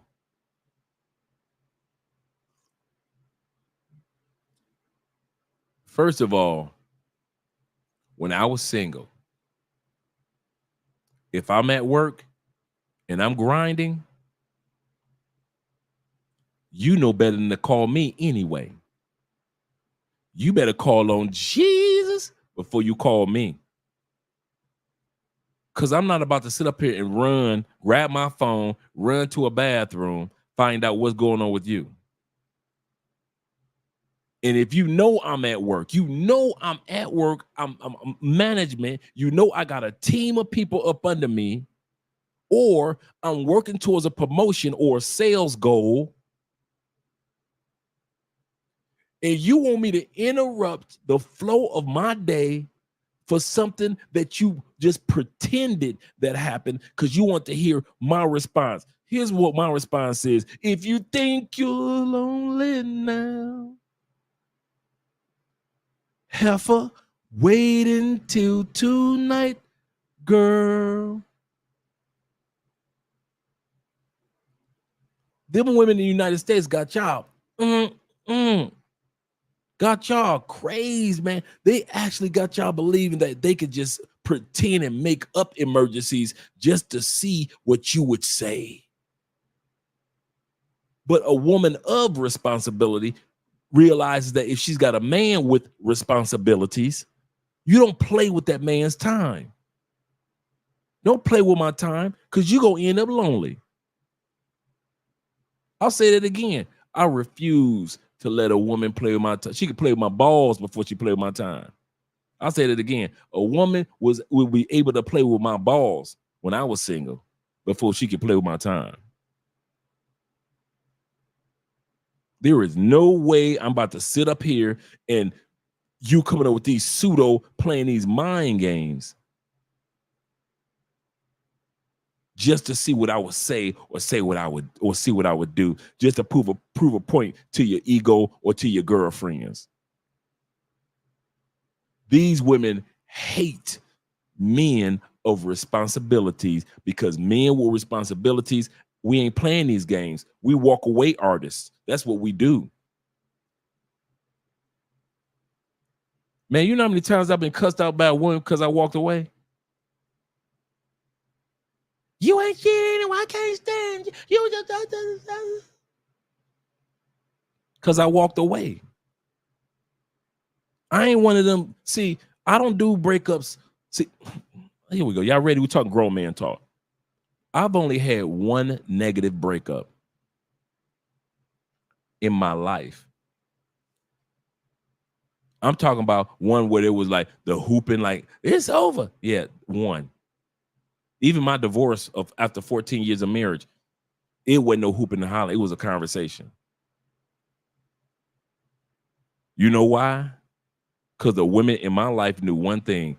Andre does not play when it comes to his time, his money, or his energy. So all that arguing back and forth, that Andre ain't made for that. We ain't about to get to the point of arguing for a breakup. If I see that breakup about to come, I ain't hanging out another 3 years. Some of you dudes got that in you. Yes, you do. You will hang out in a relationship another 3 years knowing that shit was over yesterday. Some of y'all in relationships right now while watching this live stream in the States, y'all knew y'all should have been over a year and a half ago, but you will hang around for another year. And not Drake. If I know it's over, it's over. I'm going to go ahead and shed my tears, get me a Bible, give me something to drink, and give me some new coochie. I'll say that again.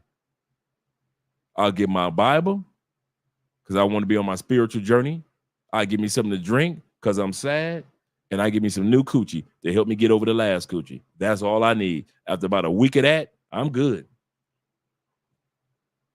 I'm not about to sit up here and argue with a woman, get to the point where we're arguing because I was supposed to break this relationship off a year and a half ago, but I wasn't man enough to do it. So I hung out for another year and a half. And then we got into just a heated argument. And I'm yelling at her, but really I'm yelling at myself. No, I wasn't going through that. My breakups have always been quiet. Ain't no fussing, tears. Yeah, tears will be shedded. Me and my baby, we cried together like the OJs, but fussing and cussing, no. Ain't gonna be no names called. Anybody getting called out their name. F you this, F you that. That's why your mama didn't. Yeah, you just like your dad. I'm a man of responsibilities. I cannot afford negative energy to get up in the morning with me and take it to the office. I'm not about to let a woman argue my day or coming out the front door and be in the house. I need to be work at 8. We sit up there arguing at 7:15. No. Let me plug my phone up before the battery dies. No, brothers. I ain't built like that. Some of y'all built for fussing, like the old school call it. Some of y'all built for fussing. I ain't built for fussing. We ain't about to go through this. I'll tell anybody. I tell Andrea this. I say, my breakup, you come home and you got extra hangers. And you know why I left extra hangers in the house. You know why I left. I ain't about to sit up there. I'm a cutoff artist. I'll say that again. Some of you guys that know, you know. I'm a cutoff artist. I can love a woman and give her everything. But when I know it's over, ain't no get back. Can't no female tell you Andre came back for the coochie. He wanted me again, girl. He was over last night talking about it's over. Not Andre. No. I'm a cut off artist straight from the top of the Shaolin temple. If it's over, it's over. I treat a woman like we are just like arm wrestling partners. Like we just been pool playing partners. Like I ain't never laid down with a woman. That's me. I do not sit back and drag stuff out. I'm a man of responsibility. I have to be responsible with my time, my money, and my energy. And I do not have time to be sitting up there dragging out relationships knowing it was over. And then you fussing at her, she fussing at you, y'all throwing pots and pans at each other, knowing it was over. I only did it because I love her. No, you didn't. You did all that because you knew you were supposed to break up a year and a half ago, and you was too much of a coward not to break up. So when she decided to break up with you, now you want to throw pots and pans in the house. I'll say that again. That's one of the reasons. Now, we know many of the reasons why women break up because they're just fickle. They can be happy as can be, perfect situation, and they would just leave a good man. We all know women do that and then blame us. But I can say a small percentage of why women leave men, a small percentage is this. Because we too much of a bitch to leave her. So she the one that got a man up and leave us.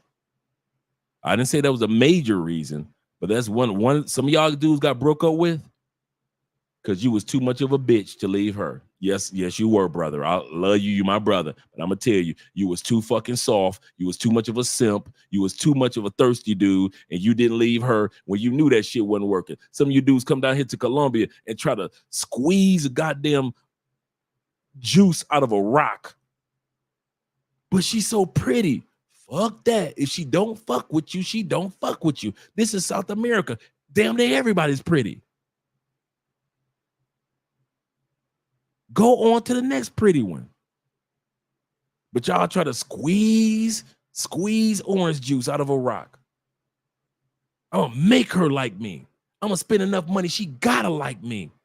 I'm going to take her on trips. I'm going to fly her to San Andreas Island. Then I'm going to fly her to Santa Marta. Or I'm going to fly her from, if I'm in DR, I'm going to take her from Sosua and take her to Punta Cana. She gone like me, damn it. No, she ain't. And you too soft to see it. I'm being serious.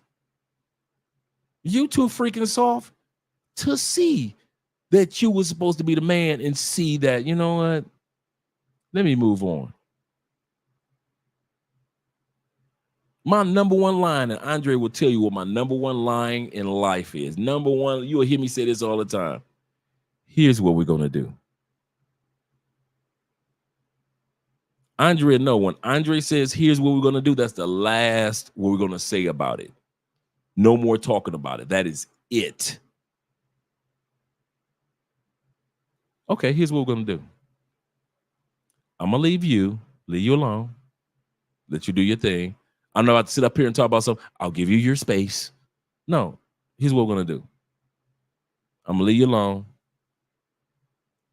You take care of yourself. I ain't here for no argument. I don't want to hear no buts. I don't want you to accuse me of nothing. You can talk all you want as I walk out the door. You're going to be talking to yourself in the next 15 minutes. Don't follow me. Don't be one of them stalker chicks. Don't be one of them creepy chicks. Because I'll put it right on them and doing a breakup. I will put it right on them before it happens. Do not be one of them stalker chicks. Be a woman. Fuck you. Do like I just said. Here's what we're going to do. Do not be one of them stalker chicks. Do not be one of them creepy chicks that's blowing up my phone. If you see me out in public with somebody else, don't be an ass embarrassing me or embarrassing yourself. And find whatever dude that's been in your DMs and in your phone. When I walk out that door, I recommend that you go ahead and blow his phone up. Get you some new dick. Listen, yes, we had good sex, but it wasn't the greatest sex of all time. The greatest sex of all time might be waiting for you in your DMs right now. So don't be that creepy chick to where you come keying up cars with your girlfriends or trying to set my stuff on fire while I'm at work. Be a woman. And they may not have even mentioned any of that, but I'm saying that stuff to them in advance. And I'm saying it calmly. Be a woman about yourself. Now, when I walk out that door, here's your apartment key. So I don't have to come back and check on your apartment. I ain't watering no plants. I ain't feeding no fish. This is your apartment. This is your key. I'm going to my apartment. Do not come to my apartment. Be a woman. Don't be a little girl or a child. I put it right out there. I'll say it in advance. If you're going to break up with somebody, be a fucking man about it and tell them.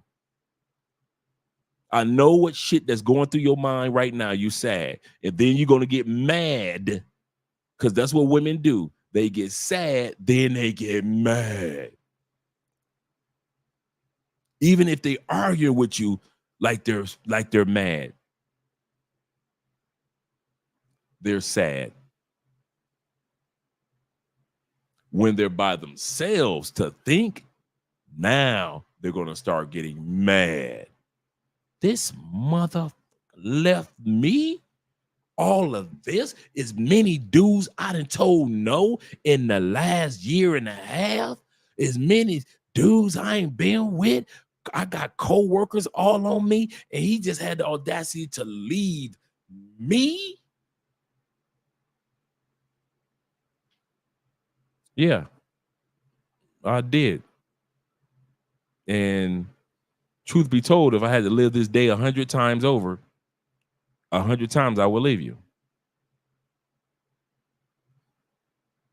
So here's what we're going to do. I'm not going to be calling you. Never have to worry about me stalking you. Never have to worry about me bothering you. Treat me like I treat you. I want to treat you with respect, and I won't be bothering you. Fuck you. You ain't shit, Andre. You're fuck you, old motherfucker. I say, see, get it all out your system as I drive away. I can't stand your ass. I hate you. I hate me too sometimes. I'm about to drive away. Do not follow me. Do not be coming to my home. Do not embarrass yourself. Be a woman. What did I just say? Be a woman. You ain't got to repeat after me because you don't want to hear what I have to say, but be a grown-ass woman and don't act like a little-ass girl. You're 39. Act like it. That's how I do it. I'm not like you dudes that sit back and wait for her to be a man and to tell you, James, we need to talk. I don't think this is going to work. Huh? The fuck you talking about, girl? Watching football. I don't think it's gonna work, James. I think we should break up. What the girl, you want to tell me some shit like this while I'm watching a football game? You talking about every other fucking thing but except for what you should have been talking about a year and a half ago. You talking about the fucking football game. She trying to tell you, I gotta be the man to break up this relationship because you too much of a bitch not to break up the relationship. She been waiting a year and a half for your ass to be a man and tell the truth and say either this is gonna work or it ain't gonna work. So she been sitting around. Maybe he gonna change. Maybe he gonna get better. Maybe we gonna go to counseling. Maybe we can go to church together. Maybe we can pray together. Maybe we'll go da-da-da. Maybe we should take a trip. Maybe we should have a baby. All this going through her mind in a year and a half when you should have just been a fucking man. Grow some hair on your chest. Stop being a little bitch about life because life got good parts and life got bad parts, and be responsible, which we're talking about. Just in case you wonder where I'm going with this, be responsible. And parts of being responsible as a man is taking the responsibility of when the good times happen. Because it's funny. It's so easy for us to take responsibility. Like, yeah, this is my girl right here, boy. I found her. Yeah, I saw her walking down. I had to have her, dog. You know, I had to have her, man. You know, you know how I do, dog. You know how I do. You know how I do. I always keep the fine ones. You know, I always keep the fine ones. It was cool for you to have bragging rights and responsibility when it was time to make the relationship. Ask her to be your boo, taking her out to dinners, taking her to the movies, introduced to your family. You could be a man when it came to all that shit, but when it was time for the breakup, you was a little bitch. You a child. Why did I say it like that? Because she had to break up. That's why I said it like that. You ain't a bitch because you a bitch dude. You's a bitch because your woman had to be a fucking man about it and leave your ass. When you knew y'all was arguing, cussing, fussing for 3 years prior to, it wasn't working out. It just wasn't gelling. The jail wasn't gelling. So you figure you want to ride it out another extra year and a half. So she rolled that shit out with you, waiting for your ass to either change, which she wasn't going to do, or be the man and break it up. Nope, you wouldn't do that. Because you ornery, us men, we're territorial creatures anyway, and my woman is a part of my territory, and I wish another motherfucker would be getting that pussy. I wish she would be sucking another dick. I'm the only one to go up in that asshole. Ain't nobody gonna get my woman anal but me. Fuck that. I was the first one to give her anal. Ain't no other body. I wish she would be giving that asshole to another man. And so you sit back and you wait another year and a half being ornery and shit. Miserable and ornery. You can't fly to other countries like you want to. You just watch Tailor-Made Dreams and the rest of us on TV, but you cannot do shit about it because you're still stuck in that relationship and you can't travel. Your damn passport is up in the closet collecting dust when you should have been traveling for that year and a half. Take some fucking responsibility about life. God dang. I'm serious about that one.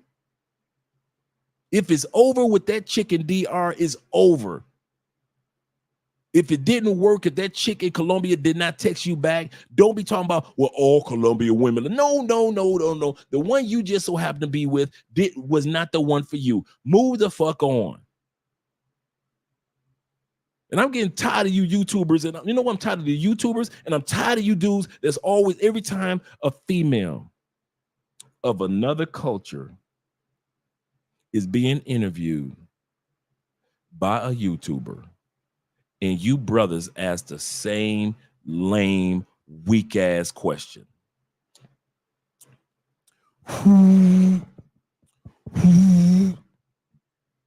Excuse me, Miss Guest. Do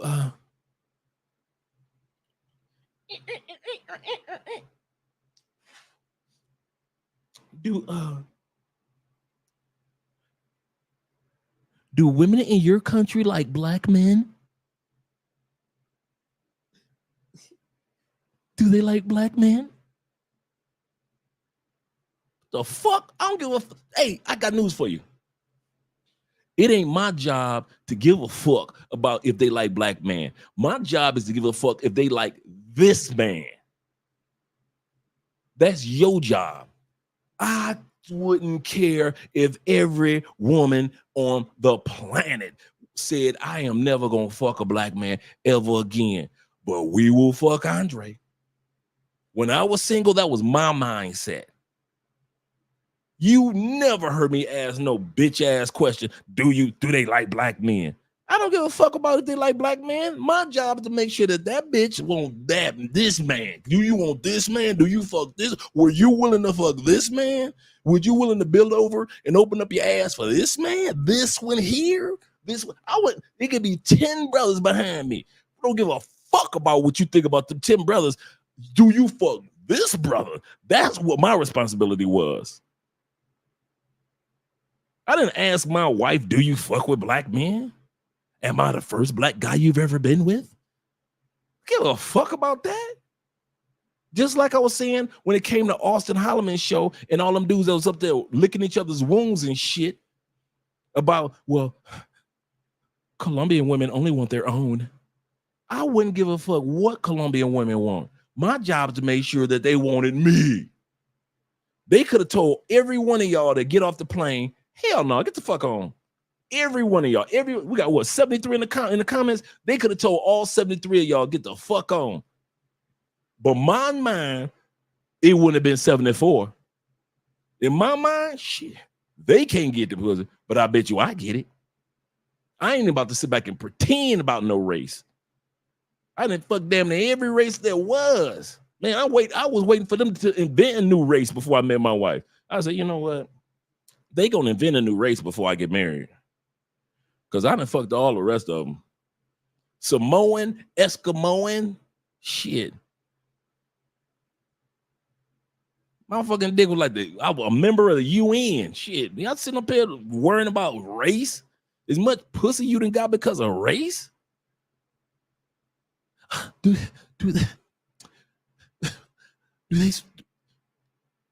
they like black men? What the fuck? What?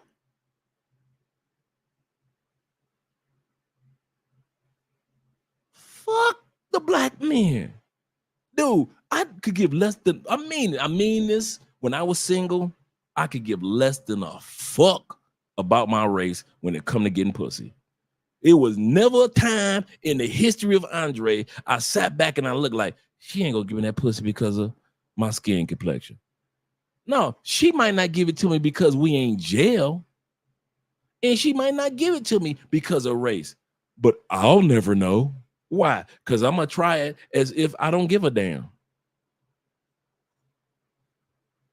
Don't y'all ever sit back and let race hold you back.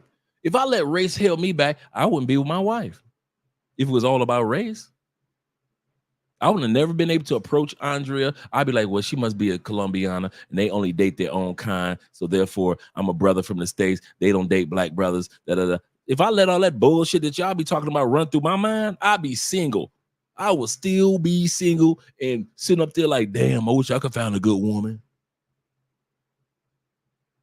It is not your job to worry about if a woman gives a damn about race. That ain't your job when it comes to dating. Now, when it comes to other things, that's one thing. But when it comes to dating, it's your job, no matter what country you land your happy ass in, to give a fuck if she want to fuck with you. That's your only job. I don't give a fuck if she tell every brother that got off a plane in goddamn Zurich.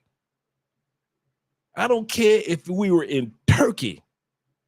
I don't give a damn if we in Switzerland, Sweden, or Austria. And they told all you brothers, get your asses back on that plane. Ain't no black dick gonna be brought to this country. I'm getting in. That was my mindset. Get a fuck about that race bullshit when it come to getting pussy. Are y'all crazy? I mean that from the bottom of my heart. I ain't never got it because of I ain't never got rejected only because of race. Well, I just don't mess with brothers. If she gave me a few minutes of her time, it was either that we just didn't gel. Because in order for her to give me a few minutes of her time, automatically she dealt with brothers before or willing to deal with brothers because she gave me some of her time. You know, women have no problem with giving up their time if you're giving them attention. But it might not have jail. And maybe it was because of race. But cool. All the coochie that I done got because of race, I ain't mad. So, let's be real. Some of us have got more coochie because of race than the coochies that rejected us because of race. I'm gonna say that again. Some of us that got more coochie because your ass is black and you got all that black coochie your whole life. Some of you white brothers and got white coochie your whole life because you was white, and brothers because you was black. You done got more coochie because of race than a few females that had told you white brothers, oh no, I only deal with brothers. Or the white girls that was like, oh no, I only deal with white men. You put that shit on the Libra scale. You got all this black coochie because you black, and a couple of white girls told you that you can't have the coochie because you black. You've been rejected a couple times, but you got this ton of coochie over here because your ass is black. So stop crying about race when it comes to sex. You got a ton of other shit you can cry about when it comes to race. But when it comes to coochie, it is not your job to worry about what the fuck she think about races. My job is to think about, and your job is to think about what she thinks about you. You.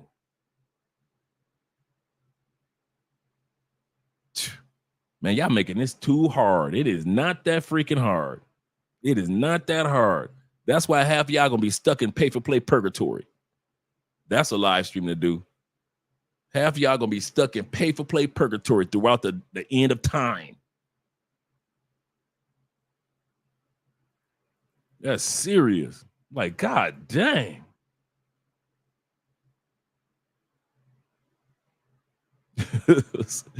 he said, Hef ain't that. He said, Hef ain't either Dre. I'm serious, man. Time is one resource that no man can create. Absolutely correct. He said, I cannot get it back once it's spent, once it's gone. Join the club, Drake. Hey, I'm just saying. He said they're sending long photograph text to me. Yeah. I have an Android and I don't have space. Welcome to my world. So yeah, man. He said, you ever been on suicide watch after a breakup? No. Have I been sad before? Yes.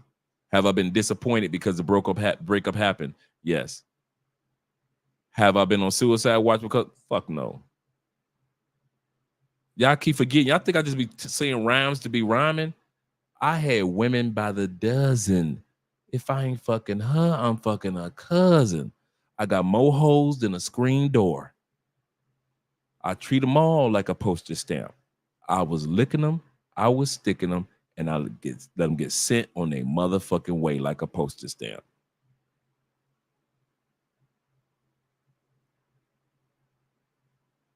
I am not. A lot of dudes that go through suicide watch, they can't believe that the woman did what they were supposed to do 2 years ago. How dare she leave me? Well, bruh, you was too bitchy not to leave her. Come on, guys. Let's be real. When was the last time you saw a breakup happen the day that the breakup happened? Have you ever been in a breakup the day that y'all broke up? Never.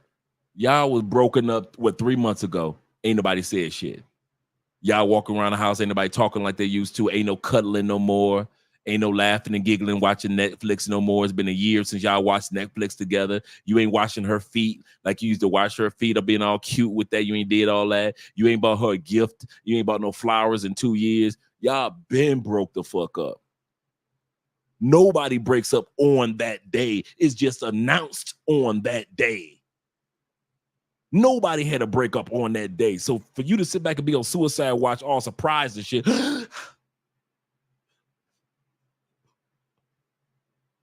You're breaking up with me. But Carol, can't we work this out? I'll change. I'll be your better man. You've got another man. But Carol, what the fuck? You knew that relationship was, bruh, I'm married. Y'all want to be real? I'm married. If ever, God forbid, me and Andrea talk about this too. If ever, God forbid, things didn't work out with Andrea and I, even I'm not stupid enough to believe that we broke up the day that the breakup was announced. If me and Andrea, God forbid, ever separated, that shit started like a year or two prior to. That shit was already in the motherfucking making. So for us to act all suicide watch flabbergasted, I can't. I'm gonna cut my wrist with some chapstick. Cut my wrist with the chapstick. Come over. My new address is 832-714 Canfield, Eastside Detroit. I need you to be my bitch again. Some of y'all do is run over there so fucking fast. Soon as she said, my coochie lonely. I need you to come by. And here your ass go. Looking like Busta Rhymes in a damn video. Running your ass over there. Me? My coochie lonely. I need for you to come. What? Hold up. This is Andre. I'll pretend like they texted the wrong dude. Hold up, this is Andre. You texted Andre. My bad. You might want to send that text to the next man. No, I was texting you. Hello? Hello? Don't text me about your coochie being that. I'm your ex. Ex means next. That means the next man in line should be getting those text messages. You being messy now, girl. You being messy. Don't text me. And half the time, I used to just look at the phone and be like, delete. I ain't never been on no suicide watch. I ain't never been like that, dude. Like I said, I shed my tears. I'm sad just like any other man. It hurts just like any other man. You're disappointed and you wonder what happened. And you sad, and you feel lonely, and you feel lost. And you're always the one that's stuck as the bad guy, because if she left you, you're the bad guy. If you left her, you're the bad guy. You're talking to your family and friends, but nobody understands the pain that you're going through. I can relate to you. But as far as suicide watch, or as far as like trying to get back or hitting that coochie one more time, I could throw you my cell phone. You can call every number that's in there. It probably ain't no X's off in there. But if I had the X's off in there, you can call them up. Ain't none of them could tell you Andre came back and got that coochie. Ever. I don't do get backs. Ever. I'm a fucking man. Shed them fucking tears, get you something to drink, read your Bible, get you some coochie, and move the fuck on with life. Be a fucking man about your shit. Sometimes I look at God like, God, are you sure you want to make that dude a man? And I don't mean in the sense of like, I'm LGBTQ. I mean that there are men that spend their whole life being only good males. You're a good male. You represent males. You do things that males would do, but you struggle through life when it's time to be a fucking man. It just breaks your fucking hearts to be a man. Oh, you'll be a male. Yeah, you'll go to the football games. You'll take care of your kids. You everything about you says male. You stand up when you piss. You do all the male shit. You'll kill the spiders in the corner. You'll paint the house. You'll wash the car. You'll do the lawn. You'll do all the male shit. But when it's time to be a fucking man about life, you the softest motherfucker out there. And that's why I be like, God, are you sure you want this? Some dudes will die.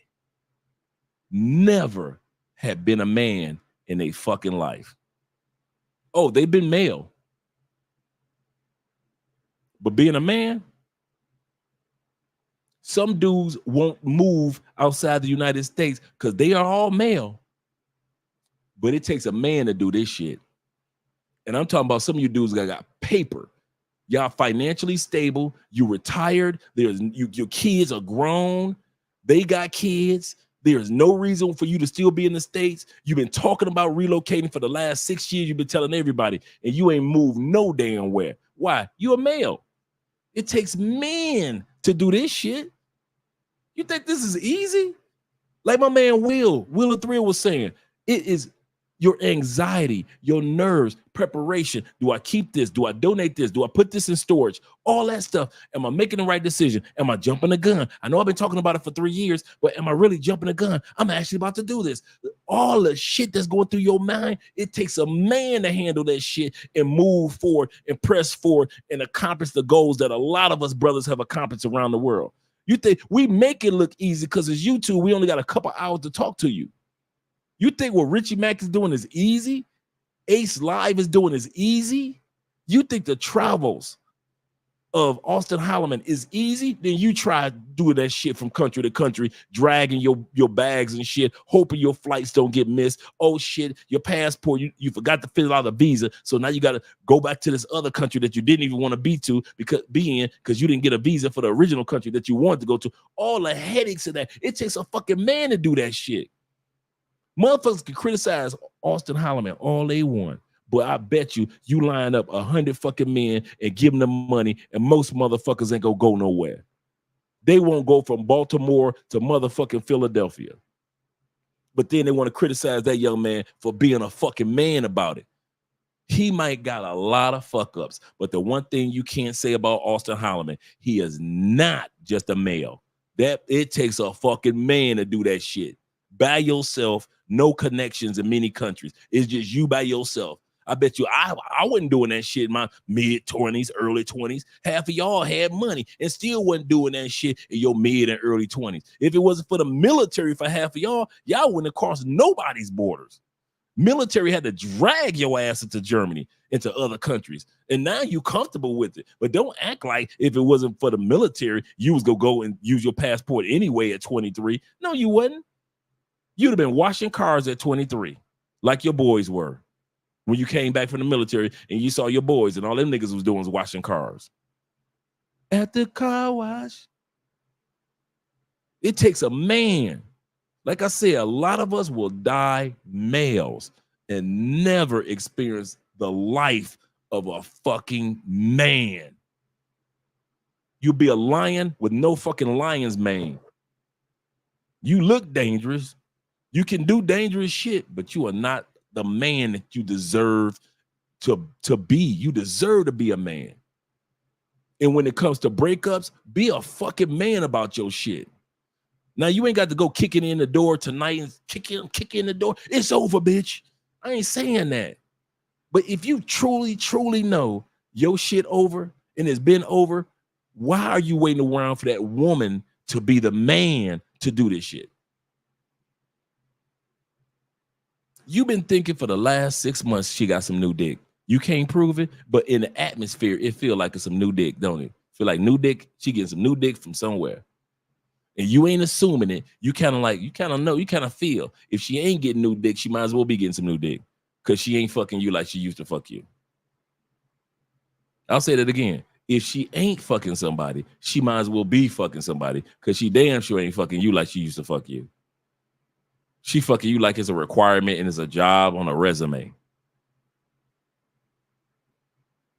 And you still, even if you're not about to break up, you be man enough to have a conversation of the temptation of breaking up. I'm going to say this again. At least be man enough to talk to your woman, to have the conversation that the temptation of breaking up is showing in our relationship, babe. I don't want to break up. I think we're a good couple. But the way we've been talking to each other over this last year and a half, we ain't gonna make it. So we got to make some decisions. That's that kitchen table talk. at least talk about the temptation that's there. Because if you don't talk about that and pretend like y'all all good, because that's how my marriage was. On paper, you couldn't tell anybody. Everybody wanted to be like the Spencers. Have you guys, some of you divorced dudes, you can attest to this, that on paper, in front of everybody else, they thought your marriage was the greatest marriage of all time, didn't they? They thought that y'all was going to be together forever and ever, and didn't they? And now your ass divorced, and it's been like, what, 8-9 years, ain't it? So all what everybody thought that they were seeing on Facebook and Instagram, it wasn't what was going on, was it? So I can tell you that even though you may not want to break up with your girl, you still need to sit down and talk about the temptation of breaking up if y'all not working out together. If you and your girl not friends anymore, if y'all find yourself arguing about everything, y'all need to sit down and have a conversation about the temptation that's out there of breaking up. Baby, I don't want to break up, but we've been arguing like crazy. Baby, I don't want to break up, but you haven't told me you love me in 6 months. Baby, I don't want to break up. I haven't bought you any flowers, cards, or candy in forever. Baby, I don't want to break up, but we got to make some changes, girl. You at least got to be a man and do that conversation. But if you ain't man enough to at least have the conversation about both of y'all being tempted, you ain't got to worry about it. Don't worry about it. Her work husband will do it. Believe that. You ain't got to say nothing to her. Her work husband, he having all the conversations. And if you think she ain't got one, okay. I'm not black, I'm OJ. Okay. Yeah, for real. Keep them scissors sharp. Keep them scissors. For some dudes, keep them scissors dull. He said, Dre, remember Play-Doh? For real. He said, you ain't going to play me like Play-Doh. Men's or some kind of a potato head muff, for real. That's serious.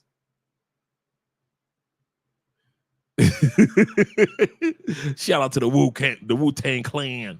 Yes, sir. Yes, sir. He said that's Virgo trait. He said my brother is like that too. Like, yeah, if it's done, it's done. That's a Virgo Libra trait, definitely. If it's done, Libras are like that. Notorious for they will love you. But if it's over, it's over. And women used to be just so surprised, like, so you don't want me? No. You don't want this? No. Why won't I want you? Do you know how many billions of women in the world outside of you? No, I don't want you. It's over. If it's over, it's over. I'm about to sit up here and go through this pain of getting back together. And some of you dudes do that stupid shit of going to get back with her. And what does life teach you? The reason why y'all broke up in the first place, doesn't it? You go back and maybe for the first 2 weeks, everything is great. And then all of a sudden you do something or she says something to remind you both why you broke up in the first place. And all of a sudden now you're back on your knees talking to Allah, asking Allah, if you get me out of this situation again, I promise you I'll never come back to her. Stop me when I'm lying. X means next. You are the X in the word next. Move on. Be a fucking man. Move on. Damn. Soft ass dudes can't even break up these days. And then women got to be men to break up with our asses.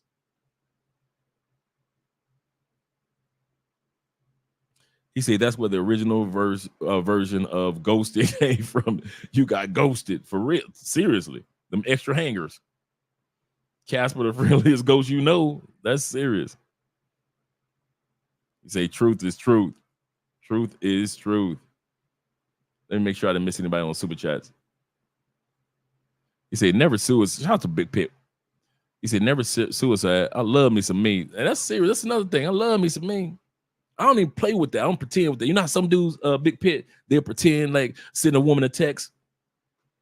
Yes, I'm going to do something to myself. LaWanda, if you don't come back to the house and talk to me, send. If you don't spend time, you know I love you. Send. I just want to talk about it. Send. Look at my arm. You got ketchup all on the arm. You trying to delete yourself with Flintstone vitamins and shit. I'm taking pills, girl. Them vitamins, baby. Stop it. Anytime the pills that you taking are purple, orange, pink, them Flintstone vitamins, man. I'm an OD on some Flintstone vitamins because I love her so much. What the fuck? You will never see me think about deleting myself. I love me some Andrea. I swear I do. But I will not be sitting up there talking about I'm about to jump off nothing, climb off something, about to be attacked by something. I'm about to jump into a goddamn pond full of alligators. None of that stuff. I ain't about to sit up here and pretend and play with it. Girl, I love you so much I might do something to myself. Y'all some lames. That sound like some simps. We get one life, one chance, one time. And you gonna throw that one life, one chance, one time away over one piece of pussy? But you don't understand, Andre, bruh. Every man on this live stream and every man on YouTube can understand what pain is like when a relationship ends. We all know that pain. Your pain ain't no special shit. That's the other thing about being a man. Stop acting like your shit is isolated incident. A real man knows that breakups happen. A real man knows that togetherness happens. You meet somebody, you get together. Breakups happen, it happens. Every man knows that. So stop acting like your breakup was a special breakup, the worst breakup of all time. You don't this pain is the worst pain of all pain. No, it's not. You ain't inventing a special type of breakup pain. That shit hurts any man. So stop acting like your shit was like the special anointed version of a breakup. Like, no, y'all don't understand. We was together for 33 years. Does it hurt? Yeah. I was together with my girl for 33 months. That shit hurt too. Your pain ain't no special type of fucking pain. Man, admit that to yourself. My pain is nothing special. These other men overcame their pain and made a new life. I'll eventually overcome my pain and build a new life. That's how you need to be talking to yourself. That's why I be telling these dudes, turn off the cameras and look in a fucking mirror and start talking to yourself in the mirror. I'm going to make it. I'm going to be all right. I got your back, Andre. If ain't nobody understands you and you look like the villain and all this shit, I still got your back. God got your back and I got your back. And that's all you need for right now. Ride this pain out, Dre. It's going to hurt, Dre. Dre, it's going to hurt for a while. Dre, guess what? She going to get some new dick tonight. Yes, she is, Dre. Dre, Dre, I'll talk to myself in the mirror like that. Don't lie to yourself, Dre. She gonna get some new dick tonight. No, you ain't about to drive over there. I ain't gonna let you text her. Ain't no more texting. Ain't gonna drive over. Ain't no phone calls. None of that. Don't worry, I got you, Dre. I'm up now. Once you leave this mirror, I need you to go to the liquor store. I need you to grab your Bible and call some new coochies. Don't act like you ain't got nobody in your phone already, Dre. Don't act like you ain't got nobody in that phone. Call some new coochies. You got some liquor in your Bible. Between me, you, and God, you gonna be all right. All right, break. That's it. And ride that pain out. And it may take a couple weeks to ride that pain. And once you get over that pain, it may take you a couple weeks not to call her to get that coochie again. Because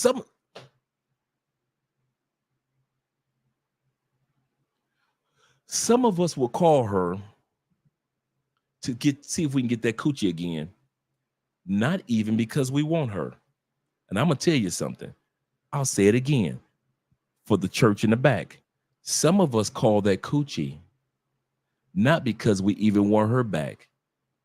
We just want her for our ego to offer us the coochie or bring the coochie over to us or allow us to come to get that coochie. And you got that coochie not because your ass was horny and you couldn't get nobody else, because you had plenty of women you could have got. Not because you want that relationship to work itself out and you had changed. You hadn't changed. You wanted that coochie because of your fucking ego to prove to yourself I could get that coochie back if I wanted to. Stop me when I'm lying. Some of y'all went back and slept with the woman not because you even gave a damn about her. You didn't give a damn about her or about your kids. You went back to get that coochie for your ego. That's why after you hit it a couple times, the relationship didn't work out because you didn't change. She didn't change. Y'all didn't do nothing different. Y'all ended up having sex a few times and neither one of you changed. And the only reason you went back to get that coochie was for your freaking ego, to prove to yourself I could get it whenever I want to. So who the fuck are you think you talking to? I'm one of your partners. I'm your boy. I'm your dude. You ain't got to worry about me lying to you. The only person that's lying to you on this live stream is you. Let's be real. The only person that's lying to you on this live stream right now is you. So even if you got to grab your passport and travel, go travel, do something else. Get some new coochies in some new countries. But that's sitting up there being on suicide watch, man, get the fuck. What the fuck I would. And I'm one of them dudes that in my mind, I'm not one of them dudes that be like, she better not be sleeping with nobody else. I bet you she sleep. Man, I'm one of them dudes that like, girl, get it. Get all the new sex you want. Let them slap it up, flip it, rub it down on her. I could care less. I could care less because I'm about to do some dastardly deeds on my own. And I need her to care less. Remember what I mentioned earlier? The universe echoes back to you what you say to the universe. If you say to the universe, I wish she cared. I wish she's, I care so much about her. I care so, are you stalking her? Guess what end up the universe going to give you back? A stalker.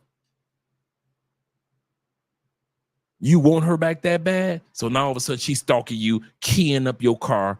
You ain't shit, Kevin Smith the third. She put all the third on your shit. The third. You just a junior, but just to be an ass about it, she put all the Roman numeral third on there and shit. You ain't shit, Kevin Williams the third, in cursive on the side of your goddamn Volkswagen. You mad. You wanted her attention? There you go. You got it. Now you're mad.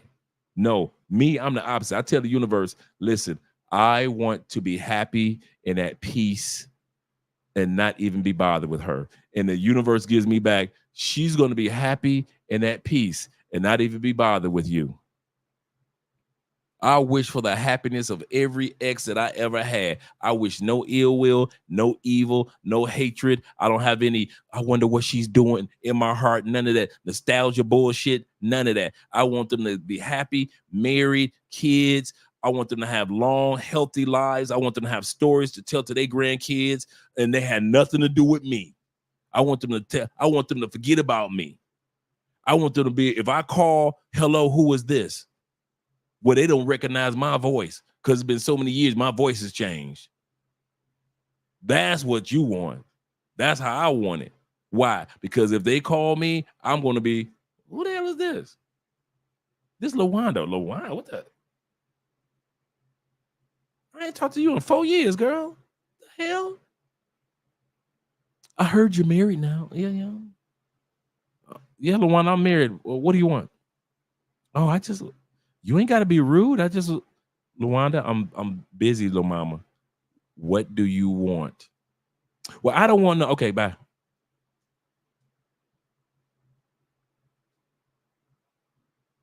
That's how you do that.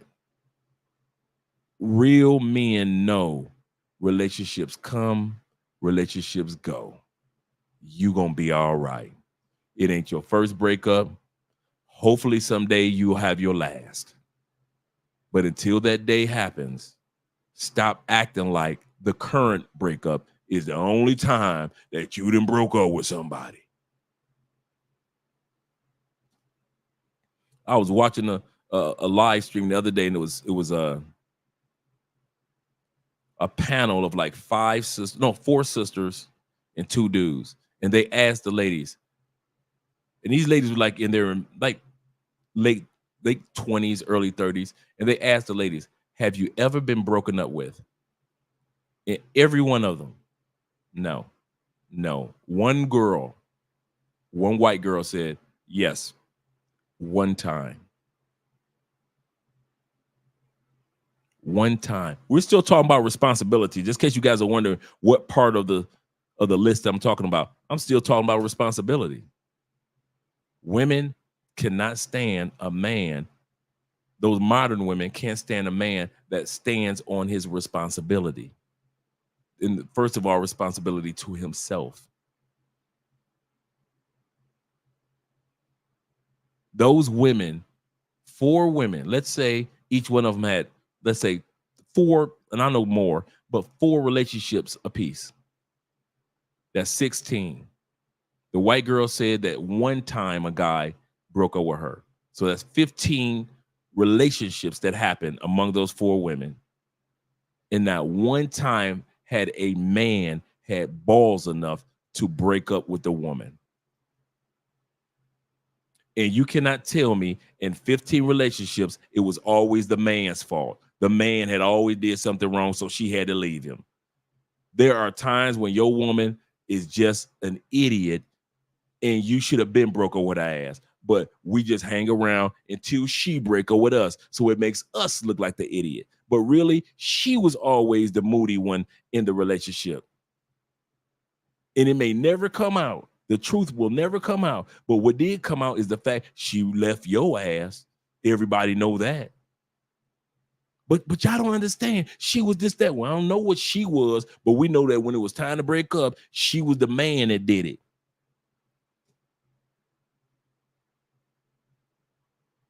$70 to 80% of all women divorce in the United States. Do not tell me 70 to 80% of the time men are messing up that bad. Hell no, we ain't messing up that bad. 80% of the time we messing up. Hell no. We already know it's a percentage of women out there that just breaking up good relationships for no reason. Tia.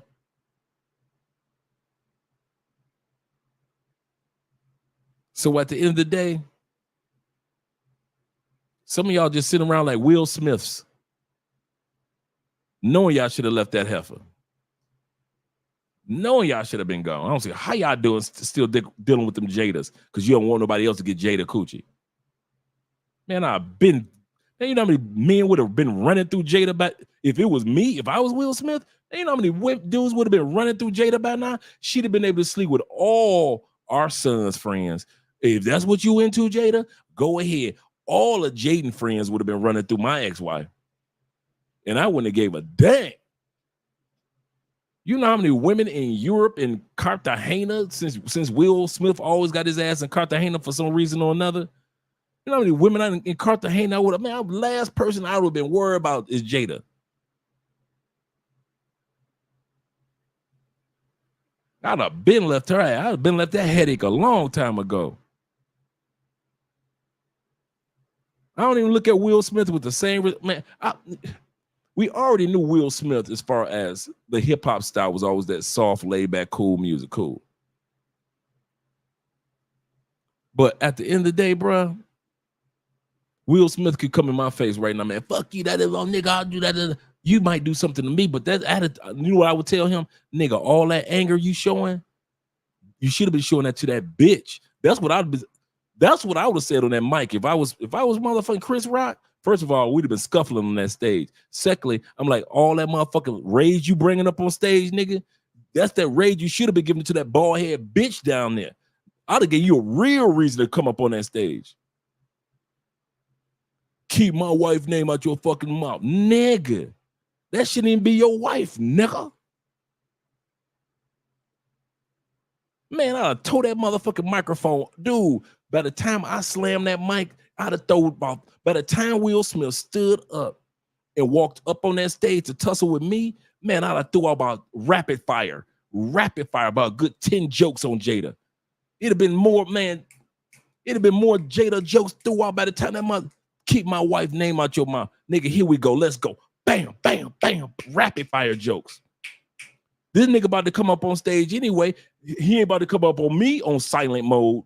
Hell no. This nigga about to get these jokes, and then he about to get punched his motherfucking gut.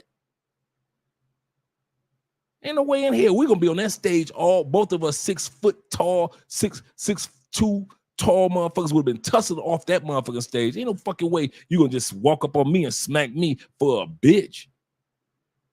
And then the bitch after was gonna say, I didn't tell his bitch ass to take his ass up there. Am I lying? That's exactly what she said. She said, I did not tell him to take his bitch ass up there and go slapping on that little man like that.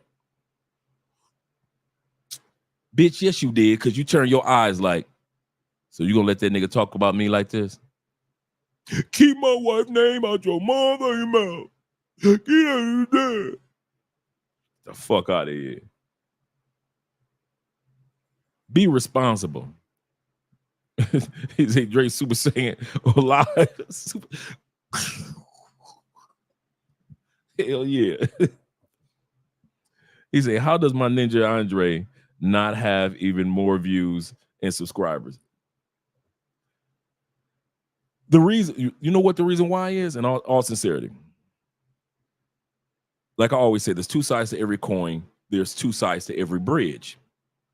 On the other side of the bridge is dudes that lick your wounds, dudes that show you how to party, dudes that show you how to fun. And there's nothing wrong with those YouTubers. From, you know, the travels of Ace Live and Check in Effect and International Zoe that show you the travel side. Austin Holloman shows you the travel side, to other guys that show you relationships and the fun and the party side and the having fun, like Zoom to Thailand shows you how to have the fun and the parties and the clubs areas. And then you got Chocolate Man show you how to have some fun in certain areas of if you're staying in one country, how to have fun. We're on the other side of the bridge. When you get done over there and you realize this shit that you still need to work through psychologically, even though you moved to Thailand, who's talking about that shit? Who's talking about the real stuff that men go through, even though you moved to Colombia?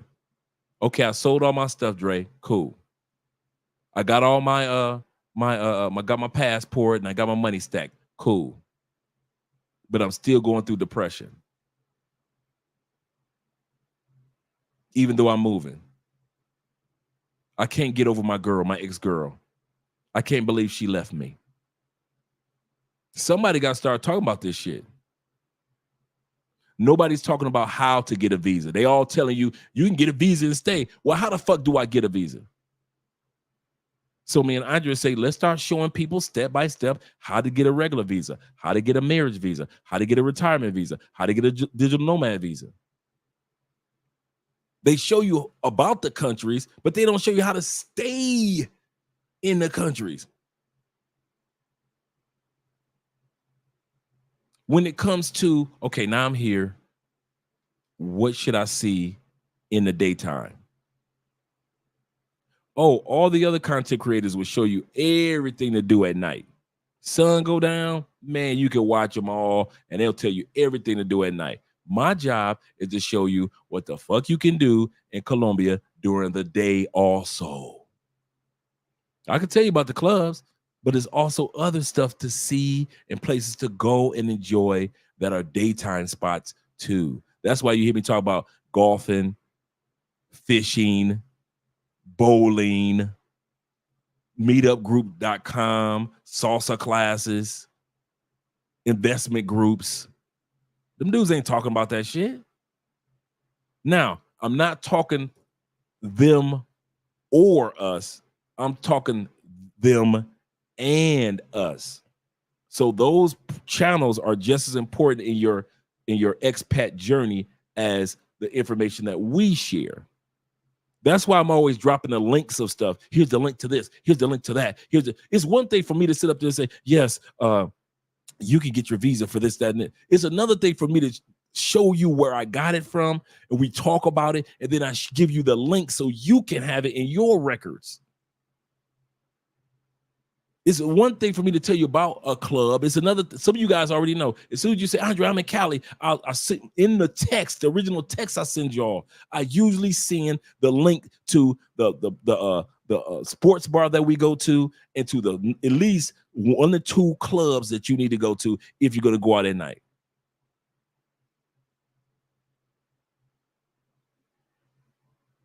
It's all about sharing information. But then also, this channel, we took this channel serious about 2 years ago. Remember, we got 5 YouTube channels. So our other channel, our original Love Crossing Borders channel, is at 127,000 subscribers. This channel is about to crack 20,000 subscribers. Our other one is about to crack 5,000 subscribers. Andrea is at 3,000 something subscribers, and we're about to crack 1,000 subscribers on our 5th channel. But this channel will grow. It'll grow. It's progressed, and I'm very proud of all that all of us have accomplished together. I really am. My favorite is SS4 for the red fur. Oh, I'm dipping the conversation. I'm dipping. He said, "Did you get that super chat that I sent? Let me see, brother. Let me go check it out. Check it out. Check it out. Let me scroll down." And I apologize, brother, if I missed the super chat. Oh, there we go. My brother in the building. Okay, check it out, Tron. Tron the Don One, kind sir. Thank you very much for the super chat. He said, "Showing support, bro." He said, "I had my password 2 years now, or meaning passport 2 years now, and still haven't left yet." What are you doing? What is it? You got it in what? You got it in a drawer? You got it in a frame as a painting? Man, if you don't get a stamp on it, at least go down to Cancun. At least go to Mexico. At least get the Mexican stamp on there first, or shoot up to Toronto. Especially in August for the Caribbean Fest in Toronto, the Afro-Colombian, the Afro-Caribbean Fest. That's the Caribana. You can go to Flyboy Way and look up all the videos on how to do that one. Black Man's Guide to, I believe, Caribbean Fest, or Black Man Guide to Toronto, Flyboy Way's channel. My man Fresh. Man, you got to get you. Do not let this year end if you haven't made it to Mexico or at least Toronto. Come on, man. Thanks for the support, but I'm supporting you. Get you a stamp on that passport. Get that first tattoo out of the way, because they are addictive. Get that first passport tattoo out of the way. You like, oh yeah, it's official now. It's official. Thanks again for the super chat, brother. Tron, come on, man. Get that stamp, brother. I'm on your team. Just like you guys on my team to help me, encouraging me in regards to learning Spanish. I'm on your team, Tron, when it comes to getting that stamp. Get that stamp, Tron. I got your back.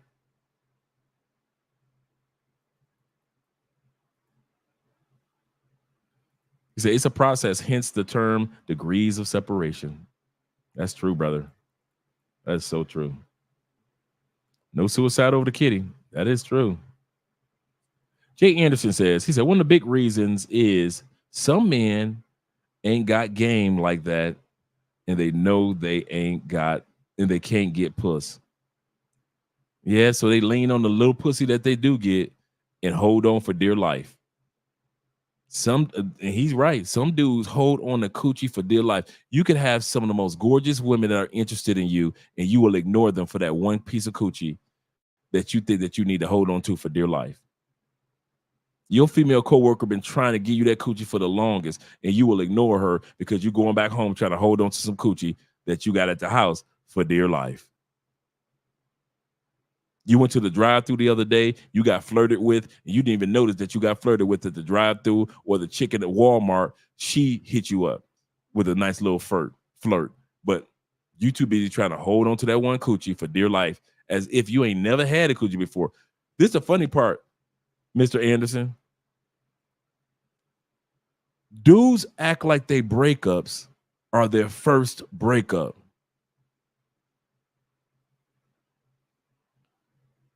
It ain't too many of us in this chat on one breakup. If you break up with your girl today, most of us, that ain't your first breakup ever.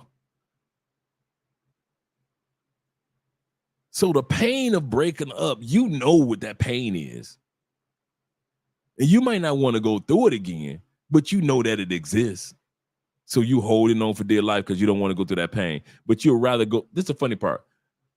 You would rather go through 3 more years in a painful relationship than to go through 3 months of the pain of, or 3 weeks of the pain of breaking up that relationship. I'll say that again. Some of y'all will hold on to a relationship 3 more miserable, horrific years. You ain't feeling her, she ain't feeling you, and you know it. But you gonna hang your happy ass around for 3 years. Oh, you'll get the pussy here and there. And the kids are happy that mom and dad are still together. But y'all miserable as hell. And you know it. You tired of seeing that ugly ass bonnet every night.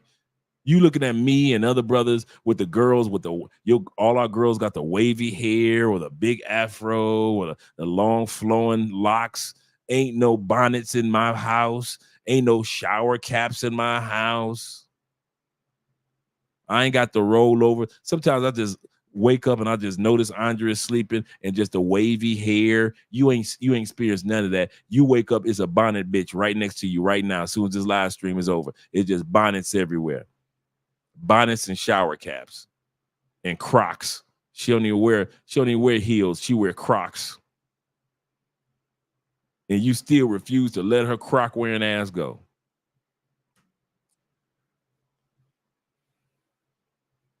Y'all funny. He absolutely correct. As if it's your first breakup. Like you ain't never broke up with nobody before. Like ain't nobody ever left you or you ain't never left them. Like when you got left in 15, you forgot all about that. Your breakup at 19, you forgot all about that one too, huh? What about the one at 23? You forgot about that one too. What about the one that y'all was together and y'all broke up with each other at 27? You forgot all about that pain too. Now that you 33 and it's time for you to break up, now your ass act like you ain't never been broke up before. You ain't never went through that pain before. Man, if your ass don't stop acting like this, you invented some new type of pain and ride that shit out, it's gonna hurt. It's gonna be scary. I promise you, it's some scary shit to go back on that single world. Any man can sit back and pretend like, man, it was easy for me. Never, ain't no breakup is ever easy for me. I said my breakups are smooth. I never said that they were easy. I said my breakups have no arguments. I never said doing that shit was easy. It takes a man with some fucking balls between his legs to sit up there and sit down with a gorgeous woman that you've been with for several years and have that breakup discussion, or at least a temptation discussion. Man, listen. Man, listen. That's serious. Shout out to I Am in the building. Mr. FF class of 1991 representing. What's up, brother? Happy Wednesday to you too. I've never been on suicide. And I've had dudes that was on suicide watch where you got to watch your boy. I had one partner, man. This brother lost so much weight, man. Of course, the woman filed for the divorce. She left him, took the kids. And this is what she did. She took the kids. This is how she did it. She took the kids and moved to Chicago.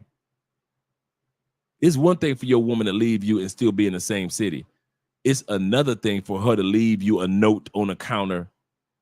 And it wasn't like she was in your city for a couple months. She literally told him, well, I'm about to go see my cousin in Chicago. He's like, okay, cool. Because she always go to the Chi to go see her cousin. It was only a 3-hour drive. Like, okay, cool. She had already had an apartment and everything set up. She said, I'm not coming back. This brother was sick. She done took my kids. She done took my woman. because she is my woman. We had been married. We're high school sweethearts. She took everything. Fast forward. Celebrated his 13th year anniversary this past week to his new wife. 13 years, together 15 years. Excellent couple. Excellent couple. They've had 2 more kids of their own.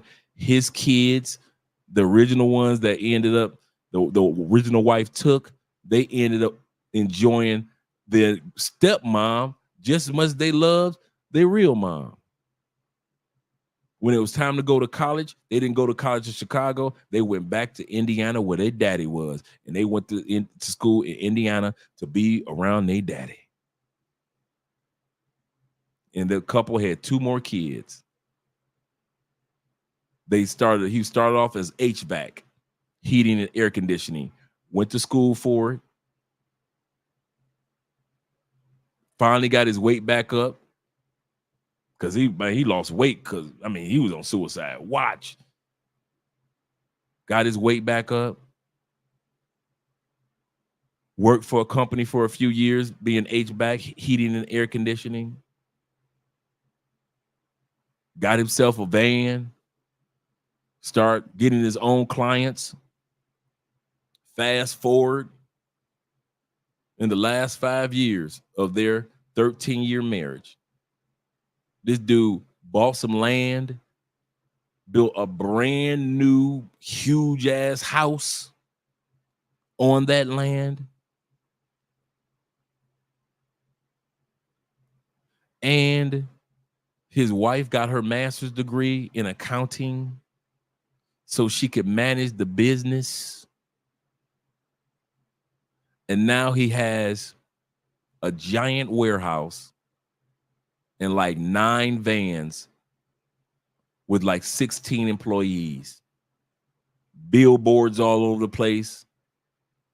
And we're talking about just a regular, everyday brother that once upon a time was on suicide watch. The pain will be there, but there's life after separation. And it may not, and I'm gonna tell you something, when you're going through it, it doesn't feel like that.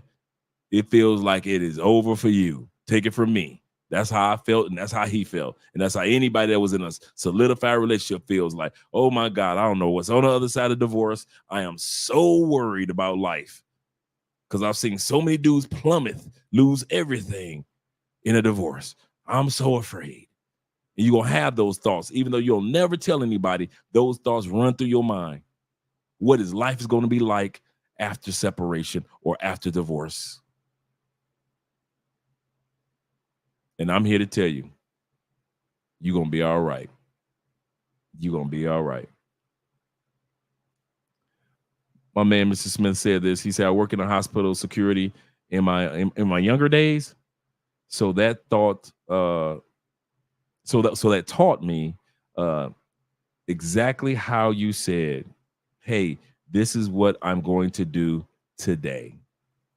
Yep. Shout out to Theo in the building. Theo said, after I lost my wife, because we know Theo's wife passed on, he said, I was on suicide watch about 10 months. Alcoholic also. That pain is there. We're not denying that the pain is not going to happen. It hurts. It is like bringing that pain of separations, whether it be through what Theo went through or any of us have gone through. You feel like you're on a planet called pain. When you go to work, you're in pain. You're driving in your car, you're in pain. You want to blow the phone up, but she's not going to answer. You're in pain. You want to go over there and say, baby, please, but that shit ain't going to work. It's just going to push her away. You're in pain. You're sitting in your house for the first time in 10 years by yourself, cooking for yourself. You're in pain. You got to hope that she lets you see your kids. You're in pain.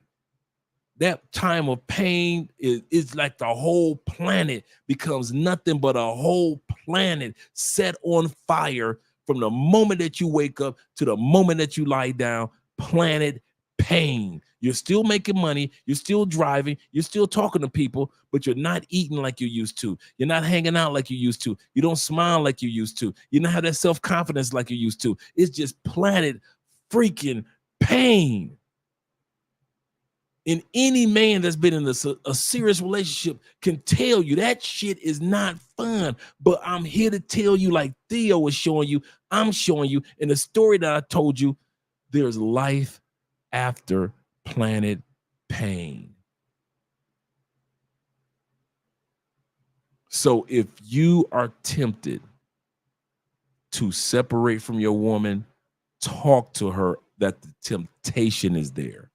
And talk to her about why the temptation is there, because she might be feeling it. And ask her, babe, are you feeling the temptation of us breaking up? All couples go through that. No. No freaking no. All couples don't go through the temptation of breaking up. Be a man, because she's going to deflect it. Be a man and say, babe, I'm not talking about all couples. I'm talking about us. There's a reason why I'm saying that. And tell her your feeling of the temptation and ask her, babe, I need you to be honest with me. Have you been going through it? Because we've been arguing, we've been fussing, we've been fighting. We're not changing. It's not getting any better. Have you been going through the temptation of maybe we are breaking up and not admitting it? She's waiting for you to be a fucking man.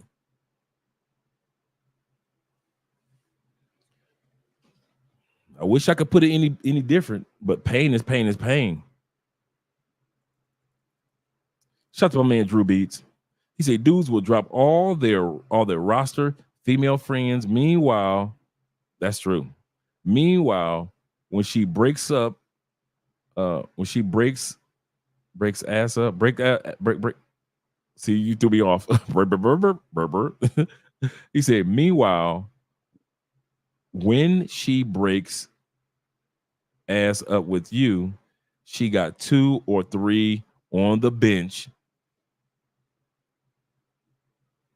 ready to monkey branch. Stop him when he lying. Stone me if you must, but point out where I lie. Stone me if you must, but point out where I lie. It ain't like the man lying. But what she gonna tell you? She gonna tell you this.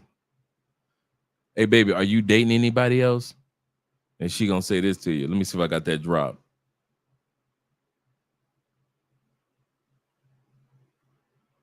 I got a good drop for that one too.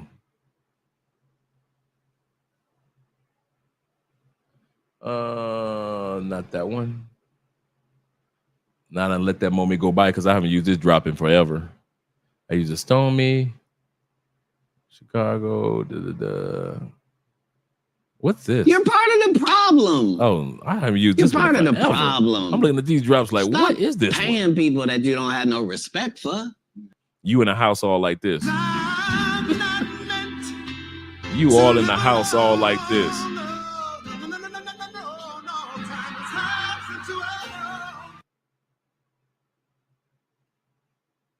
Oh, this is the one I was looking for. She does have a couple in the roster, but what she's going to tell you is this. I'm stingy. I'm stingy with the puss. I do not give it up easily. I'm stingy. I'm stingy with the puss. I don't not giving out easy. I'm stingy. I'm stingy with the puss. I do not give it up easily. She going to tell you that. But she got 3 in her holster. You better believe that. One of them is the work husband. He been waiting for that day. He been waiting for that lunch break. What?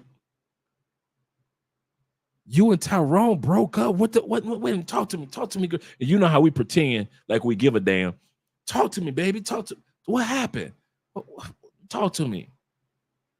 Well, let's go into the parking lot and talk. Just you and I.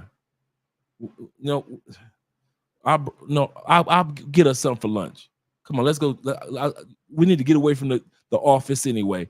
Talk to me while I drive us to go get something for lunch. Now, what happened? he sat you down and he was telling you about divorce, talking about breakup temptations, and you said what? Okay. What? See, why would you say that? Did you want to break? You said you told me that you wanted to break up. You told me that last year, remember? But you didn't expect him to be a man and say, "Oh, okay, I got you. All right, well, man.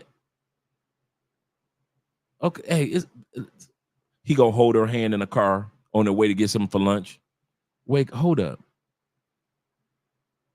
Look at me. Look at me. Look at me. You are a wonderful woman. You're gorgeous. You're beautiful. There's nobody like you. That's why God sent you to this planet.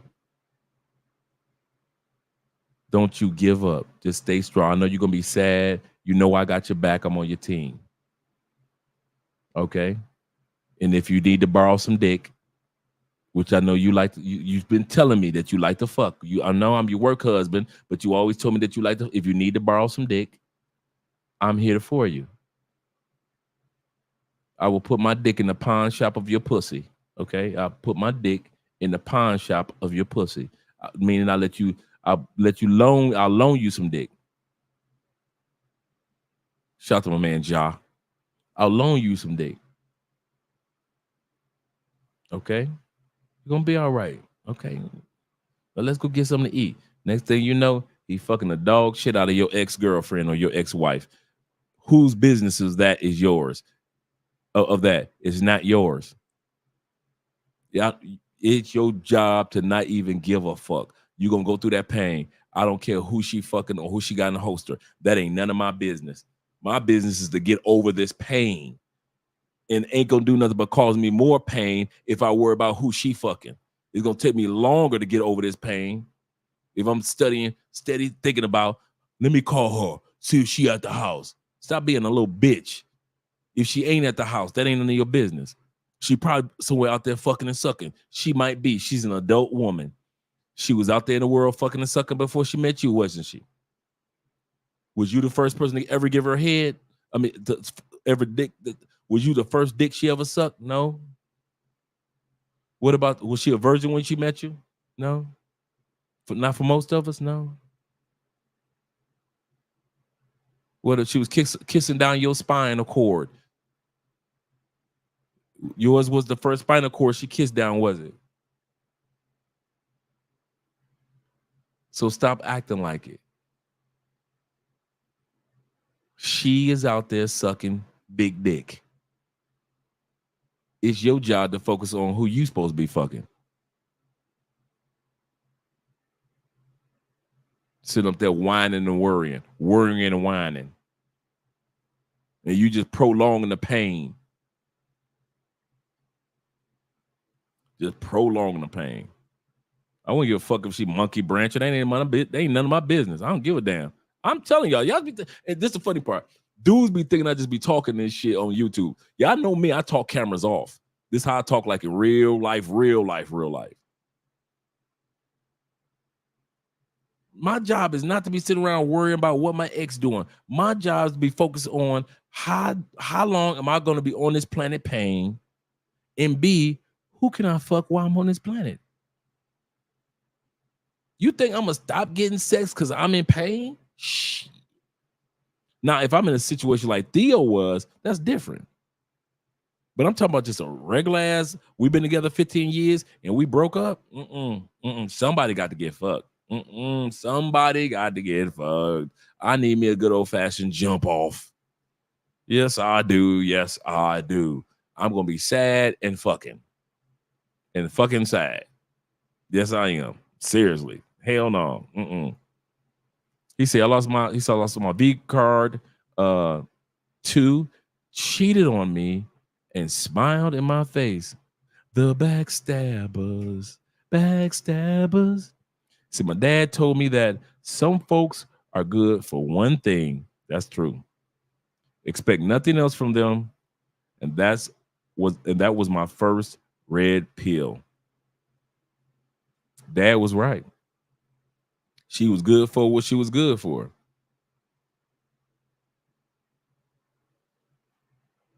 Some of us never want to admit that we fell in love with somebody that wasn't worth the love.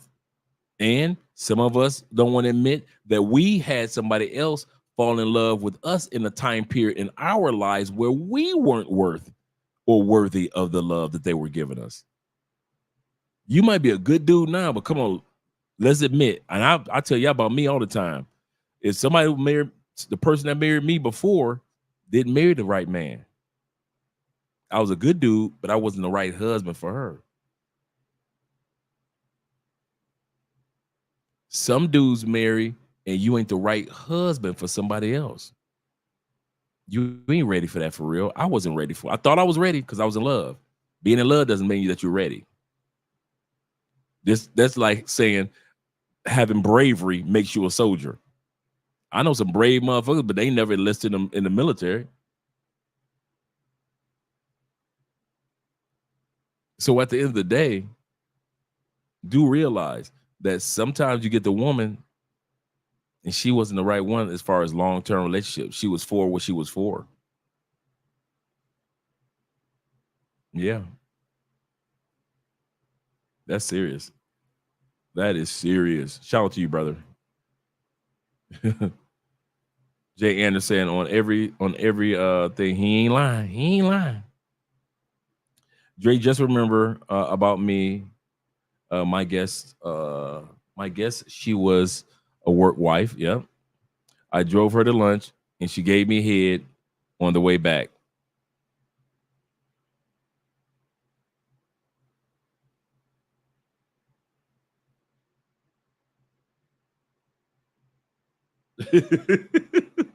Talking to the answering service. That was my song. Shout out to Gerald Levert, man. I missed that brother, bro. Man, I seen Gerald Levert in concert about 4 times, man. Good show. Man, I was sad when that brother passed on. That was a good show. Talking to the answering service. Y'all be hit me with the hits. But yeah. Work husband. That's like having dick in a pawn shop. I'm telling you. She knows she can always get it out. She knows she can always get it out.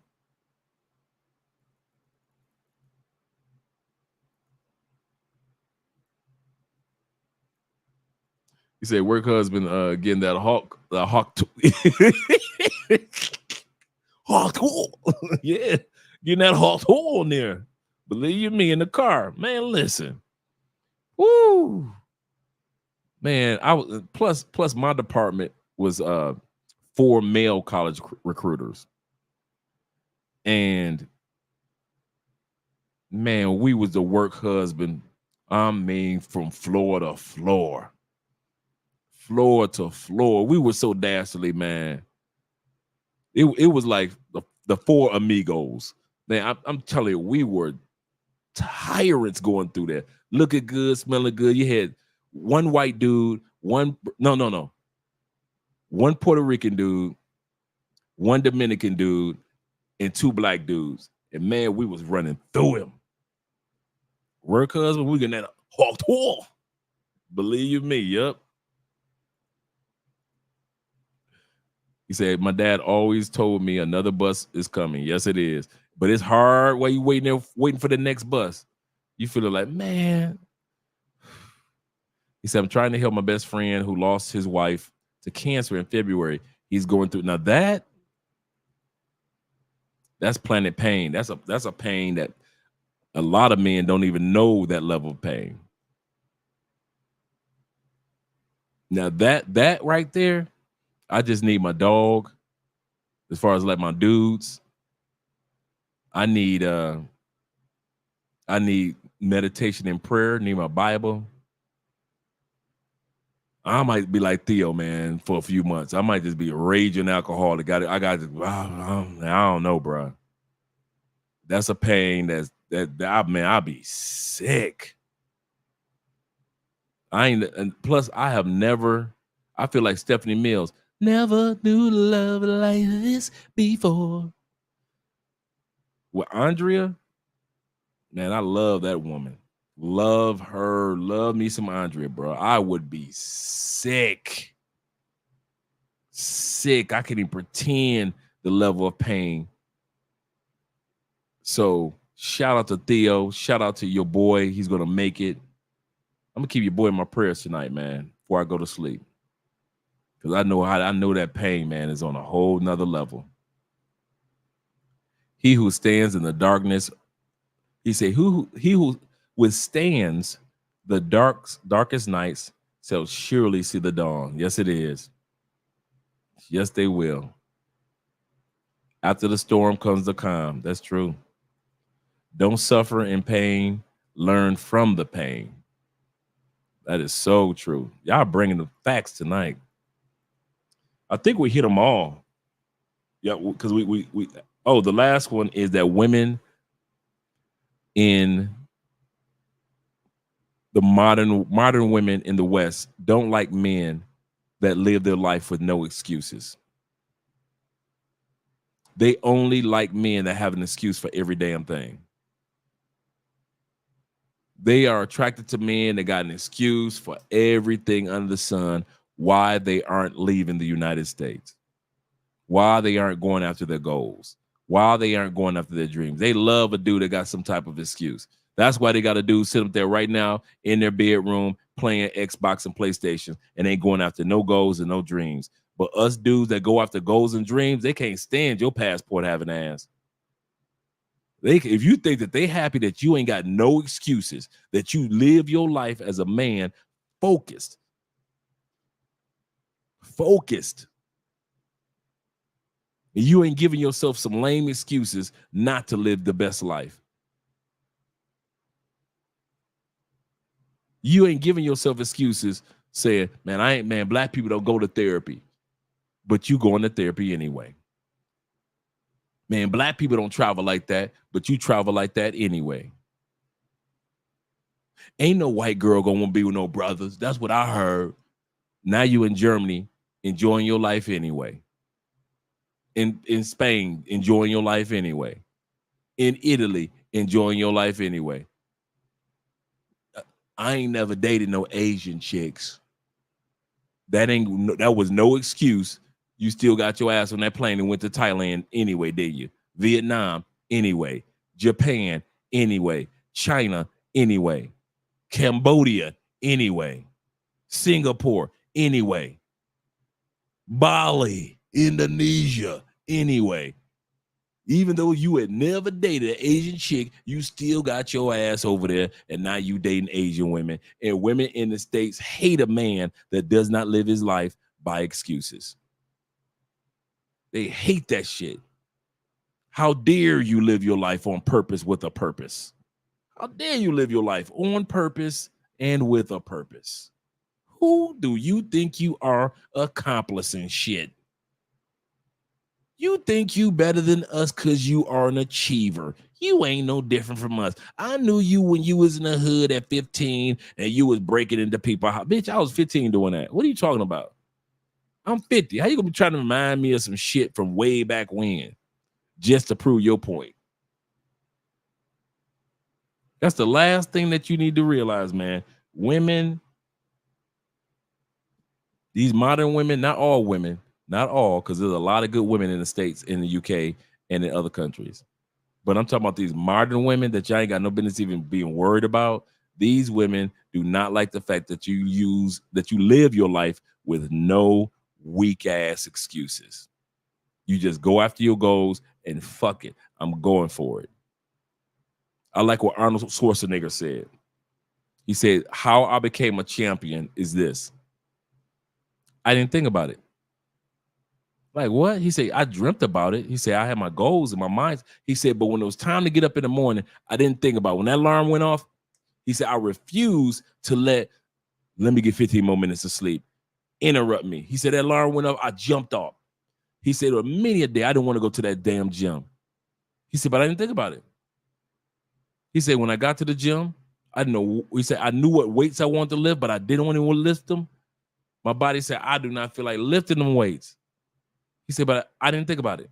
I just took my ass over there and just started lifting a little light weights and moved my way up. And next thing you know, I told myself I'm going to be here 15 minutes. I'm in the gym for an hour and a half. Why? Because I didn't think about it. In other words, sometimes your thoughts give you excuses not to do something. How I came to Colombia, true story. I didn't think about it. Maybe I was naive enough to think that if it failed, because this is what I did. I kid you not, true story. Before I let you guys go. Damn, we've been here 4 hours? Almost 5? Man, Andrea gonna kill me. I'm supposed to be in bed.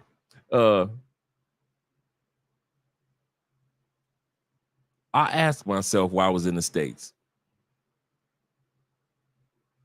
Andre, write a list of the worst things that could happen, other than physical, because everybody knows the worst thing that could happen is physical.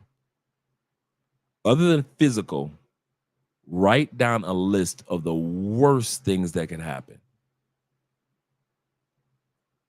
You could run out of money. You can get robbed. You could end up in jail. And I was like, okay, what if I ran out of money? What would I do? What if I got robbed? What would I do? 9 times out of 9 times, I'm not going to jail, so we can scratch that off the list. Because if I ain't been in jail in the States in all these years, I dang sure ain't going to another country go to jail. So let's take that one off the list. So now we're talking about run out of money, or you get robbed. You got hustled or scammed. Not just necessarily somebody came up to you with a hot piece, but you may have gotten scammed by somebody. What do you do if you just ran out of money, Dre? What would you do? Because that ended up being my worst case scenario. I run out of money.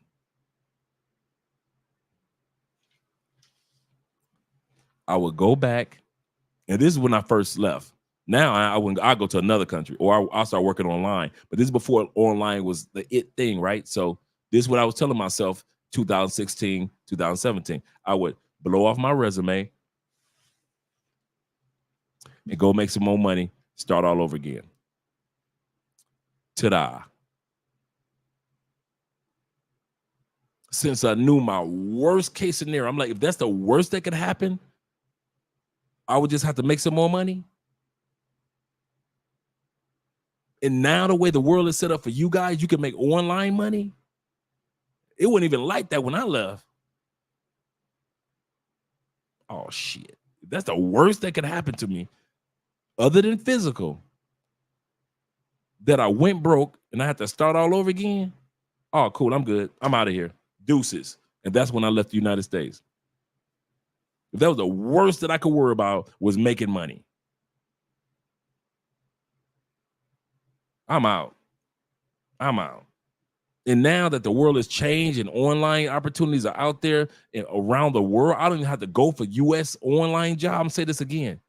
You don't even have to just go for U.S. online jobs. You can go for online jobs that are in other countries. Shit, I wish the fuck I would go back to the United States now. If I went broke today, I bet you I wouldn't be applying for no American-ass job. Unless it was a job that allowed me to work anywhere but America. Ain't no way in here. I ain't going back. I go visit y'all, hang out. I love my country, but What got me past my nerves is when I sat down and I wrote down what is the worst thing that could happen to me. Not the family members, because you know the worst thing that can happen. Some of y'all got your mom, did your mom pass on? That could be the worst thing that can happen. Or you may have to go back and take care of mom. That could be I'm talking about worst that could happen to me. And the worst thing that I found that could happen to Andre was monetary. So once I realized that's it. Is that it? Oh shit, I'm good. I'm out. I'm out. I'm gone. I'm out. Is that the worst thing that could happen? Making money? Please. The worst thing that could happen to you is making money. Shit, I was gone. Gone. Seriously. I know, Neo. We were just talking about that. 4 hours 4 hours deep into the discussion. When will he stop? He said, I hear you're a recruiter and raised you college public. He's I hear you're a recruiter. He said, and raised your college public safety and police department. Shout out to you, brother. Shout out to you. I love having things in common with you, brothers. He said he had 2 young daughters too. Oh, he has 2 young daughters too, and they won't even remember their mother. Yeah. Yeah, man. That's one of those, like I said, I'm gonna keep it in my prayers tonight, believe you me. Because he's got to be strong for the kids, he's got to be strong for her family. He's got to be strong. That right there is that man, being a man right there. That's being a man. Like Kevin Samuels used to say, pressure is made for shoulders, not for hips. Not for hips. Pressure is made for shoulders, not for hips. Yeah, LSG, he said, I remember him from that group. Yes, sir. Yes, sir. All right, gentlemen, let me let you guys go. Let me drop some of these latest drops on you guys. You guys have a great evening. Andrea will be here tomorrow evening with her live stream, and then we're back on Friday. Come on, come here, boy. Come on. You freaky dog. I don't need to analyze. Every word that comes out is a lie. Make it look like it's so ice. You won't make it to the finish line. Now if you gotta know the truth was gonna let you go. It was fine, never mind, unpredictable. Fade out of the ground, you ain't no one. You a star, blow it up like supernova. In the nighttime, hit my hotline. Sharing secrets, you wish really was part your life. Basic bullets, Vietnam bullets. Does your wifey know you're begging for my notice? Promise you're the same, running for the meds. Show you like my vibe, pass my candy on my wrist. Bad habits, little rabbit. Now sit down, you can have it. I see it when you walk my way. Nice big bed, come and play with me. Freaky dog, got a whole lot of love for my dog. I see it when you walk my way. Nice big bed, come and play with me. Freaky dog, now show how freaky you are. So I'm just gonna be away for 1 hour. Please don't break anything. And I might have a surprise for you. Give me a miracle. I need a syllable. Talking about big cash, that's the minimum. I'm done with this trash. Talk to be critical. Show me your mental state before we get physical. Pour some water in your cup, let it drip, drip, drip. Now look straight into my eyes, then you sip, sip, sip. It's about time, let you shine. Take off that leash so that we can have some fun. I see it when you walk my way. Nice big bed, come and play with me. Freaky dog, got a whole lot of love for my dog. I see it when you walk my way. Nice big bed, come and play with me. Freaky dog, now show how freaky you are. I see it when you walk my way. Nice big bed, come and play with me. Freaky dog, got a whole lot of love for my dog. Freaky dog, got a whole lot of love for my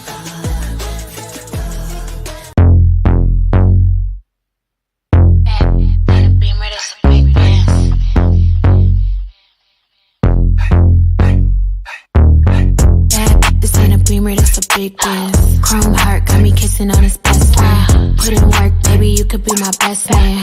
Sending cash to my account, he investing. Dark shades on when I'm off the Migos.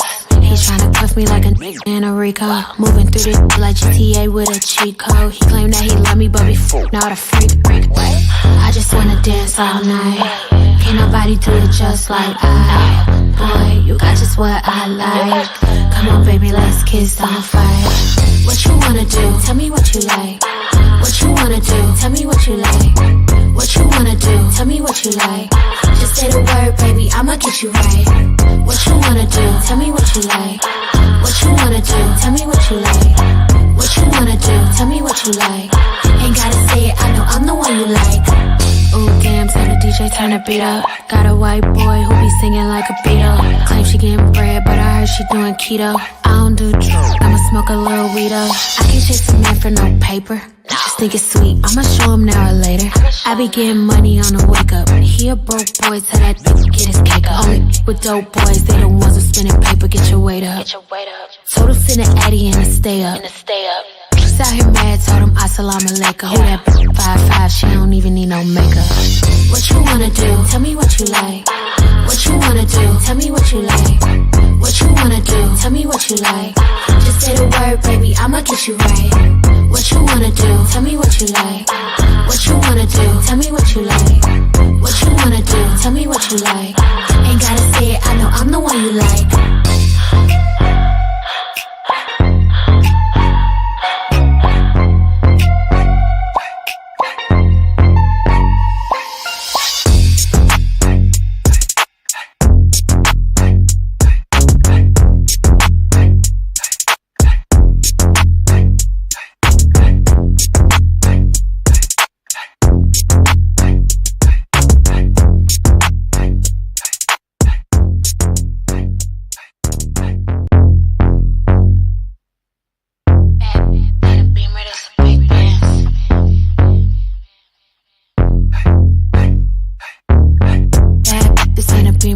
Big dance. Chrome heart got me kissing on his best friend. Put in work, baby, you could be my best man. Sending cash to my account, he investing. Dark shades on when I'm off the Migos. He tryna cuff me like a in a Rico. Moving through this like GTA with a cheat code. He claimed that he love me, but before not a freak break. I just wanna dance all night. Can't nobody do it just like I. Boy, you got just what I like. Come on, baby, let's kiss, don't fight. What you wanna do? Tell me what you like. What you wanna do? Tell me what you like. What you wanna do? Tell me what you like. Just say the word, baby, I'ma get you right. What you wanna do? Tell me what you like.